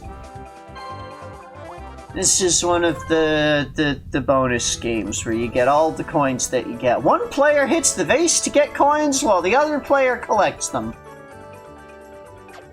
You gotta move, you gotta jump. The floor tilts depending on where both players are standing, so plan your movements to not tilt too much and fall things off. Okay. So, two players, after running from a collapsing bridge, get to the teetering platform with a vase in the center, and The vase has infinite coin. the vase has infinite coins, and sometimes it'll pop out a coin bag that's worth 5, And, either of the players can hit the vase to make coins pop out, and either of the players can grab the coins that pop out to collect them. So this isn't really a cooperative game so much as... It's sort of cooperative in that you can coordinate between each other to be like, okay, I'm gonna hit the vase, and you grab the coins. Then you fall off! If you fall off, then you lose a couple of seconds while Lakitu picks you back up. And then, yeah, you get all of the coins that your team earned. Both teammates get those coins. And as usual, it can be 0, and then everyone is sad. Yay. Battle games. It's kind of weird. There's only 6 of them. So we're starting here with Astro-Logical. Watch for the card that appears in the mirror, then find that card on the game board. It's a matching thing. It's skill. No action required. Yep. I'm gonna keep doing that. So, there will be... Here we're looking at this big ol' board with different, like... What are those, alchemical symbols? Something similar to those? Astrological. Alright, well, whatever. And there's the thing in the center that it starts out all wavy and, like, slowly comes into focus, and you need to pick You need to divine which symbol it will become.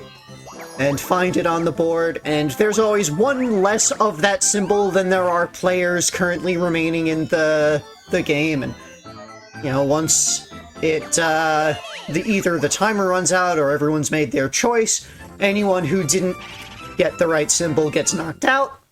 So it's advanced musical chairs. Kinda, yeah. With an astrology. And everyone can fail. Yeah. Everyone does fail with astrology. Bill Blasters! Bill Blasters. This one's fun. Fire bullet bills at your opponent. Your platform briefly stops when your shot's fired. The last one standing's the winner. Ah, yes. So Everyone loves both gambling and guns. The only control is press A. When you get hit, your platform will spin slower, making it easier to aim at your opponents. Ah, the catch-up mechanic. So yeah, this one's pretty good. It's this one's fun. Yeah, you've got your platform that is just constantly spinning. When you press A, it stops whatever spot you're at and fires the bullet. As you've got 3 hits, when you have fewer hits left, then your platform spins slower, so it's easier to aim. As it said. And last one standing wins. I suppose because spinning slower also changes the timing that you need to do in order to hit or get hit. No, because if it hits any part of the platform, like it's any part. Okay, I thought it was you itself. No. Okay. Also, there is a time limit, as with all mini games, then it will eventually run out. Tug-o-Dorrie. Don't tug on Dory. That's rude. Well, you're not tugging on Dory, you're tugging on the rope. It's a 4-player tug-a-rope. Tug-a-rope. 4-way tug-a-rope. It's a mache game. Okay. Tug-of-war. That's the name of the game. It's 4-way tug-of-war. Except you're on Dory. And you're standing on these Dory platforms, and Dory's got the platform in its mouth. Are those real Dory? I mean, they look very plastic. Yeah, they look plastic. You can see, like, there's a little stick holding it up. There's like a little metal rod. Yeah, those are mechanical Dories. Those are not, in fact, real Dories. Dory is not actually in this game. Let's all get on the mechanical Dory, then. Twist and out. As opposed to twist and shout. Stand in the eye of the tornado and don't get knocked outside. Last one standing wins. Yeah, you move and you got hammers. Why do you have hammers? Use the hammer to knock your crisis going on into the tornado. This isn't a time to hurt each other. It's a time to come together. How is this easy? We need to deal with geopolitical conflict. Simple. So we got the twister there, goes and makes this tornado, and you go and you swing your hammers, and the tornado is slowly contracting in, and so the arena is shrinking over time. We have the extraction shooter genre displayed here in Mario Party. Yeah, you go, and you swing your hammer, and when you get hit, you're knocked back, and also you're temporarily invulnerable for a second or two. Winner, chicken dinner, or whatever it is. That was satisfying. Everyone can also tie. Everyone dies. Yep. Lucky lineup. This is skill slots. No, it's not skill.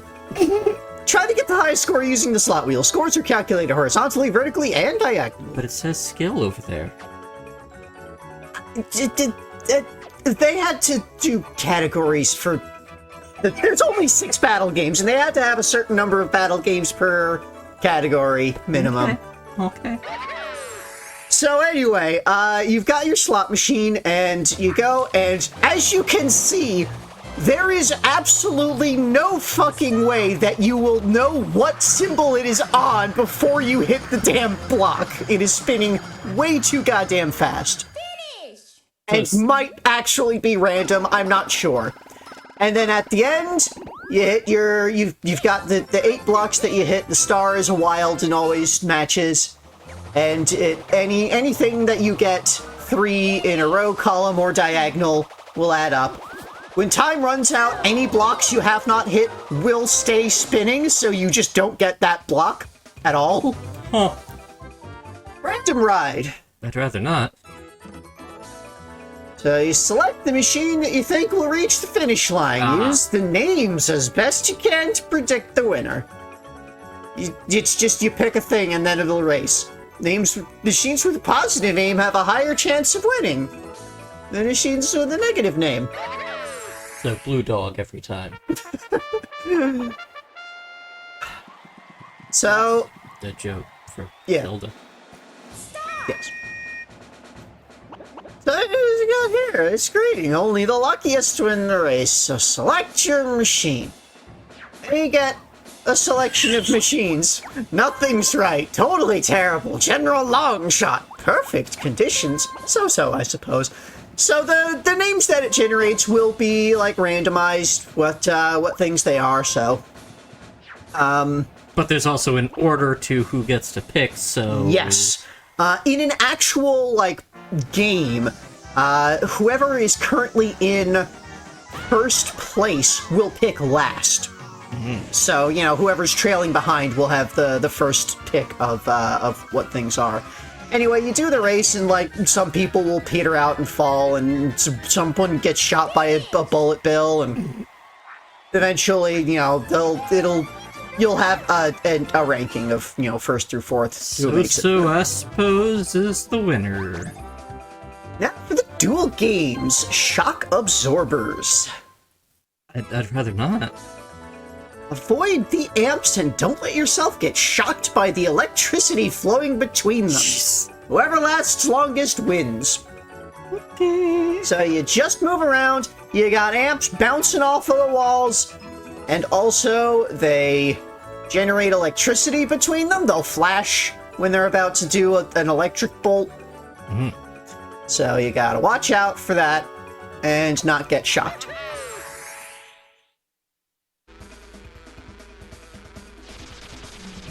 You start out with just the one thing in the center, and then a bunch pop up, and they bounce around. And they bounce sort of randomly-ish. No, it's okay. It is very procedural how they bounce, now that I'm looking at it. It's just there's a lot of things they can bounce on. Yeah, there's a lot of things going on. Over time, more will show up. And, yeah, you could, I'm not sure if you noticed there, they will, like, additional ones will pop out of the ground. Mm. I have never actually managed to get to the timer running out on this one. Jeez. Yeah, it because, seems, like, even like doing 2 top level computer players, they do not make it to the end. Yeah. Countdown pound. Do a ground pound. Stop the timer as close to 0 as you can. Whoever stops closest to 0 wins. So this is another game of chicken, kind of. Except this time you have to do a ground pound on the button, and a ground pound takes time to perform. And So you've got like to... You're able to, fake out. Yeah, you're able to fake out your opponent by just jumping and not ground pounding to make them think that you're about to go, and then they go, but then you can go afterwards, so... And there's also all the steam and if the timer actually runs out, then you lose. Otherwise, it's whoever managed to hit quick it draw. closest to 0. Unless you're both losers. And yeah, if you're both losers, then it's a draw. Whomp Maze. This one is It's another maze? very... like, there's a luck element to this one, kind of. Find your way to the goal, but don't forget about the whomps hiding beneath the floor. What? So, it's just move. If you get close to a whomp, it will spring up, avoid their hiding places, and make a clean run to the goal. So, this is a hidden maze. Like a maze of invisible walls, kind of. And the invisible walls will stun you if you touch them. Yes. Okay.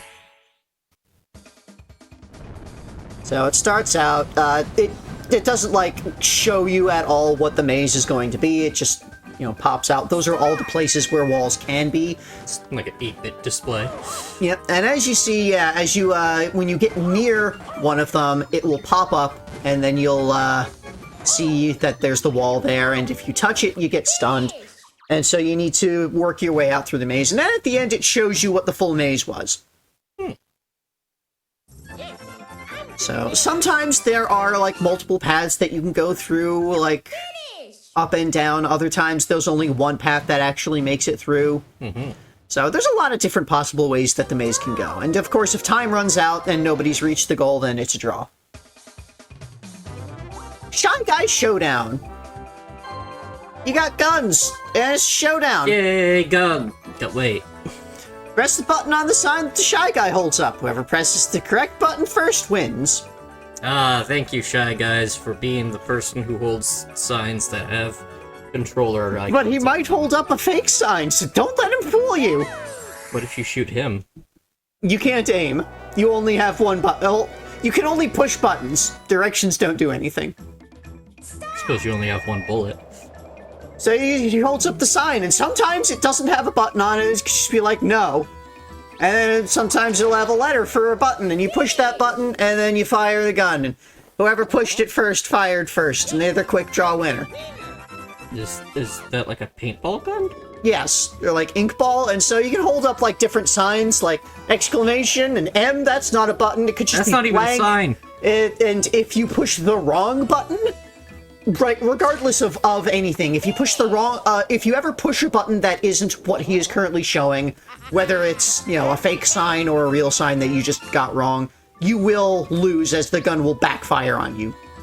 If nobody fires for a couple of seconds while he's holding up the real sign, the timer will pop up, and then eventually...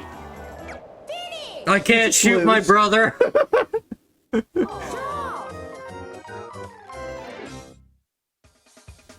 Button mashers. They just...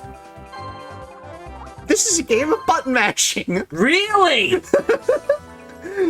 Don't let the blocks crush you. Repeatedly press each button shown on each block to keep from being crushed. So, it's not just mash A, it's mash whatever buttons it shows with an increasing number of buttons to mash over as it goes on. Oh, that's going to destroy controllers. A bit. So this one, the difficulty of it is entirely based on which buttons it shows and what kind of hand, like, you're holding, twisting you need to do to be able to tap them. It's like Twister for your hand, except button mashing. So yeah, it could be any of the... Yeah. could be A, B, X, Y, L, and R. Finish! You know, it can go pretty tall. Or not. So, yeah, mashing the shoulder buttons is hard. Yeah, those have a bit of give. Get a rope. Wait. Just get a rope. There's implications there. Select a rope. The results are completely random. Fuck off! I hate this one because the duels are the primary way to operate in story mode. Yeah. And so here's one that is literally 100% intentionally designed random. So you get a rope, and one player gets to pick first. If it's like in the part of your story, it's like whoever initiated the duel gets to pick first. Okay. And the other person picks from what's left. And they both pull the rope, and then, oh look, Luigi got more confetti, so that was the better result. What? And sometimes, instead, well, someone can get a weight dropped on them. And that's the worst. Pump and jump. Moving on, I guess. This is another Mash A game. Oh, okay. You're pumping down this pump platform spring thing, and the more press A that you get, the more pressure you'll build to launch into the air. You're mashing A. And as you mash A, you're pressing down on this air pump pressure thing, and you get 10 seconds, and whoever... Nice Lakitu there. Just, well, as you'll see in a moment, he's got the picture-in-picture display.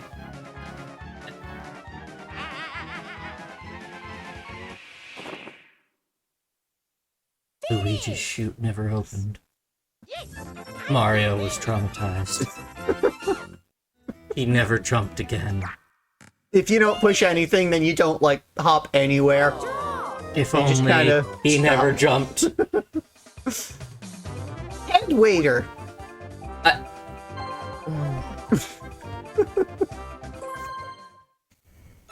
You're waiting on this head. You pass this mini Bowser bomb back and forth until it explodes. Don't be the one holding it when it Okay, explodes. it's just hot potato. Except slightly different, because there's a counter on it, and you decrease the counter by 1 or 2 when you pass it off. Huh. Except the counter's display will stop showing a number after a couple of passes. So, when it ticks down to 0 is when it explodes. So you could push, the thing to tick down by 2, and then it goes from 9 to 7 and 2, and then you don't know what they picked.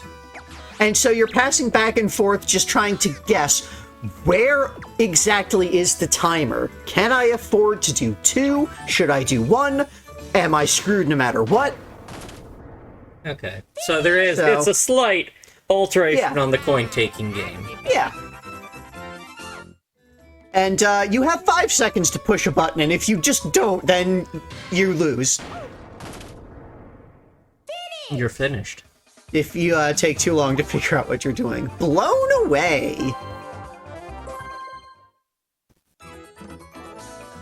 Knock your opponent off the cloud with an air blast bazooka! Yeah, that's a normal thing that exists. So you gotta move, you gotta fire your bazooka, it does an air blast, it's difficult to see, but you can try to dodge, and you can charge it up to make a more powerful shot. To push harder? Yeah. Okay. You see here, you got on this cloud, and you got your air bazooka things, and you can tap the button to just kind of fire a little shot, or you can hold it down and start charging. While you are charging, you move slower. Mm-hmm. So, it's a bit risky. And if you... There, don't you know? Yeah, and if you get hit while you're charging, then you lose the charge. So... And yeah, of course, charge shots will push the opponent back further. They could have just made it a super scope. Yeah, but that would be violent. There's literally a dual... Mary Poppins! Oh. Don't! Yeah, that'd be violent. Pop all your opponent's balloons with your blowgun! This is mash A and B simultaneously. Oh! The secret is to push the buttons 30 times. That's the secret to this game. It's a secret that you don't know. It's a secret to everyone. This thing that we just told you. So yeah, you just mash the things, and every time you push A and B at the same time, you pop one of their balloons, and you each have 30 balloons. So That's that. Who's the better button masher? Yep. And as usual, there is a timer, and the balloons will just detach after The balloons have decided. Pound barrel. Is this peril because you're in a pound? Find the one switch of the 12 that will not inflict harm. The other 11 are surprises of pain and misery. Why? So you can move, you got a ground pound, you also have punching, kicking. The switches reset after they're pressed, so you gotta remember which ones are the ones that you've seen pressed and are not the good one. Oh, good. So you got these 12 switches, and you don't know which is the one switch that will win the game, and you hit a switch, and sometimes you get spring up, and it's bad, and sometimes you get ink dumped on you, and electric shocks, and that's bad, and you go around, you get hit with the weight. And there's another electric shock, and Luigi forgot that one was already shown to be bad, so he picked the wrong one. And you go around until you find the one that's good. It's that one. It was that one. And it drops confetti. And if you run out of time, confetti. That's the trick. Where are we? Draw. Some kind of pain machine. Also in that one, you can like run around and punch your opponents to like knock them back and stun them a little bit. Peace out. This one, when you're playing in minigame mode, you get a 1 minute, 3 minute, or 5 minute. When you actually see this in a party, it's always 1 minute. Completely fill the space by taking pieces from the conveyor belt and placing them into the field. So, you're trying to fill up the entire space that you're given with these tetramino-ish blocks. With eyes. Yes, of varying size and shape. Okay. Mostly varying size. But yeah, so you get these. The color does matter, sort of, in that when it actually fills all the way up, it will you'll get a bonus for having more things of the same color. Oh. But it's far more important to actually fill it up than it is to get the matching colors. So you want to just go as quickly as you can, filling it all up. Because the color bonus is like, that'll make the difference between, you know, two players who filled up the thing the same number of times. But, you know, if you don't fill it up enough, then things. There's a rotate. Yeah, and also there's a little trash thing there. If you grabbed the wrong block and you need to put it down, but you either don't want to or can't fit it in your actual grid, then you need to bring it down to the trash. Because you can't put anything back down on the conveyor belt. Right. And you can't, pick things up. And you get like there's a score thing that it tallies up as you're dropping blocks and filling things up, and whoever has the higher score wins. Unless you have no score. And as always, you can just hunt and not do anything. Bound of music. You're on that cloud again. The clouds are alive with the bound of music. Jump around and find invisible blocks with music notes.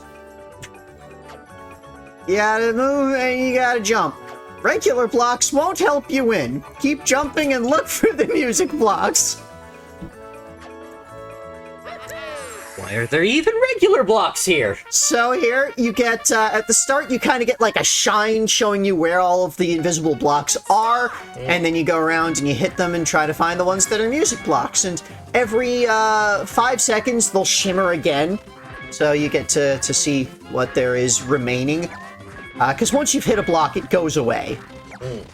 So it's no longer there. And yeah, some of the blocks are just normal brick blocks that don't give anything, and at the end it tallies up the number of music blocks that each character hit, each player hit, and whoever got the most has a higher tone. And that's that. In the draw. And yeah, if you each get the 1 block, or no, you each get 1 block, then, you know, it's just like, okay, that's a draw. But there's actually, like, a special thing that is different if nobody gets any blocks. You dropped out of the cloud. You have been denied entry to heaven. Wind waivers! It doesn't look like that wind is wavering at all. Escape the Twister by jumping on the clouds and using a fan to get away. Yeah. L and R alternating to wave your fan to propel your cloud away from the Twister. And it increases in power over time, so it's harder to get away. Whoever gets caught loses. This is one of those, yeah, you're probably wondering how I got in this mess situations. And just occasionally you'll, like, grab a paratrooper and stuff, and well, it there's all turns these rain out clouds I stole around. Goku's Nimbus Cloud, but I couldn't actually move it because I don't have any key, so I have a fan. Yeah. Also, the Twister is sentient and trying to kill me. Sky Survivor. Survive the sky. Heaven is a sky place, dangerous. Avoid the obstacles flying at you while riding on unique flying machines.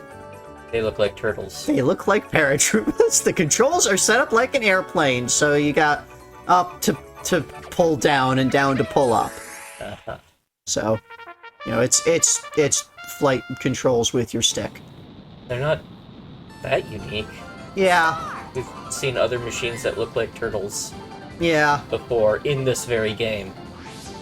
So, you're flying along here, and there's all these little mines, these air mines sitting around that you need to dodge. And when you hit one, you take damage. I just think it's kind of funny that this is the kind of game that Sega was making for ages. Yeah, you see you've got your little heart there that kind of drains out whenever you take a hit. And at the end, whoever has more health remaining is the winner. And the loser falls out of the sky. Presumably sabotaged by Waluigi. I mean, yeah, he probably dumped all of these mines out here. If your heart actually runs out, if you run out of health, which I think is like 5 or 6 hits, then you just lose immediately. And, of course, you can have the same health at the end and tie. In which case, you both die. There is no lack of clear winners here. Bowser games. Oh, only 3. Yeah. Rain of Fire. Avoid the burning fireworks that you're raining down.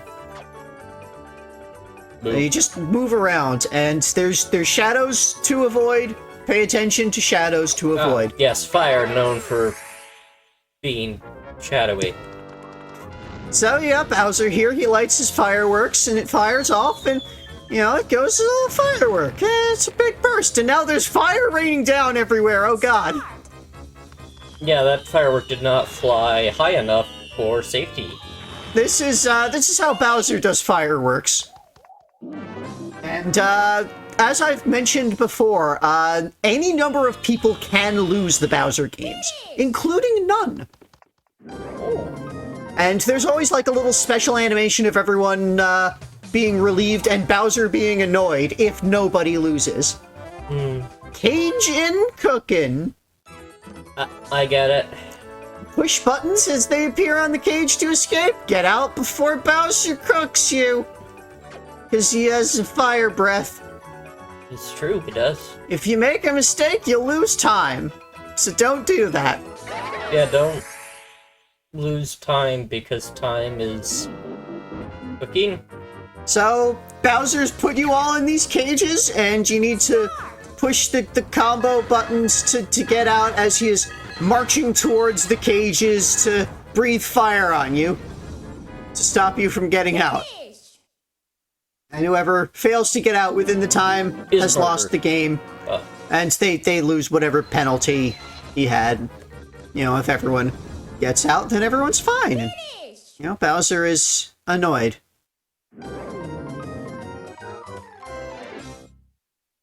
Scaldin Cauldron. Almost a rhyme. This is the random one. Select one of the 3 cauldrons to hide in. If he breathes fire on your cauldron, you lose. There's 3 cauldrons, you pick one to hide in and hope that's not one that he attacks. One of them will be safe, the other 2 will not. Spread out, it says, implying that you can all win. Except the way to all win is if you all sit in the same one. Yeah, exactly. And that's... if the timer runs out, then you will pick a random... It'll pick a random cauldron for you to, jump into. Have you considered hiding behind the door?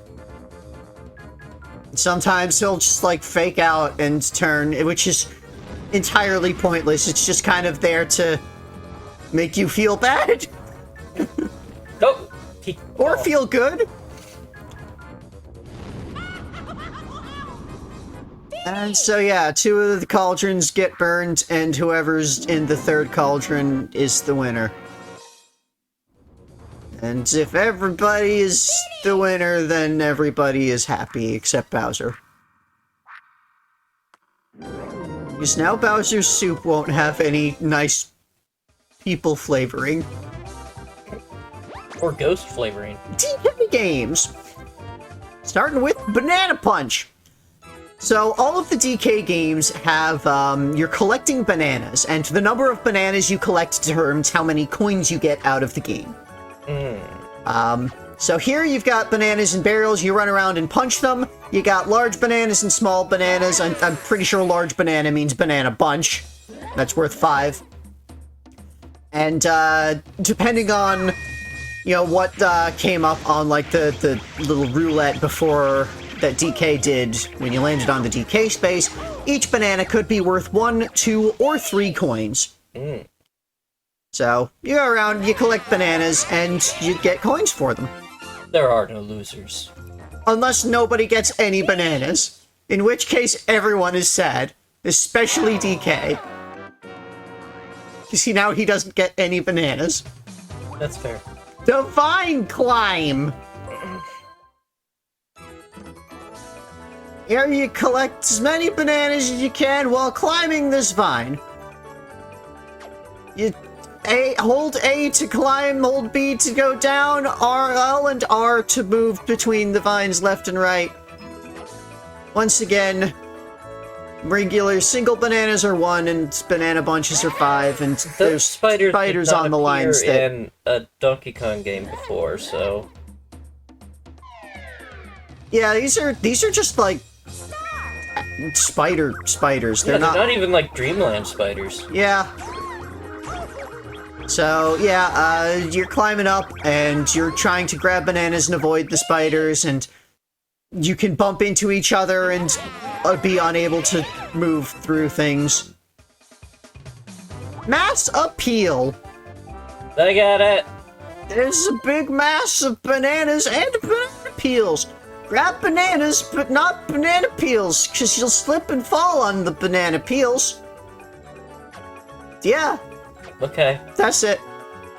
There's just this grid of bananas and banana peels. The slipperiness of a banana peel depends very much on the coefficient of friction between it and the floor. So, yeah, you just run around and grab the bananas, and there's banana peels that you'll slip on, and that's that. Okay. And then you can do that final battle, which is called Frightmare. And you can pick what difficulty level to do it on. Ah, yes, what difficulty of Bowser. Which determines... I think it determines Bowser's health at the end, as well as your health. But we already saw that, so whatever. We're not gonna do that again. So the other minigame modes, that was just all of the minigames in the game. Now there's different modes for how to play the minigames. Yeah. You got a minigame battle, which is just, it's the best of X game thing. It's how you do it. It's this minigame tower battle thing. You pick which category of games, 4-player, 2v2, or 1v3. You pick how many wins you need to be the winner. And that's that. Minigame battle. Are you ready? No. Alright, well then bye. Session should be dropping in right about now. Or maybe they should be dropping out. Win games to win the tournament. That's it. Thank you. There's not a whole lot to say about these because it's just play the mini game. So it's not even the framing thing is not special.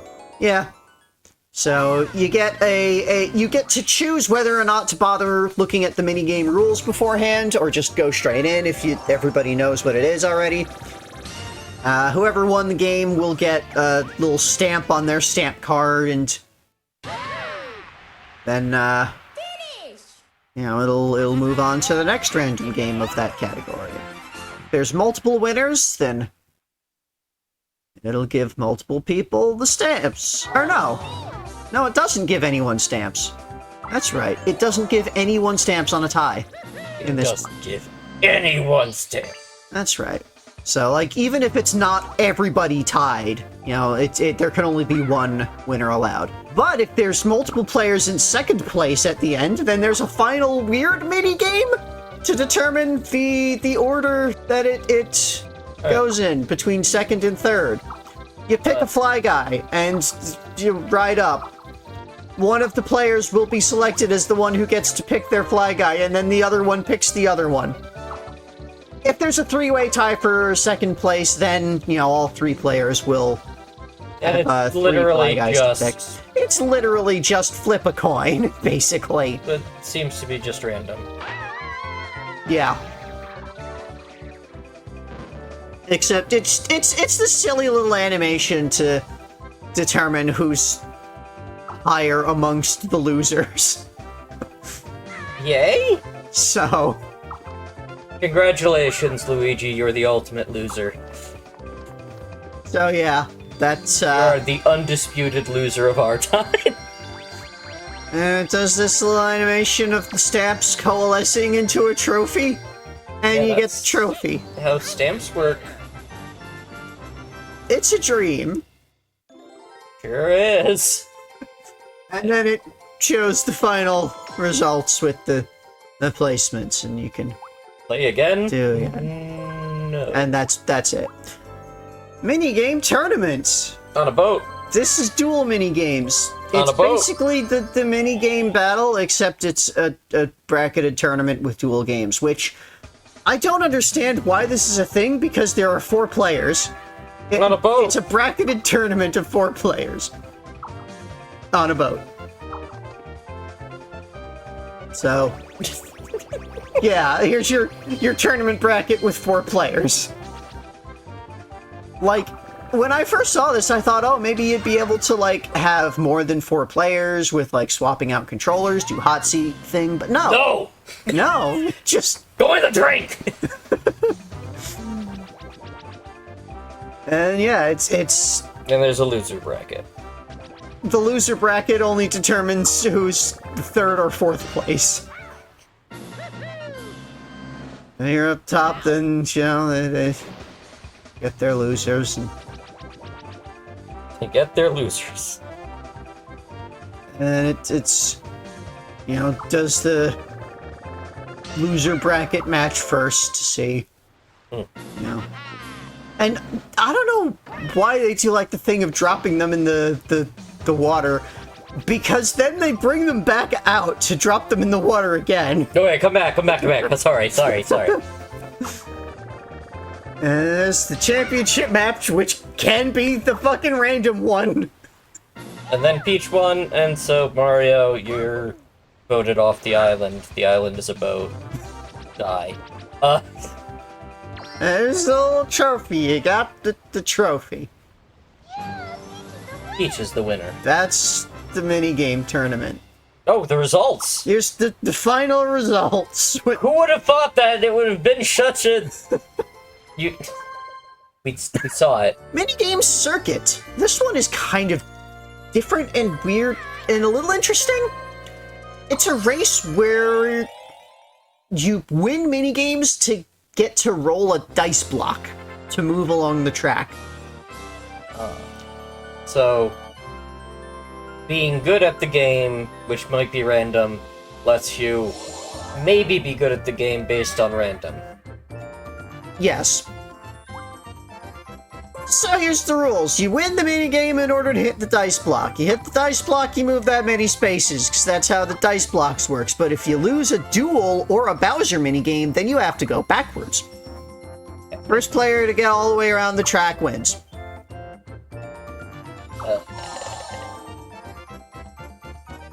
And when they do like a little hopping animation in their car that hops, because cars can hop in the mushroom world. We've seen this many times. Yes. And they all have like a little unique animation of the thing with their hopping car. And then you also each get 2 mushroom capsules and a super mushroom capsule.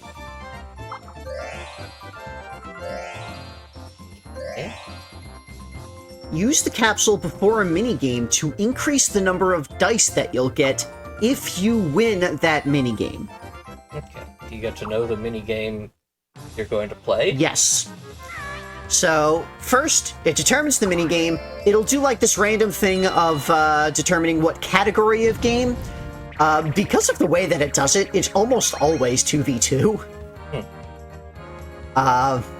There's a 50% chance that it's 2v2 or something. I don't remember what the actual odds are off the top of my head. Anyway, here's what the track looks like overall. And there's dual and Bowser space. Yeah, there's all these dual spaces and Bowser spaces that you can land on along the way.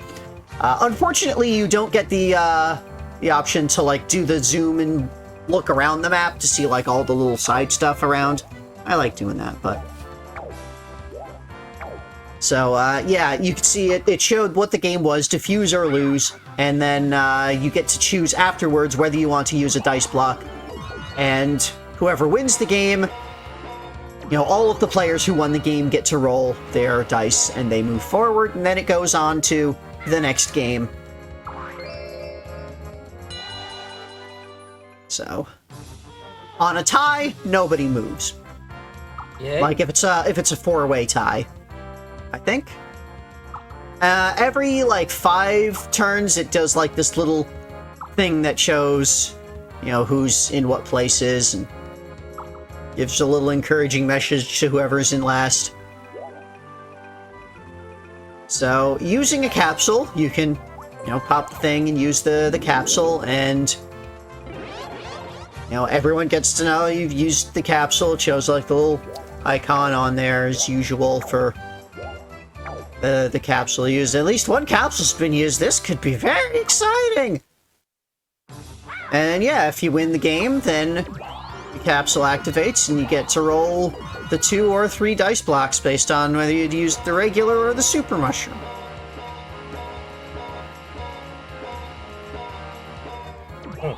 And you can see here, Mario has the mushroom icon, but Mario did not win the game.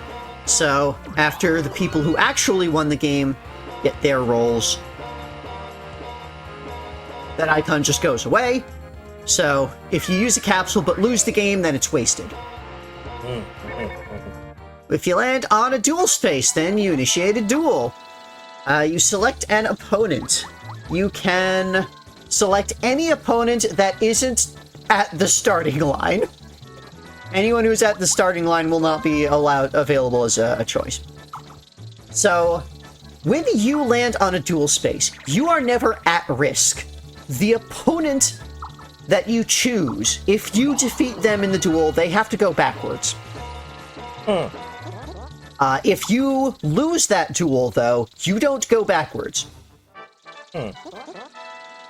So, if everybody else is at the starting line, nobody can accept the challenge. That's too bad. Can't go back more than last. And here, just show if the person who... If there's only one person allowed to pick, then it doesn't give you the choice, and you can't go back any further than start. We don't believe in negative integers. And yeah, as you see there, if you when you land on the space, if you lose the challenge, then you don't go anywhere. Bowser space comes Bowser. Each Bowser space has a little platform off to the side for Bowser to land on. So he doesn't have to be in the middle of the road. So he stops down, and here I am. I got a minigame for you all, and you all get to play. All losers move back when I say so. And it picks the game of the three, and all of the people who lost have to roll a dice. Or Bowser rolls the dice, and then everybody who lost moves back that many spaces. And, of course, you can't go back any further than the starting line. It's not doing well.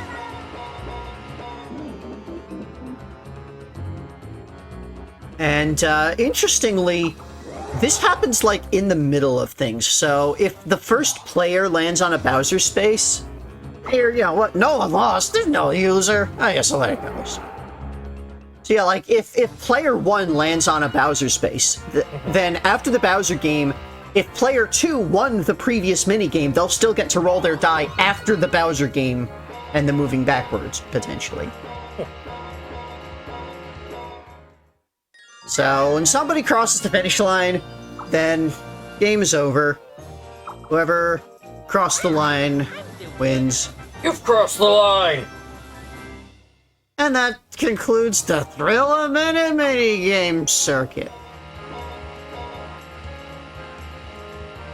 That's that, and if multiple players cross the line during the same turn, then they will both win.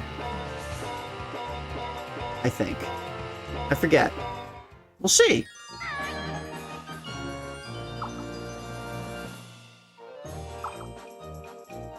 Yeah, Mario and Luigi finished at the same time, so they used a dice block to break the tie. Right. Because there's got to be a winner. Yeah, of course. We can't have cooperation. Not allowed. And then just to show off, here's what the animations for each of the other characters look like with their hopping cars. Wario doesn't hop his car. Huh. You just sort of like... Is it just Waluigi? Yeah, just Waluigi, no. Toad hops out of his car. Toad's car hops him. And Boo and the Koopa Kid. And that's Minigame Circuit. Minigame Decathlon. This one's different. So, you get 10 minigames. It's a decathlon. Got this big ol' sports arena with a track and stuff and stands, crowds. Welcome to the Minigame Decathlon Stadium. Let's look at the rules. Play 10 minigames. You earn points in each minigame. You finish with most points to win. There's most likely some games you like and others you want. I don't know why it's saying this. You've got to form a strategy and play all 10. You play the minigame and you do as well as you can. So, it picks a minigame, you play the game. Sometimes the games have like an extra thing to them. Like here in Ground Pound Down, there's a timer at the top that shows you how long you're taking to get down. So in this, instead of whoever gets down to the bottom first wins, each player earns points based on their time that it takes them to get all the way down. So it's really competing against your own score. Kinda. Yeah, like it's not. It changes things from like a oh, you won the minigame versus you didn't win the minigame, into, you know, winning by degrees. Like, how much you win by matters.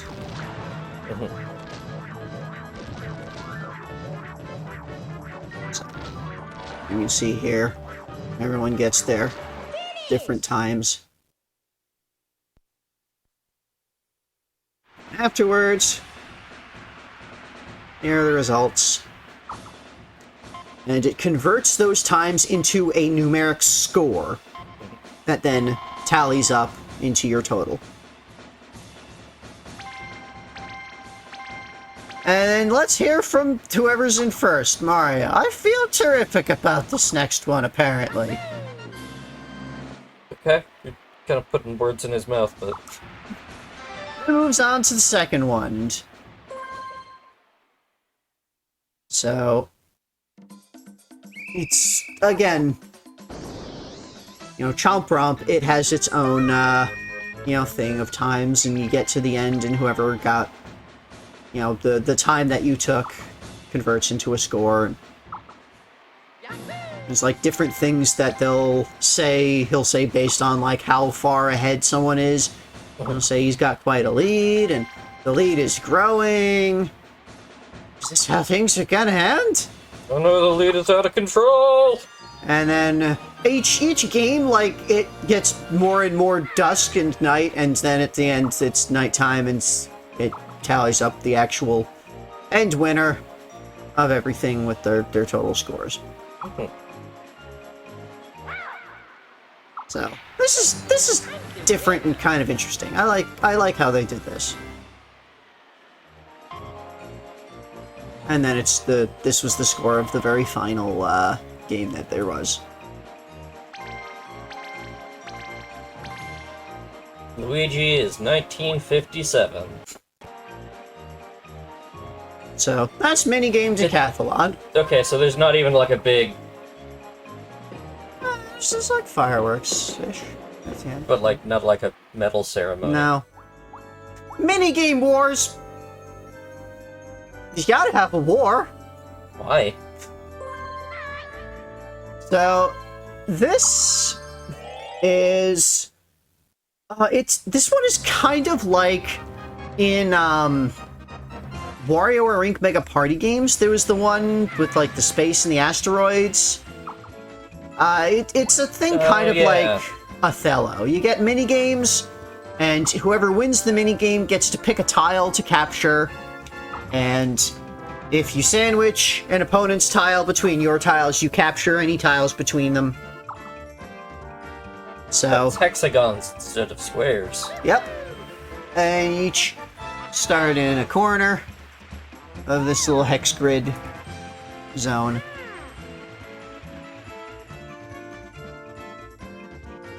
And it does a random minigame. It'll always be either a 4-player or a battle game for this one.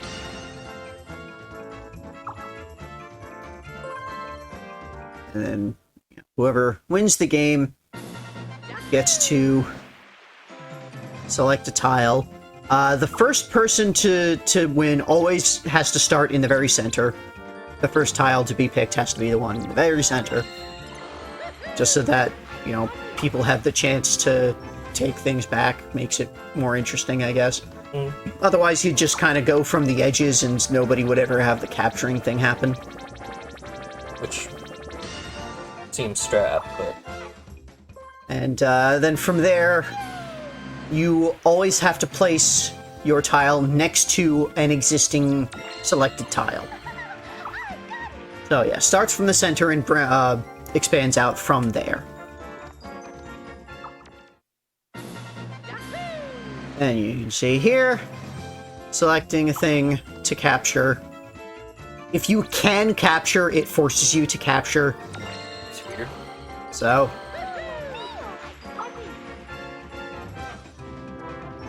limits your selections there, but otherwise, if you've just got nothing to capture, then it's free reign any of the ones next to an existing tile. You sort of expand there. On a tie, nobody gets anything. When we have a tie, we do it over. And it just, you know, keeps doing random games. Sometimes it'll be a special turn. What's that mean? If you win that game, you get to take any tile, including a tile that's already taken. Okay. So, here on the special turn, Yoshi has won, and so Yoshi gets the choice of anything on the map. And so he gets to steal one of the Mario tiles there. So, it's a thing that keeps things a little fresh, I guess. Randomness for randomness. And once the board fills up, that's the end. And then whoever has the most of the tiles is the winner. I wonder who.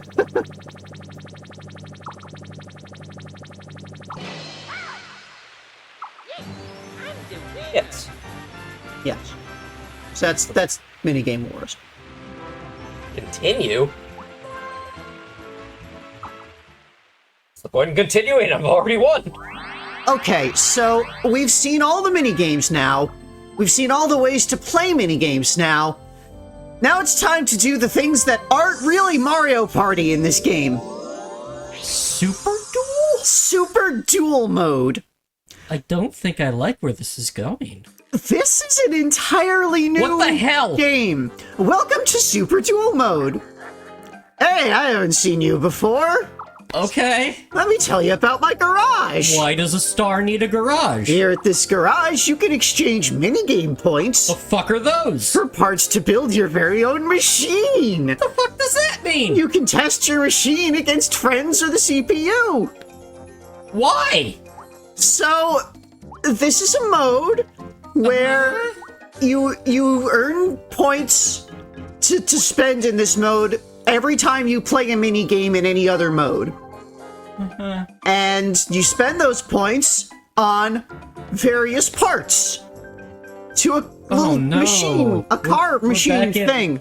We're back in the Mario 3D artist. Yeah, it's kind of like Polygon Studio. You have bodies, you got wheels, you got engines, and you got weapons. So you start out, there's a couple of things that are free, and I spent a bunch of things that I had the points and got some stuff, and I put together. Okay, now this, when you trial battle, it assembles a random machine from parts. Okay. There, and so you've got it's tank controls: A to accelerate, B to brake, left and right steering, and you have a weapon. Bombs. Red shells. So you've got your weapon. You're firing your weapon. Single player. Yeah, this is supposed to be like this. The trial battle is supposed to be a 2-player thing, but like this is the basic idea. You put together this little cart from the pieces that you bought, and you have a battle with your weapons that you do. And let's put together a machine. There's 2 Garage A's, but only 1 Garage B. The Garage A's are for you can build 2 machines on here. Garage B is for someone bringing their machine from another save file, from another memory card. They didn't want to use the letter C. For, like, copy over, or communication, or... No. Well, here's the different things that I got. I threw on egg body, and here's the different propulsion systems. You got the jet, and, engines, different engines to throw on. Star engine! Wow, they're still putting on the Star, aren't they? Yeah. It's still appearing. Star was in the game. Is a thing that Bowser could give you to make you lose a star. I threw the piranha plant, and what the hell do you name this thing? I don't know. Neither do I. And it gives you like the little 5-point graph thing to show the stats. It's got a lot of heart. The stats of the thing, and each part has its own stats that I will have in the sidebar when we're going through all of the different parts that there are available. And by improvements, they mean just to fix it. Yeah, but when you say improve it, it's just pick new parts, pick different parts. You can just reassemble the whole thing however you want. Change it all up. It appears that Egad's body type uses brainwaves. So you've got the little eyeball thing, which shows you the stats again and all the parts that go into it, and you have the option for battle. You got a versus battle, which is versus one-on-one thing, and then there's this one-on-one, which is versus CPU. You can do a battle competition. Okay. You've got your difficulty selection, easy and normal, so we'll start our battle on easy, just to see how this goes. Yeah. Yeah. Oh, there's a whole... And so there's a whole tournament bracket. On easy, most of the opponents are Koopa Kids with their Minion Mobile. It's tough, but there's a Minion on board. What does that mean?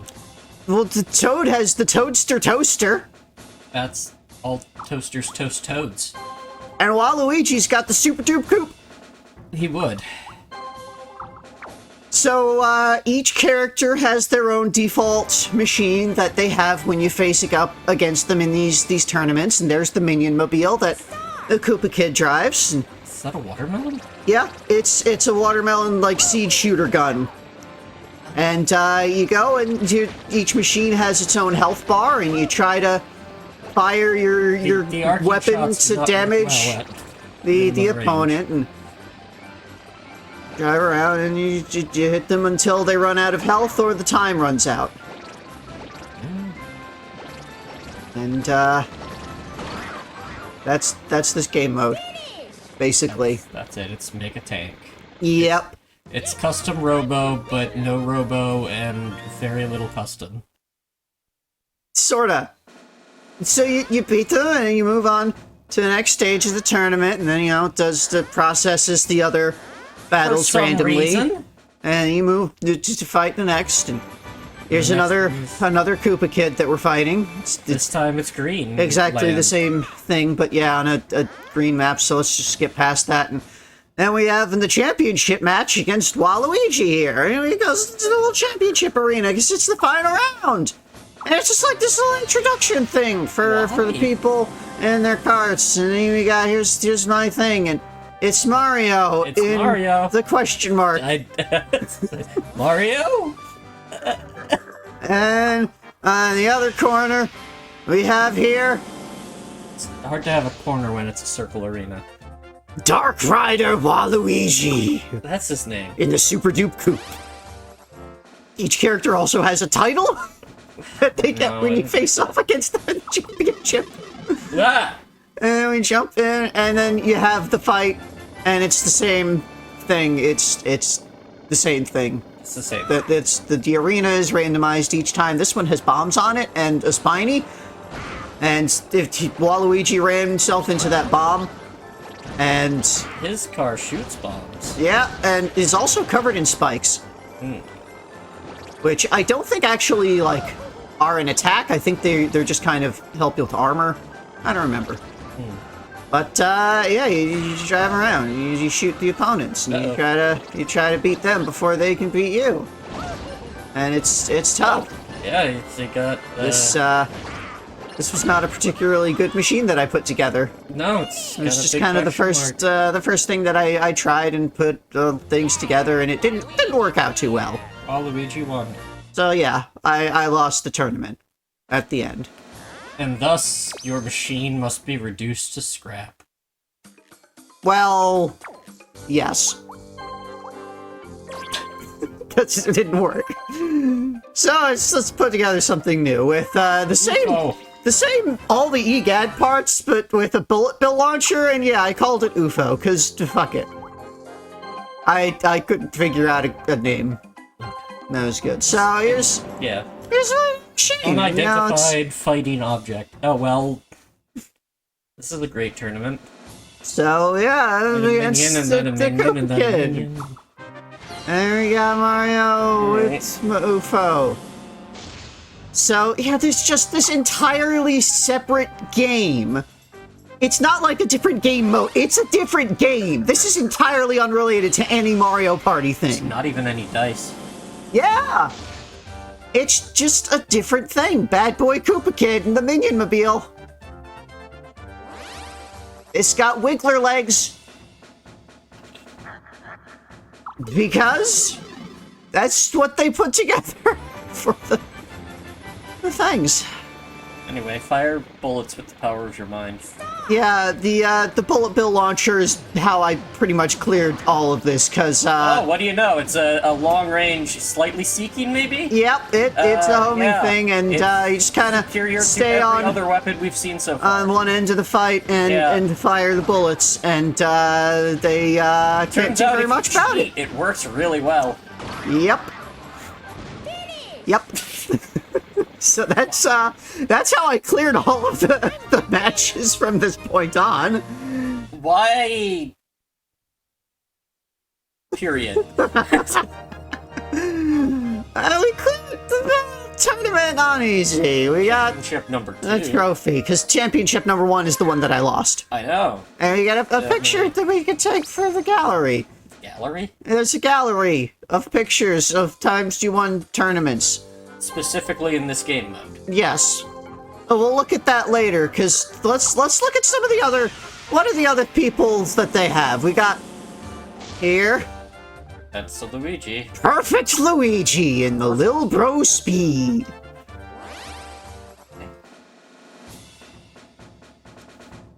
And I'll just show off, you know, what each of their carts does and looks like and how it operates. It's a cloud with how jets and how I destroy them with the bullet bill launcher. No. But yeah, Luigi's got like the EGAD jet and like little watermelon things and the watermelon seed shooter, and he's pretty fast. He runs up and shoots you with his watermelons, but he's got very low health, so because the body of his ship is made out of water vapor. Yeah. Turns out clouds can't stand up to bullets very well. And you clear it on the normal, and that unlocks the hard. And then you do it on the hard. Yeah, there's a lot to show off here, but it's just not, I don't find it very interesting. It's not related to anything. On hard, there are no Koopa Kids. And here's the boost machine. It's only visible to radar. Daisy's machine is fast, and it's no pansy. Flower. Daisy. And Yoshi's machine shells out damage. Wario's ultimate machine is intimidating like his belly. I'm not intimidated by his belly. Peach's polished machine, its speed is simply regal. Okay. And Bowser's machine, get too close and you're toast. And Mario's machine is well balanced, like our hero. I have seen him in the past on some pretty heavy, Here's all of the other descriptions. Green means go. Okay, then. DK! DK, it's a one-shot, one-kill monster. I hate the sound of that. So that's all of the descriptions of things on there, and... Now we're just gonna kill them all? Yep. So, Yep. yeah. That's what happens when you have 1 HP. It's Luigi. Just Peach is the winner. obliterate him. That was the hard championship win. A lot of the very same picture, really. Yeah. That's I mean, not it has very... a different person and a different trophy color. And then once you clear the hard on the battle, you can go and there's another mode, the flag competition, to capture flags. That's at least something different. So, in this mode, health doesn't matter at all. So it's Luigi all the way. I mean, I used the same car because I didn't want to bother changing things up. And Also, it's probably invulnerable because it's all the best stuff. it's pretty good still because and you can still shoot and your shots stun the enemy, and then there's these flags that show up and you can see them on the little mini-map radar in the center, and you run and you try to grab them, and whoever grabs the 3 flags first is the winner. Okay. That's flag competition. I guess more health means more damage before you get stunned. No, because every shot is a stun, regardless of how much damage it does. Okay. Your health stat does not matter at all in flag mode. And Wario! There's Wario's sole introduction, and his title is Wild Man Wario, the Greedy Mustache. Okay. Yeah. I figured I should show off each thing, each of the... Like, yes, but also... It is difficult for me to, like... care. understand how this fits into anything. Yeah. Like, is this real? It's taking place in a garage owned by a star in the Dream Depot. Yeah. Like, The fuck does that mean? It's just another thing that they have for the people in the dreams to do.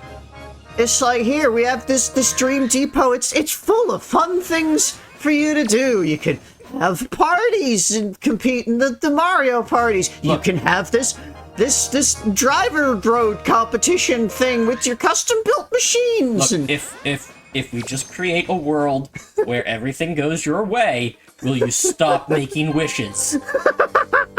Please, we are tired. That might be it. I could see that being what the impetus behind all of this is. Anyway, here's Bowser. That's a very similar looking machine. I don't understand Thailand Bowser, but he's got the Bowser Dozer, and it lags the console so hard when it's in this this championship scene. Specifically Bowser's. I don't know why. Like, I have to assume is a weird translation thing, because it makes absolutely no sense. He's a flamethrower.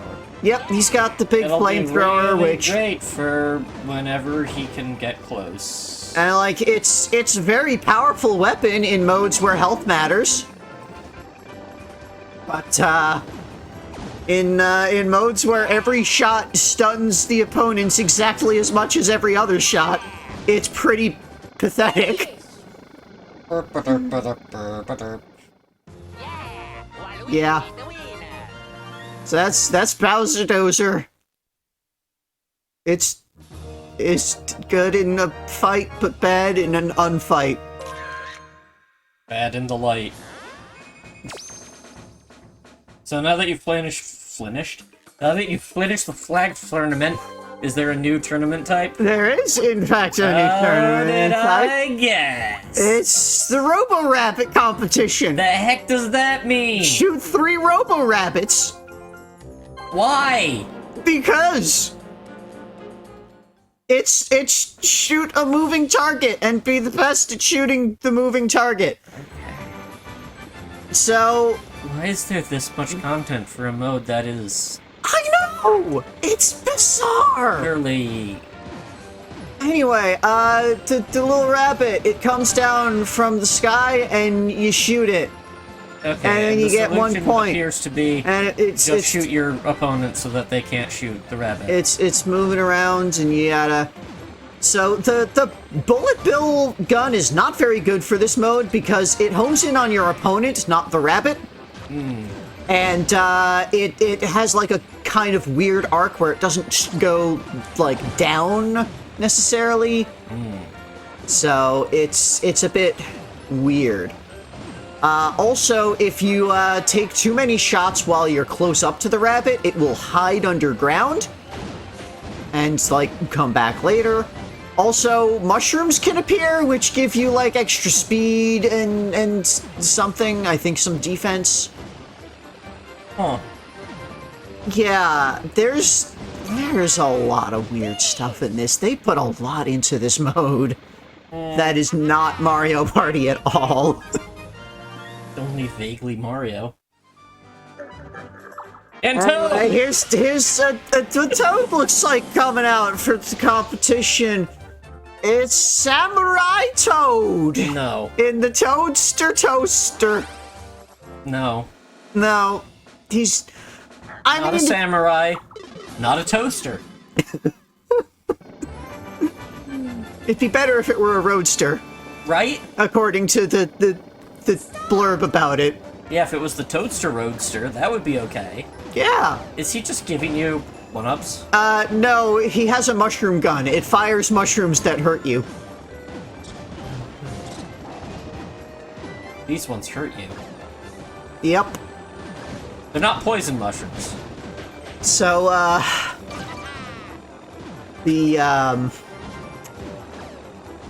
gonna talk about something entirely different for a little bit. Sure. So, you remember when we were talking about the team names? Yeah. There was the team name for Daisy and Waluigi, where the name was just Easy, and we had no idea what the hell that meant. I figured out what it meant with a little bit of extra research. It's a song reference.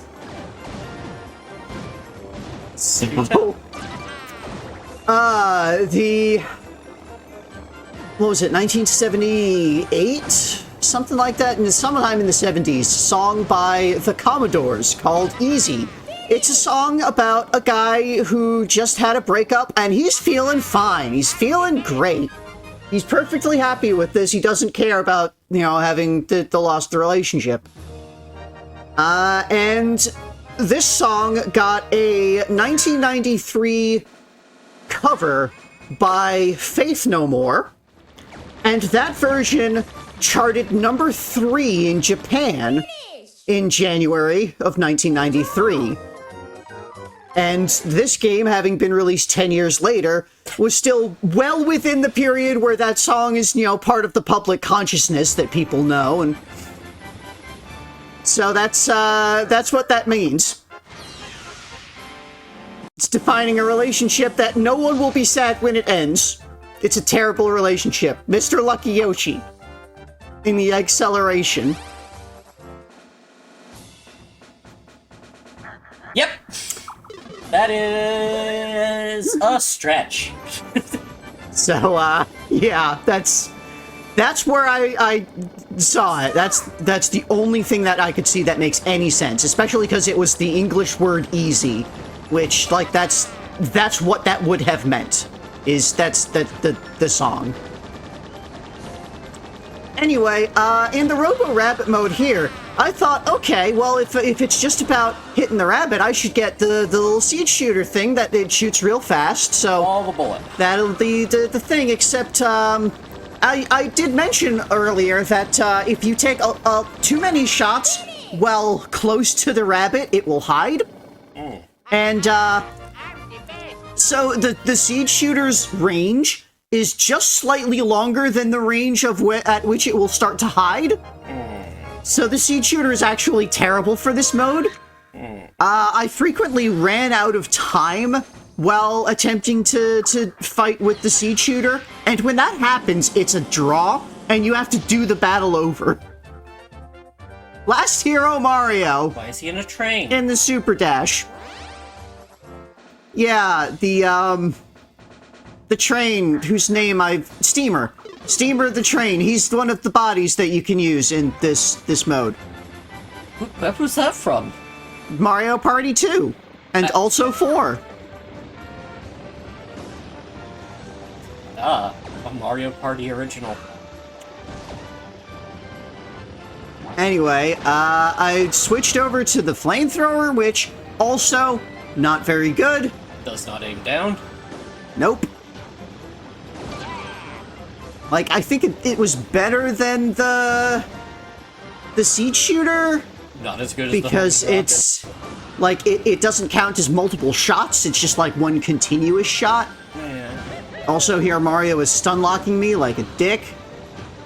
Well, which is, I mean, how you're supposed to really do this, probably. But. Yeah.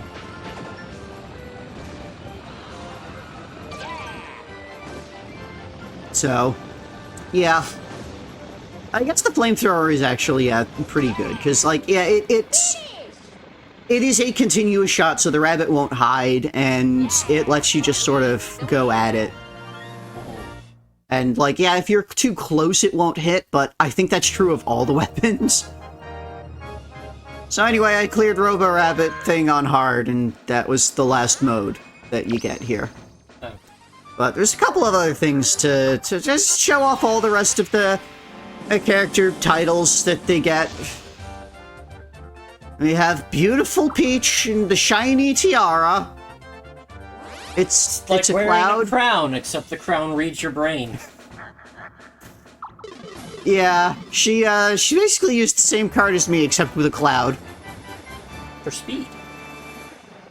And I'm not sure what, I guess the cloud is the...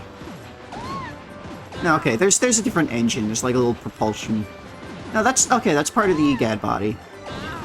Right, yeah. So it's basically she used the exact same thing as me, except a cloud. Instead of the EGAD thing that I have. So, yeah! There's, Still don't know why this is here. not really much else to say, I think. This is so weird. Look, our dream world even has war. You guys like war? You're doing it all the time. So, something that I was thinking about for the story, and explaining the story and what the hell the story. Just what the hell the story. What the hell, comma, the story. Just, like, okay, so Daisy here, with her thing.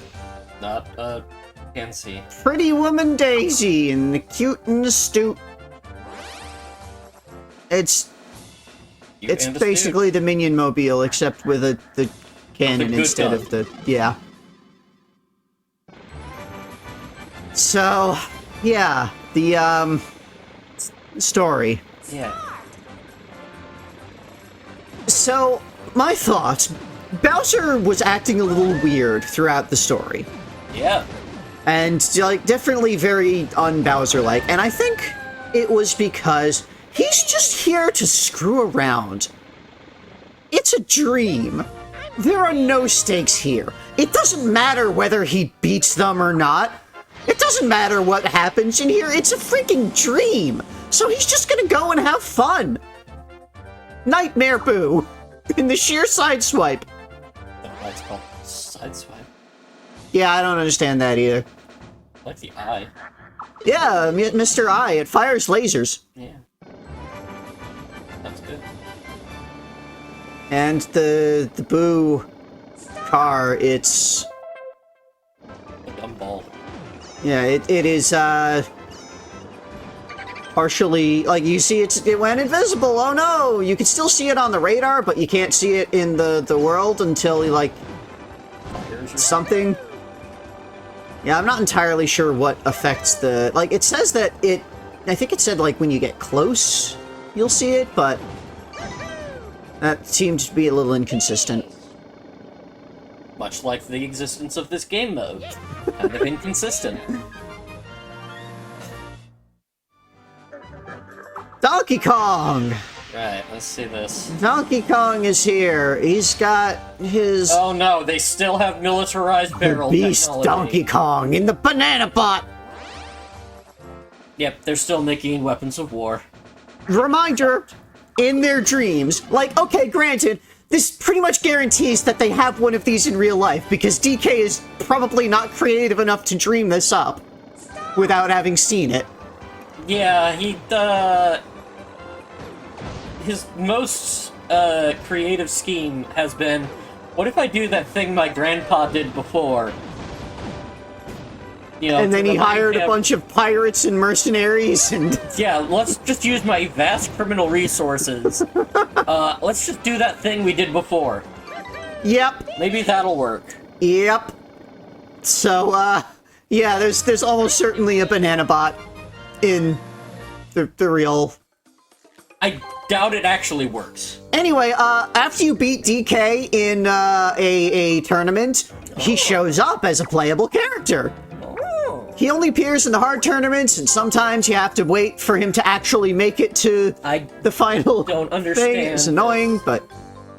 Also, when you unlock DK, you unlock the DK parts that you can buy with the minigame points. You also got the Scholar.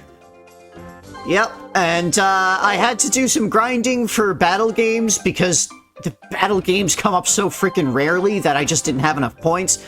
Once you have bought all the other parts, you get a couple of other things available that are Bowser parts. Or, like, specifically Bowser guns. Here I just wanted to, like, scroll through each of the parts and just kind of look at them. Ah, yes, the standard abilities. Standard body with standard abilities. It's the mushroom body.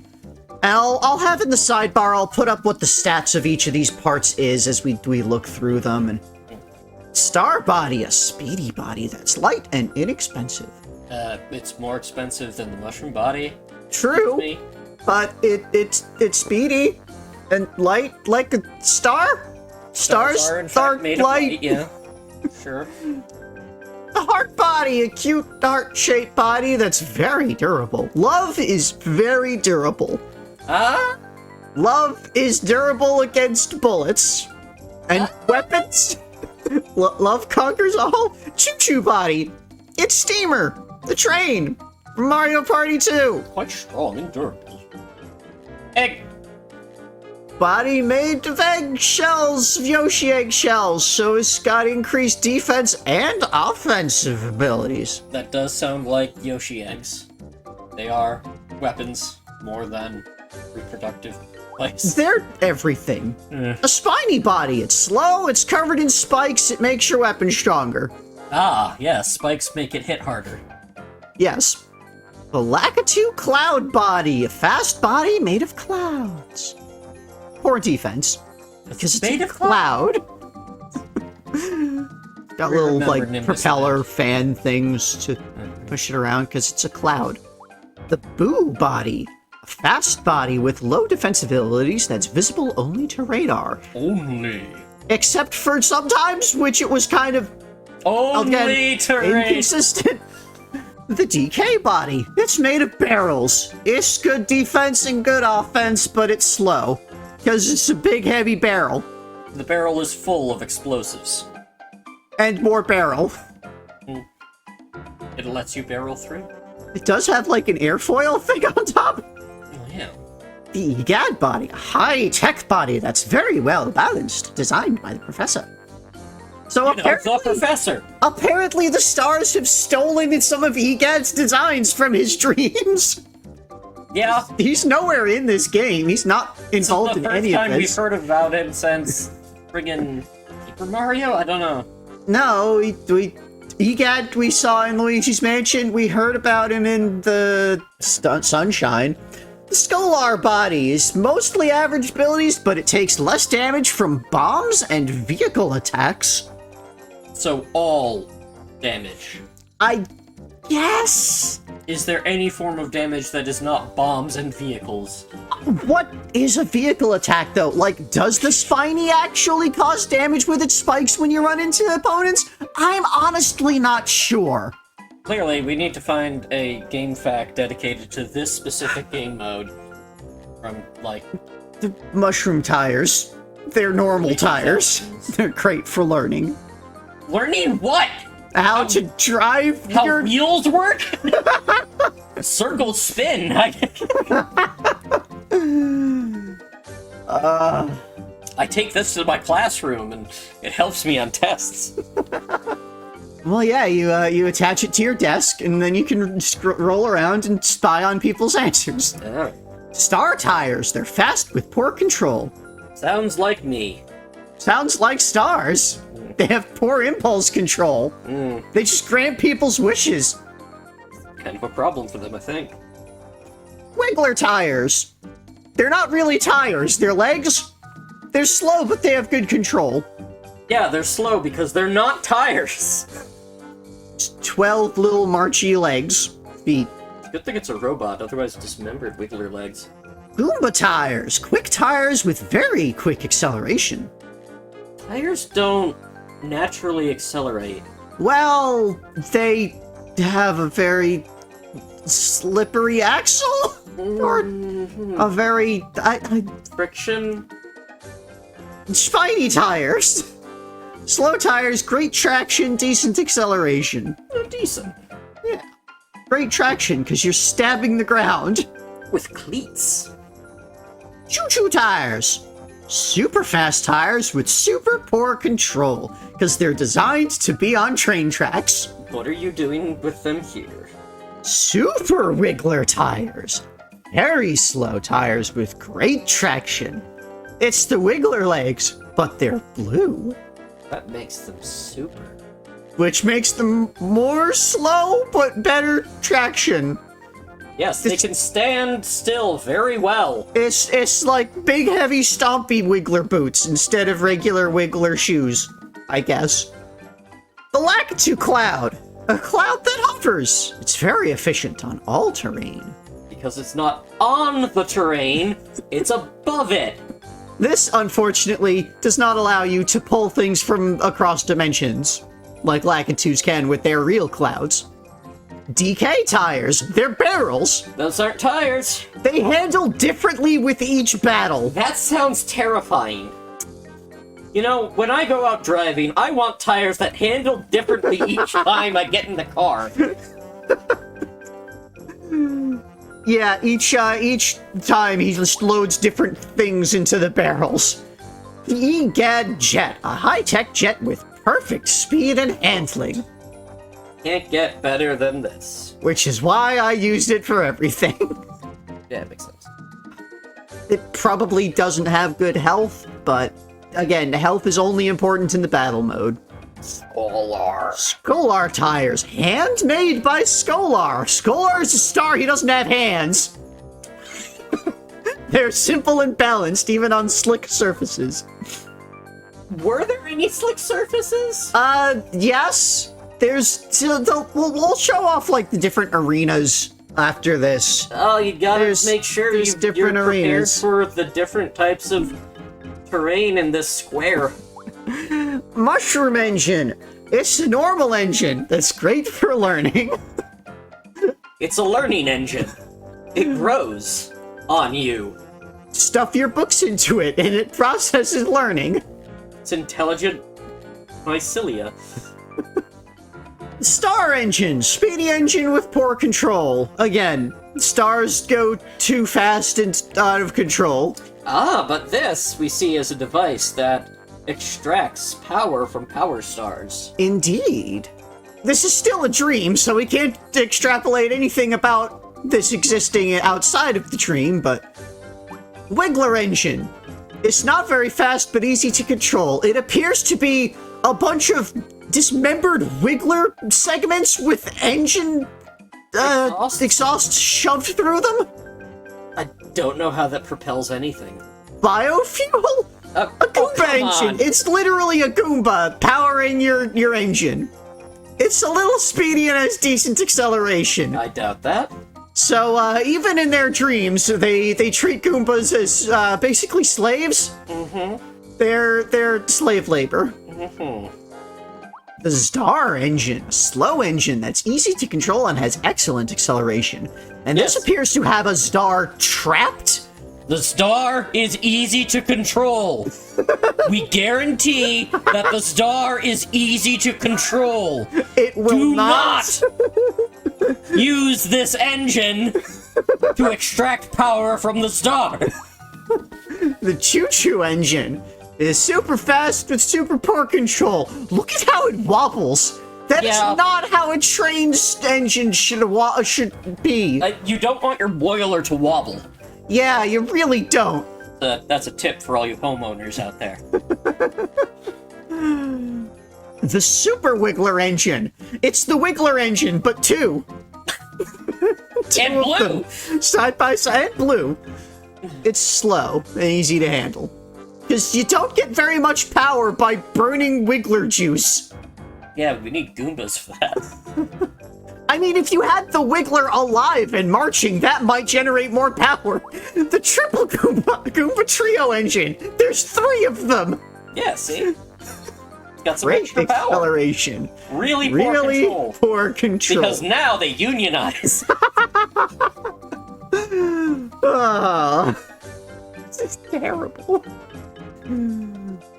Yeah, the stars do not know how reality works very well, do they?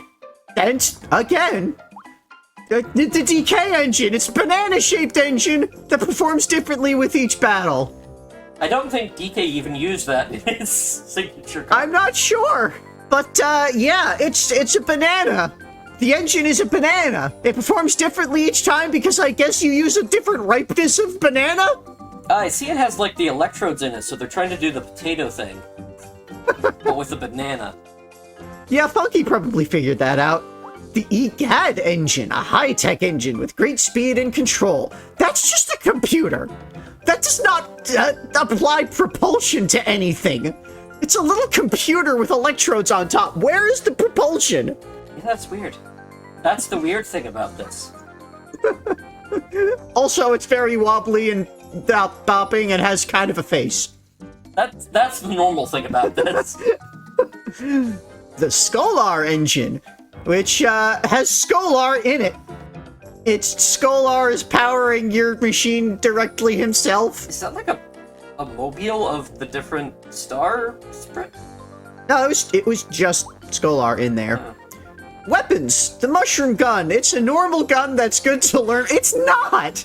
It fires at a very specific arc. It's a terrible gun.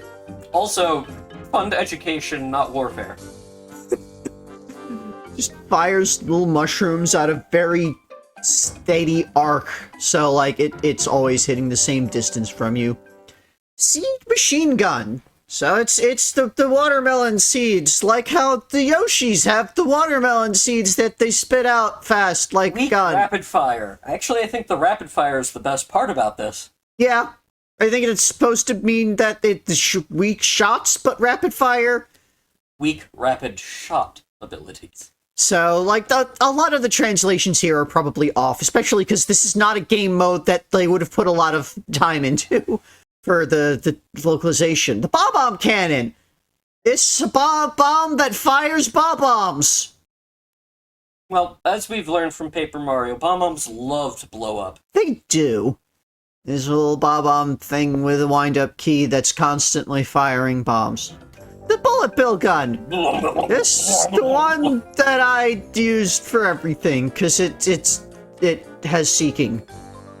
It has seeking, and it goes across the whole field, and it's strong enough. So, Smart bullets. kind of broken.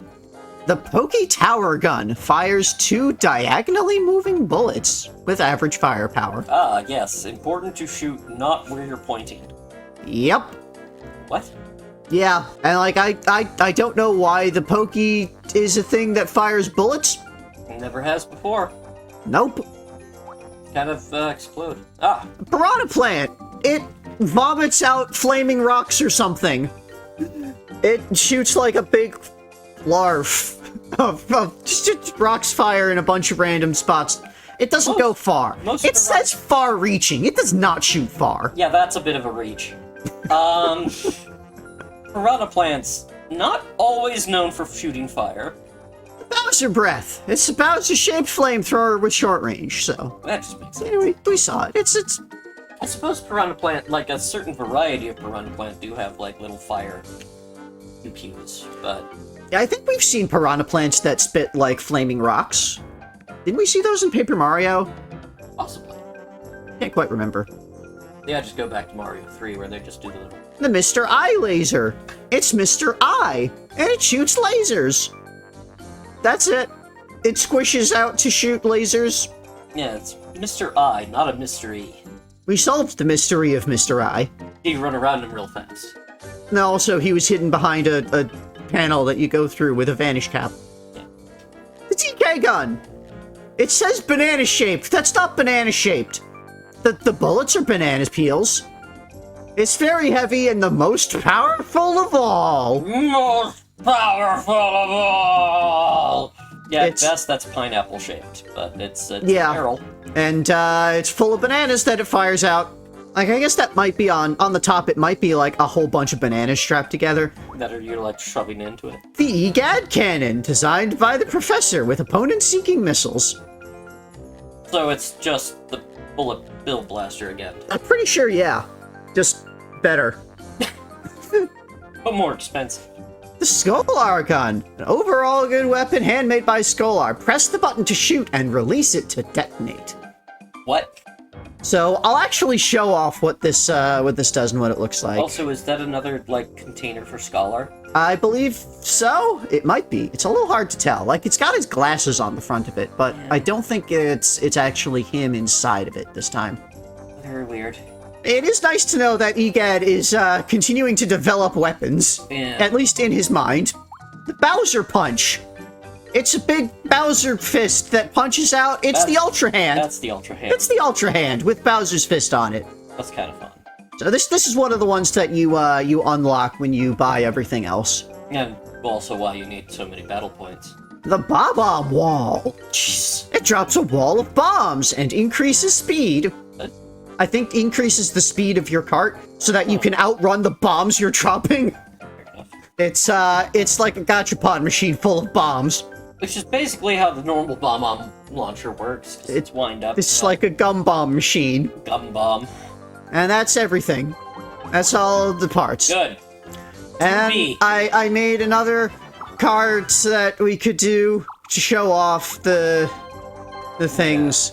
Just to show off what the different like parts do that we haven't seen. And here's the 2-player, and there's a player 3 thing, which is for like someone who, like I said, someone bringing in cart from another card. You can tell it to have the computers control the carts and just see how the computer does with them. And here's all these different arenas that you can go in. I'll show each of them off, and they're just different squares. They're really just different squares. Random Ruckus! So Random Ruckus is what we saw in all of the actual 1-player things. It was just that. It was like random assorted stuff. Here's a Moonlit Meadow. It's a little... It's a circle with moonlight. It's dark around the edges. It's got a little pond in the middle. There's the moon. The pond is water. It slows you down. And the AI is not very good. It really just kind of drives straight forward at the opponent and keeps shooting, which doesn't work for, like, the Bob-omb Wall, which you see fires behind you, dropping bombs everywhere. So, it does work for the Bowser Fist. Kinda. But also, they're bad. They just are very bad with this. Or is this you setting them up to both be CPU? They were both CPU, yeah. Okay. Because at this point, you were done with playing this game. Yep.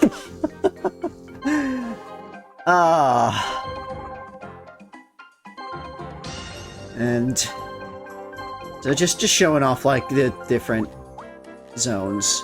Quicksand Desert. This battle in sand with a limited area. It's a smaller area, I guess. Kind of. Sorta.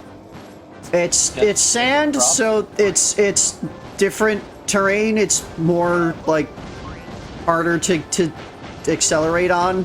I guess the DK cart rolled low this time. The snowy slope. It's ice. Hooray! It's all snowstorm. look. It's all ice. Crystal. And like you might think, oh, the edges. It's got like cliffs around the edges. Maybe you can fall off. No, it's just a wall. Anyway, this is the Scholar gun. You can see like it fires out this little. Once he shows a bit better, you'll see a bit better later. Jungle Falls on a suspension bridge with a bamboo backdrop. The bridge is a circle because they're all circles. So yeah, you can see here the Scholar gun. It fires out like this little orb, and when you release the button, it explodes. So like if it's not going to hit directly, you can still hit them with like the blast of the shot. Lunar Outpost. Battle on the It's a crater with sloped surf edges. I'm glad this is part of a dream, because I do not want to understand the implications of the lunar base in the Mario universe. It's just got all these satellites on it, and I think there are multiple Earths around the edges. It's a little hard to tell. Well, it could be the Mushroom World moon. And the Bowser Stadium. It's a Bowser place with the Bowser aesthetic of lava, and there's a big lava pool in the center. Don't drive into the center because lava hurt. Okay. Yeah. Don't drive along the edge either? Yeah. They really have some trouble, like, understanding an arena where you can't drive in the center or around the edges. Luigi kind of drove off into the edge there. That's everything for Super Battle Mode, Super Duel Mode. Alright, so that was it for Super Duel Mode. Okay. Now for more modes that aren't really Mario Party, with the bonus modes with Mamar. That was not a bonus mode? No, that was Super Duel Mode. This is bonus mode. Welcome to bonus mode. Hi. Hi there. Mamar is going to be our guide for bonus mode. There are some fantastic games here just for you. Are they? So, we have 3 bonus games in here. We already had a Mario Party card game. Well, this is a different type of card game. This is Card Party. And this one's weird. This one's real weird. You shouldn't put tea on your card table. Welcome to the Card Party. Hi. Mamar's gonna tell us all about this game, so yeah, no, let's... Mamar, you already explained yourself. So she'll tell us about the Card Party. Yes, that's what we asked you to do. In the Card Party, you turn cards over as you move across the board. But first you have to pick your play order. With a card. With a card. And then you pick your start space. With a card? It can be put anywhere as long as it's next to a path card. Okay.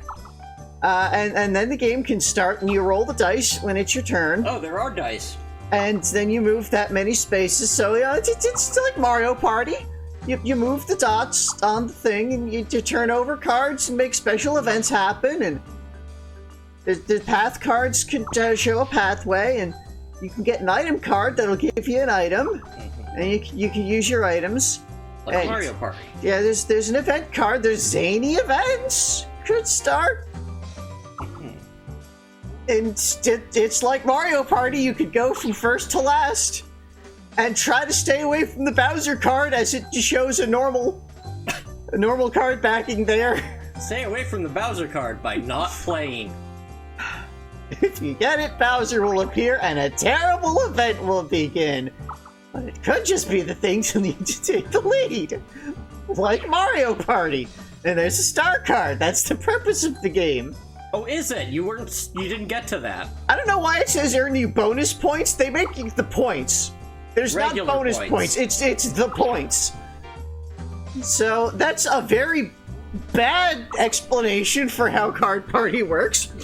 But let's jump straight into this. You got 4 different lengths of game that determine the size of the game board. So just gonna jump straight in here, and you got the little figurines of your characters, and the Boo, Koopa Kid, and Toad are not playable in this mode. Yeah, this is a bonus mode, not a bonus character mode. And so you've got these little cards that you pick. You pick from one of the cards, and this is for determining your turn order, and everyone picks a card, and it starts with player 1, so player 4 has no choice. And they flip over, and that's the turn order. Huh. And it lines them all up like that. If everyone laughs. This is your game board. It lays out all of these cards, and a bunch of them turn into the stars and the events and the item spaces, and you pick your starting space, and it has to be next to a normal path card space. It can't be next to a mushroom or event or star. And that's where you will start exploring this board. This is like, if they tried to make something that they could potentially print as a physical Mario Party board game. Potentially.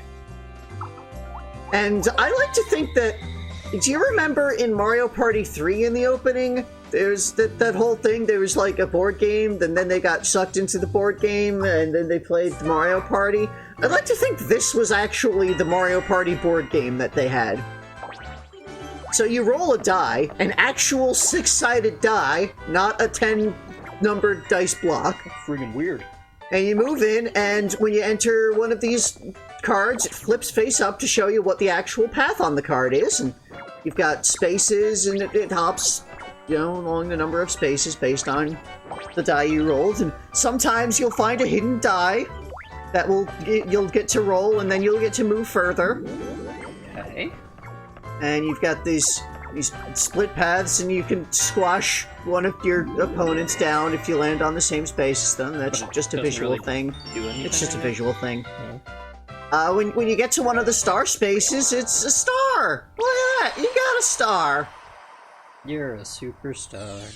You got the star! Congratulations. And then it becomes a normal. And yeah, it turns into a regular path space after that.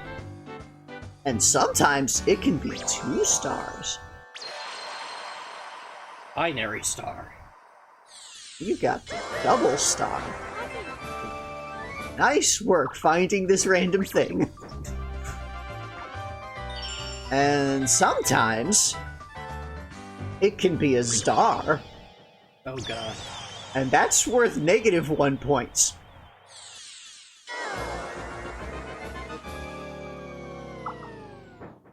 So be careful picking your random things! I'm glad they've banished star to bonus games. And sometimes it'll be a star, but then actually, nope, it was a star all along! Why? I don't know! Because they like making you think that you had something good and then taking it away. Just like Mario Party! Yes!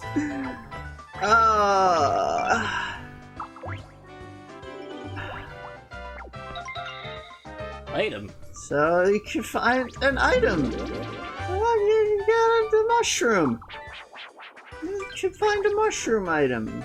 And when you use the mushroom, it gives you an extra dice for the turn. Extra actual, does it? Yeah, you got 2 dice. See that? And then you got 2 dice, and they're red. Pink is the mushroom. And you could also get the poison mushroom. The cursed mushroom. That's right. That's what they call this. Curse, not poison.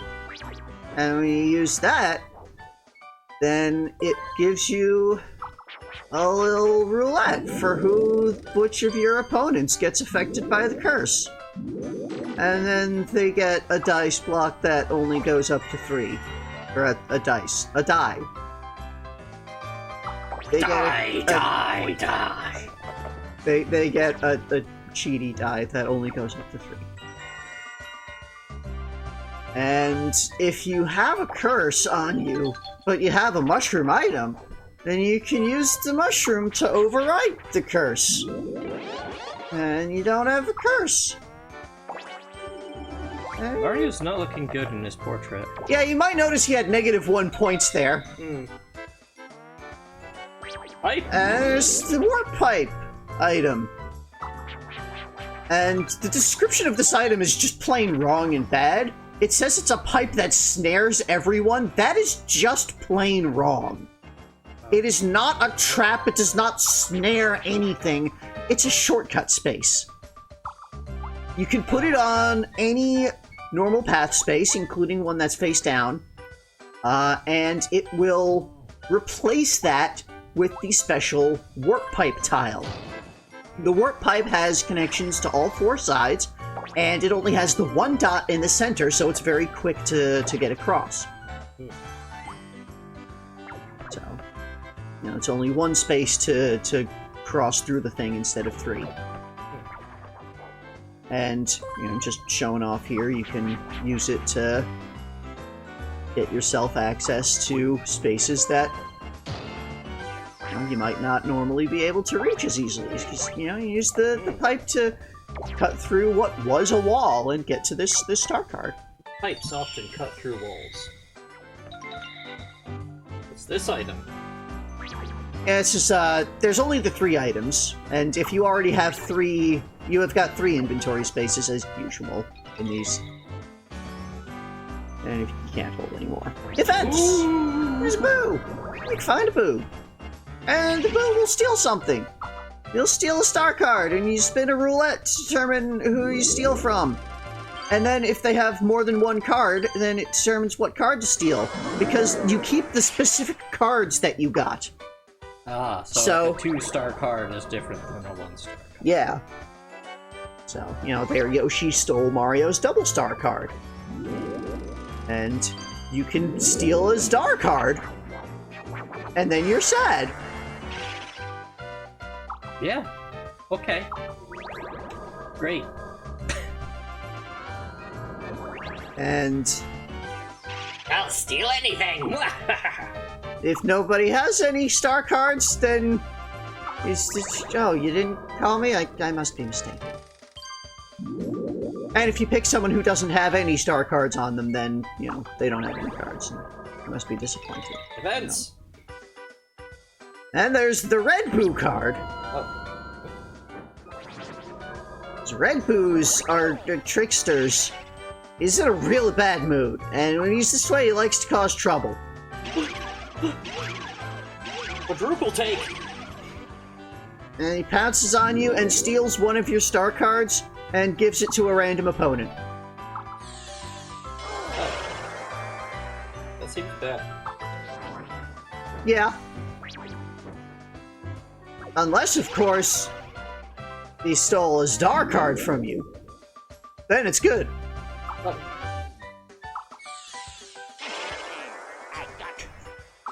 Yeah, very happy. And if you have no Hey, cards... yep, you don't have any cards, then still wants to cause trouble. I see you don't even have a star card. I'll let go this time. Don't let it happen again. Yeah, don't be... poor? And then there's also the event that's Warp. It's a Warp event that sends you to a random space on the board. Wario has been sent away. And there's this one that's to return to start. You fall in a hole. Black hole. And then you return to wherever you put your start card. Annoying. Yep. And there's also the swap event, where you switch spaces with another random opponent. That could be bad for you. Yep. It's random. And sometimes there's a Bowser card, and it's not visible what thing it is, it's just one of the random path cards is a Bowser card. And then Bowser will show up, and he's got some rotten gifts, but he's feeling generous. He can give you Bowser breath. Y'all get to start from the beginning. And he breathes the breath, the fire breath, and then everybody gets sent back to start. Nope. Which is varying degrees of good and bad for everyone. And he could also give you... Item shuffle. So this works kind of like the Kamek item in the main game, where it'll take everybody's items, randomly distribute them, starting with the player who reached the space. So it's actually good for you. Communism! Yeah. It's a revolution. And sometimes it's just the Koopa Kid. kind of trouble because I'll give you a curse. That's it. I'll just apply a curse effect to you. Okay. But also, sometimes, they'll show up, and what kind of trouble? Say, we're not good enough! This is a disgrace! Bowser! Bowser! And they'll call in Bowser. Which is just sort of... Gonna set you on fire. Again, just a thing. This will give you a star. Except, of course, it's actually a star. Oh no! And they'll give it to a random player. Wait. So, there's that. When there is only one star space left, you get the last card event. It applies to whoever is in 4th place when their turn shows up. So here you get this lucky dice event. You get to roll these star dice, since you might not get anything out of it. Game excitement. And instead, you might roll them, and you could get a star. If you roll the star side, you get a star. Nice work rolling those dice. And there's a couple of different events that it could be. You could get the dice bonus. Oh. With the dice bonus, you'll roll 2 dice for the rest of the game. You'll roll an extra die. Well, probably a couple of turns in there. And if you add a mushroom on top of that, then you'll roll 3 dice for that turn. Ooh. Maybe that will make you get 4 stars? I mean, you might hit, like, some events and swap things around. You can also stop time. So, you roll the die, and that determines how many rounds time will be stopped for, and then you'll be the only player who goes for that many rounds. Rude. Yeah, it gives you, like, a couple of turns in a row to just play through.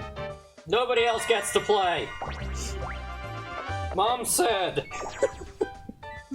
Sorry, ma'am said.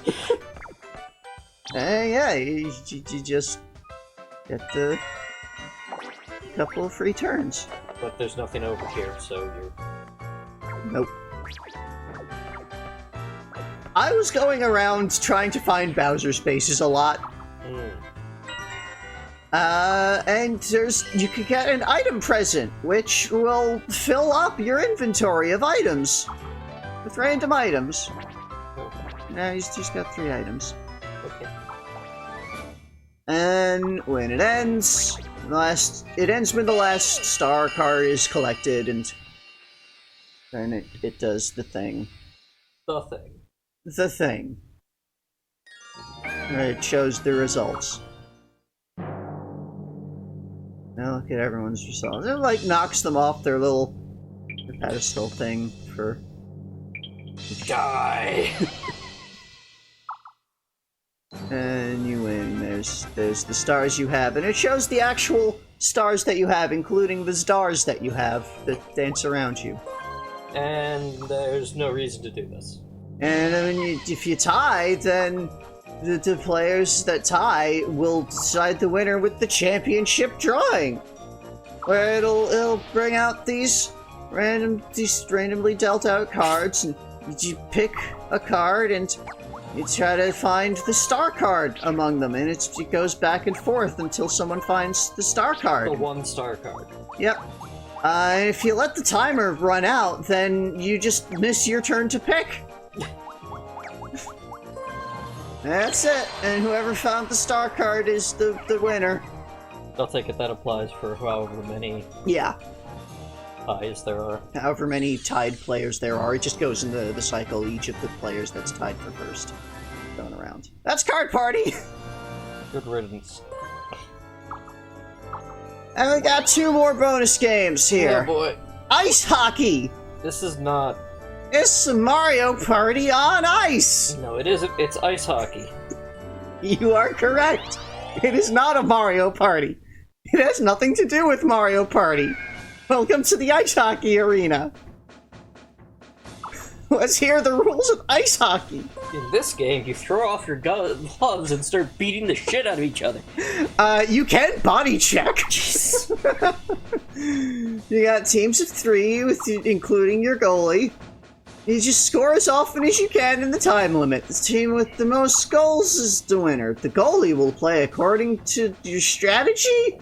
I don't understand what that is about. It's AI is what it means. Yeah.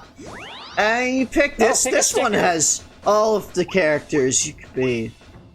But as a sticker instead of... Well, it has the stickers of them with the things, and then they become the models, and then you get your teams of 2, and it's the same. Uses the names. Same team names as in the party team mode, and then you pick 1, 3, or 5 minutes for your game length, and you go and you play, and you've got your ice hockey. You've got your control stick to move. You've got A to, I think A was to pass the puck.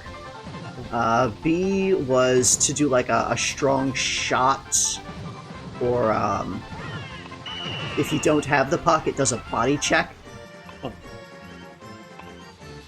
And like the goalies are shy guys, and yeah, they're always AI controlled. They'll just sort of do what they can. You gotta work around them, and yeah, it's ice hockey. You can steal the puck from whoever has the puck. You can score on yourself. You can beat each other up. It's ice hockey. Wow.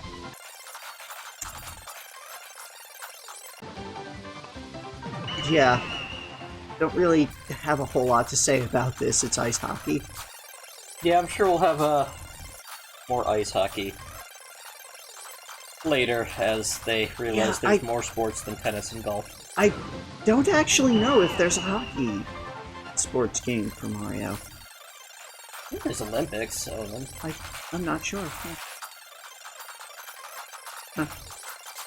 But anyway, yeah, it's ice hockey, and you play for the number of minutes that you selected, and then whoever has the most points at the end of that is the winning team.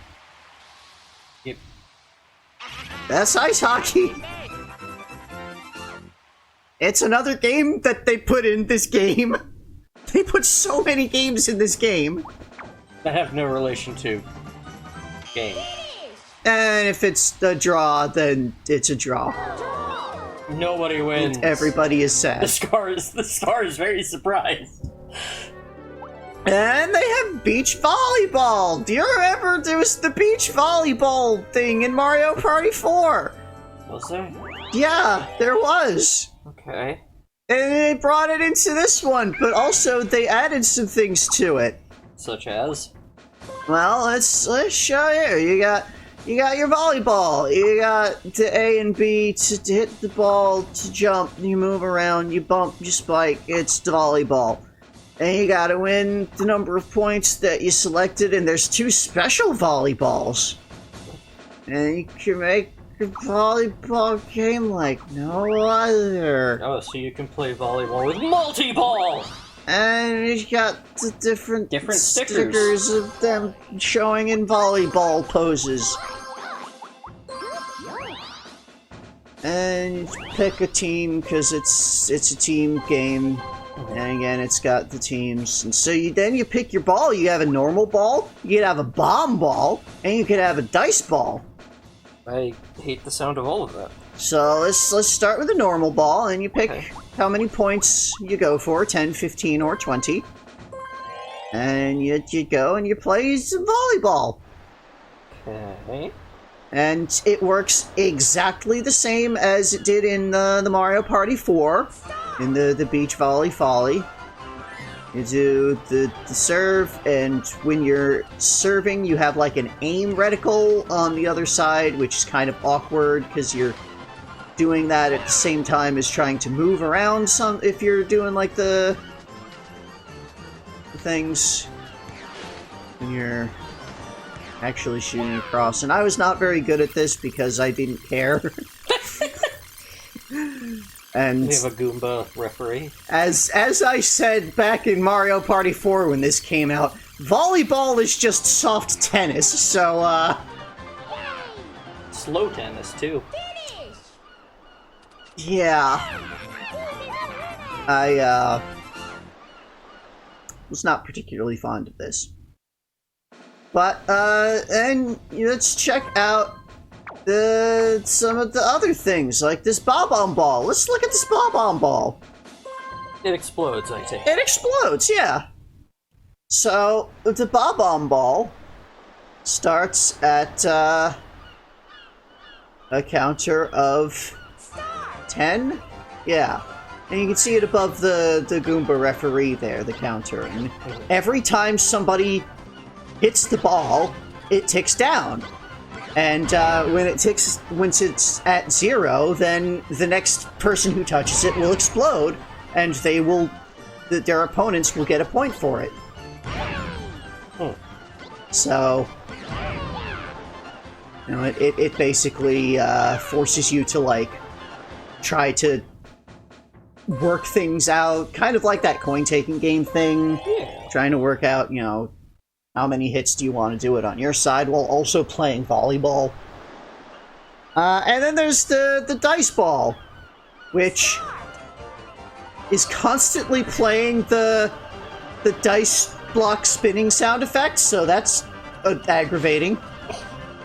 But it's constantly going between 1 and 6, and whenever it hits the ground,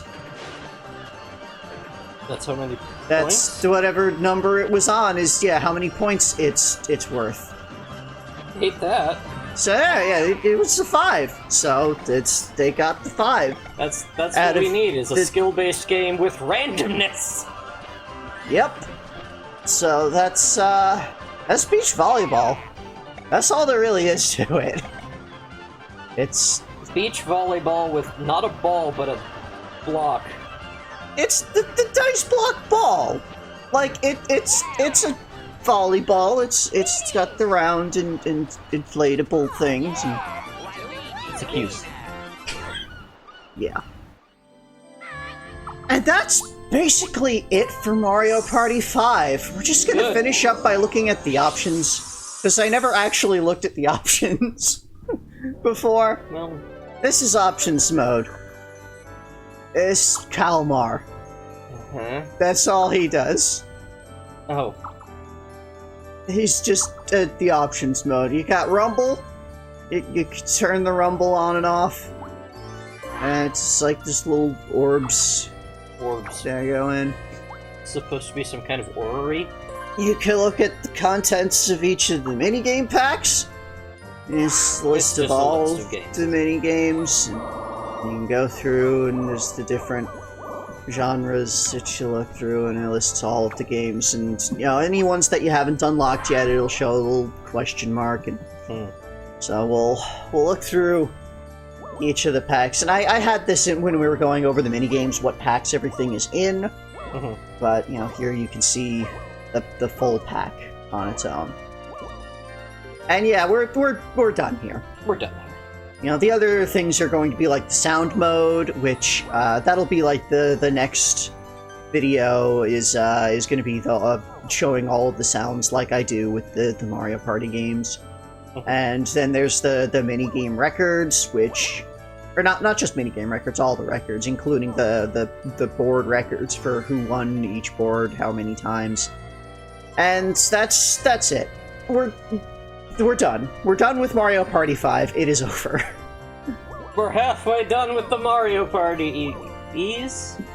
Wait, how many Mario Parties really. are there? There's 10 numbered ones, but also there's some non-numbered ones. Why would they do that? Because. Okay. Well, let's talk about the series in general then. Well, I mean, first I guess, like, do some closing remarks, last thoughts about this. No. Okay. I have no thoughts. Okay, yeah, we kind of already said everything. It's just a weak game overall.